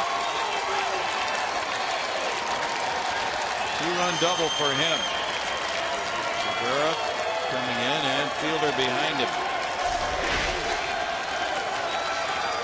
The down around the knees, but it caught a lot of plate. Now this throw from Robbie Grossman, should this go into the cutoff man in the middle of the field, shortstop position, or should it come back into second base and possibly take a shot at Tuiasosopo?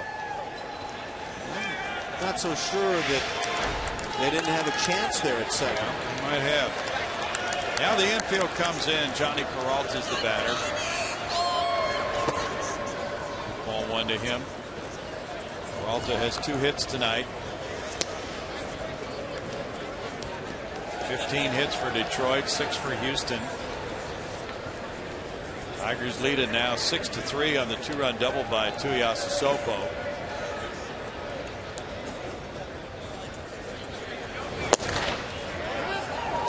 Strike makes it 1-1.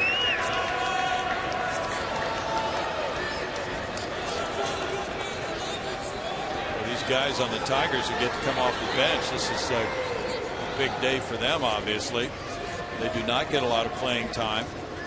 Plenty of star power in this Detroit lineup, so they have a chance to have a night of it. That's driven deep to right field. Barnes backing on it.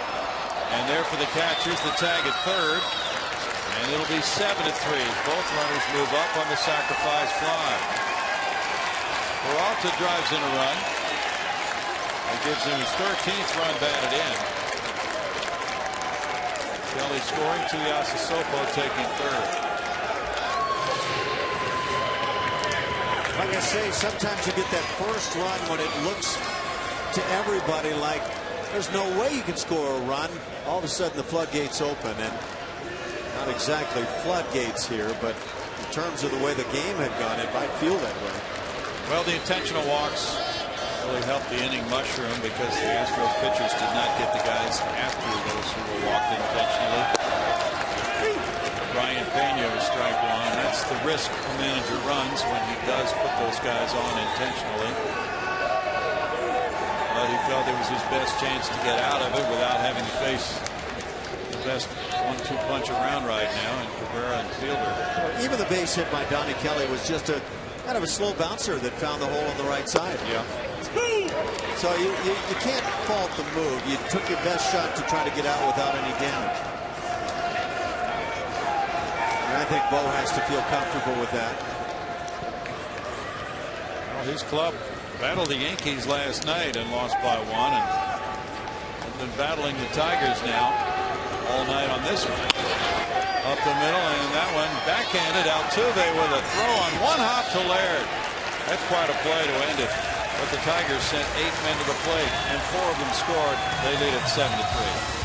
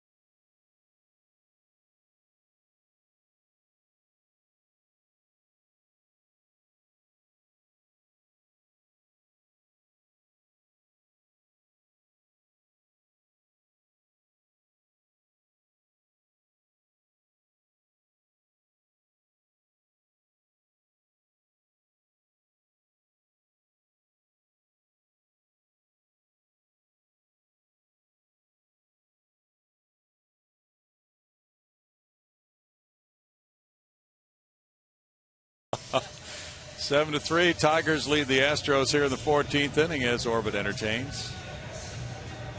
He's not the only entertainer in the house. He has kept the fans involved. And hopefully they will be cheering something big in the bottom of the 14th. Tigers have made it rough, though, with scoring 4 times in the top half of the inning. And now Luke Pitkonen could be on his way to his first major league win. He was 0-2 last year with Detroit. Big 6'6" right-hander from Wheaton, Illinois, has been handed this golden opportunity for the victory for Jim Leyland's Tigers. Well, if you like your chances in the first inning, if you're the Astros on top of the order, you've got a like chance here in the 14th. Started from right at the top. Robbie Grossman, he has a double, a single, and a walk tonight.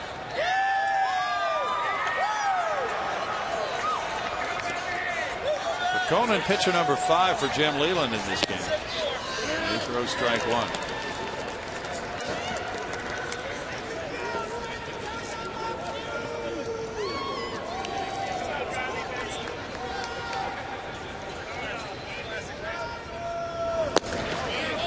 That one missed. It's a 1-ball, 1-strike count.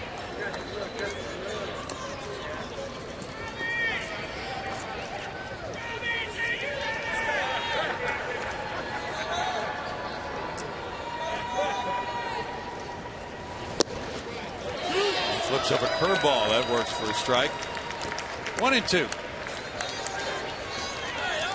Detroit did not lead until scoring 4 in the top of this inning.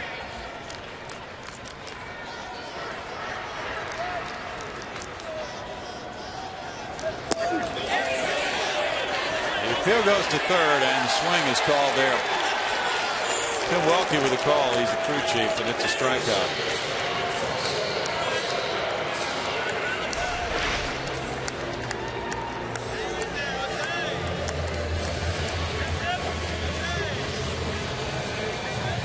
I wonder if there's any more tendency to call a check swing as a swing in the 14th inning than in maybe the 3rd or 4th. A lot of people would wonder that. You're right. Umpires would say no. Jose Altuve looks at ball 1. That was strikeout number 2 for Pitkonen. Dallas Keuchel in 4 1/3 innings allowed 7 hits, 4 runs, walking 4, fanning 4. 1-ball, 1-strike.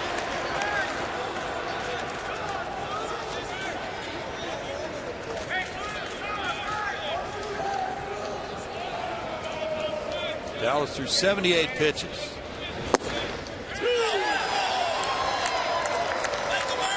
One and two. Tell you what, if the researchers really wanted to do something, they could research how many outings the Astros have had so far. This is game number 29, in which a relief pitcher had thrown at least 50 pitches. I'll bet it's been a few. Yeah, with the number of poor starts that have happened.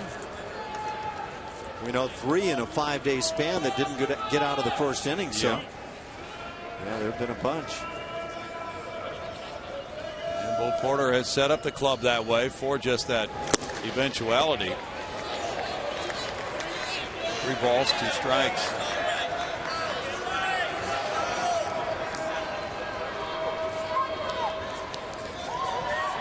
Jordan Lyles threw 73 pitches as the starter. Dallas Keuchel threw 5 more pitches than that as the guy who took this game in the extra innings. And there's a walk to Jose Altuve. First time he's been on tonight. That is walk number 10 for Jose this year.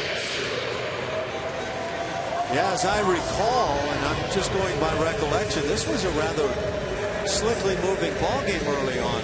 Jordan Lyles had a nice start on the evening. Yeah. Rick Porcello was very good for the Tigers.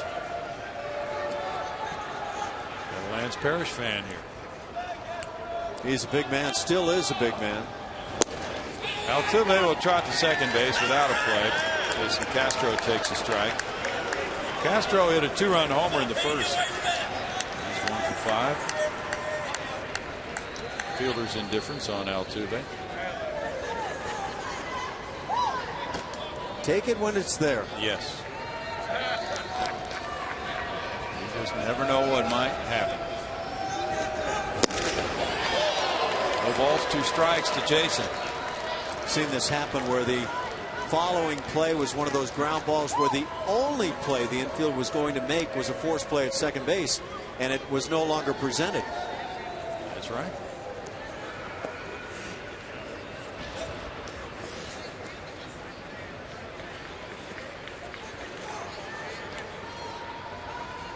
Carlos Pena's on deck.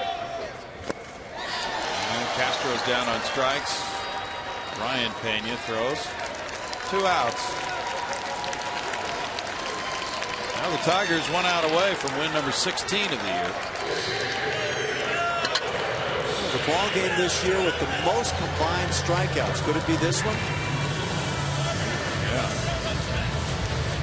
15 strikeouts by the Tiger pitchers, 18 by the Astro pitchers.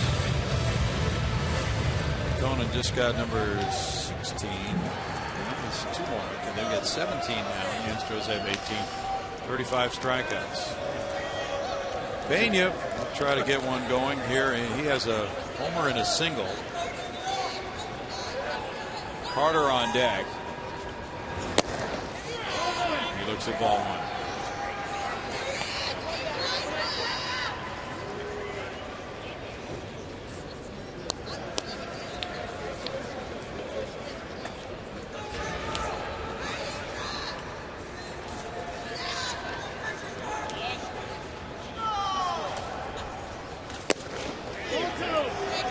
No strikes.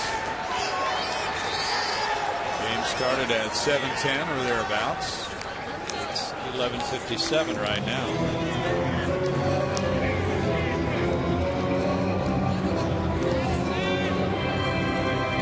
I'll let you know, I heard from Jim DeShays just a few minutes ago. What did he chime in on? He was happy for us in the opportunity to work into the 14th.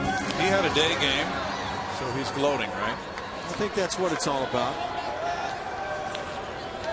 We'll be able to see JD in June, right, at Wrigley Field in person. If they're still playing there. Is he singing at the 7th inning stretch there yet? Hey! 2 balls and a strike.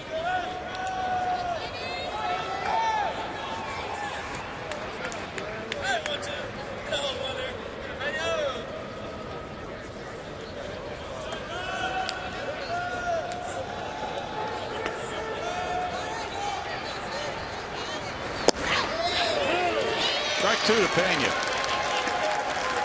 And Pena hit his homer in the 4th. It was 3-2 Astros.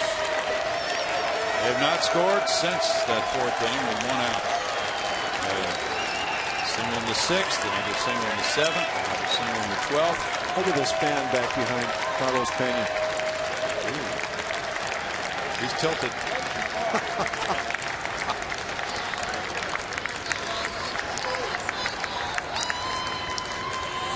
Get a different angle on the game, man. Yes, he does. In the dirt, and Pena stops it. Now it's a full count to Carlos.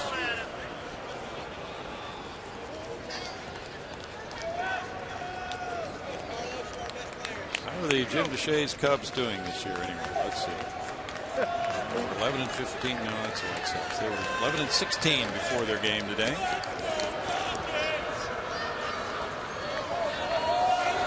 They lost.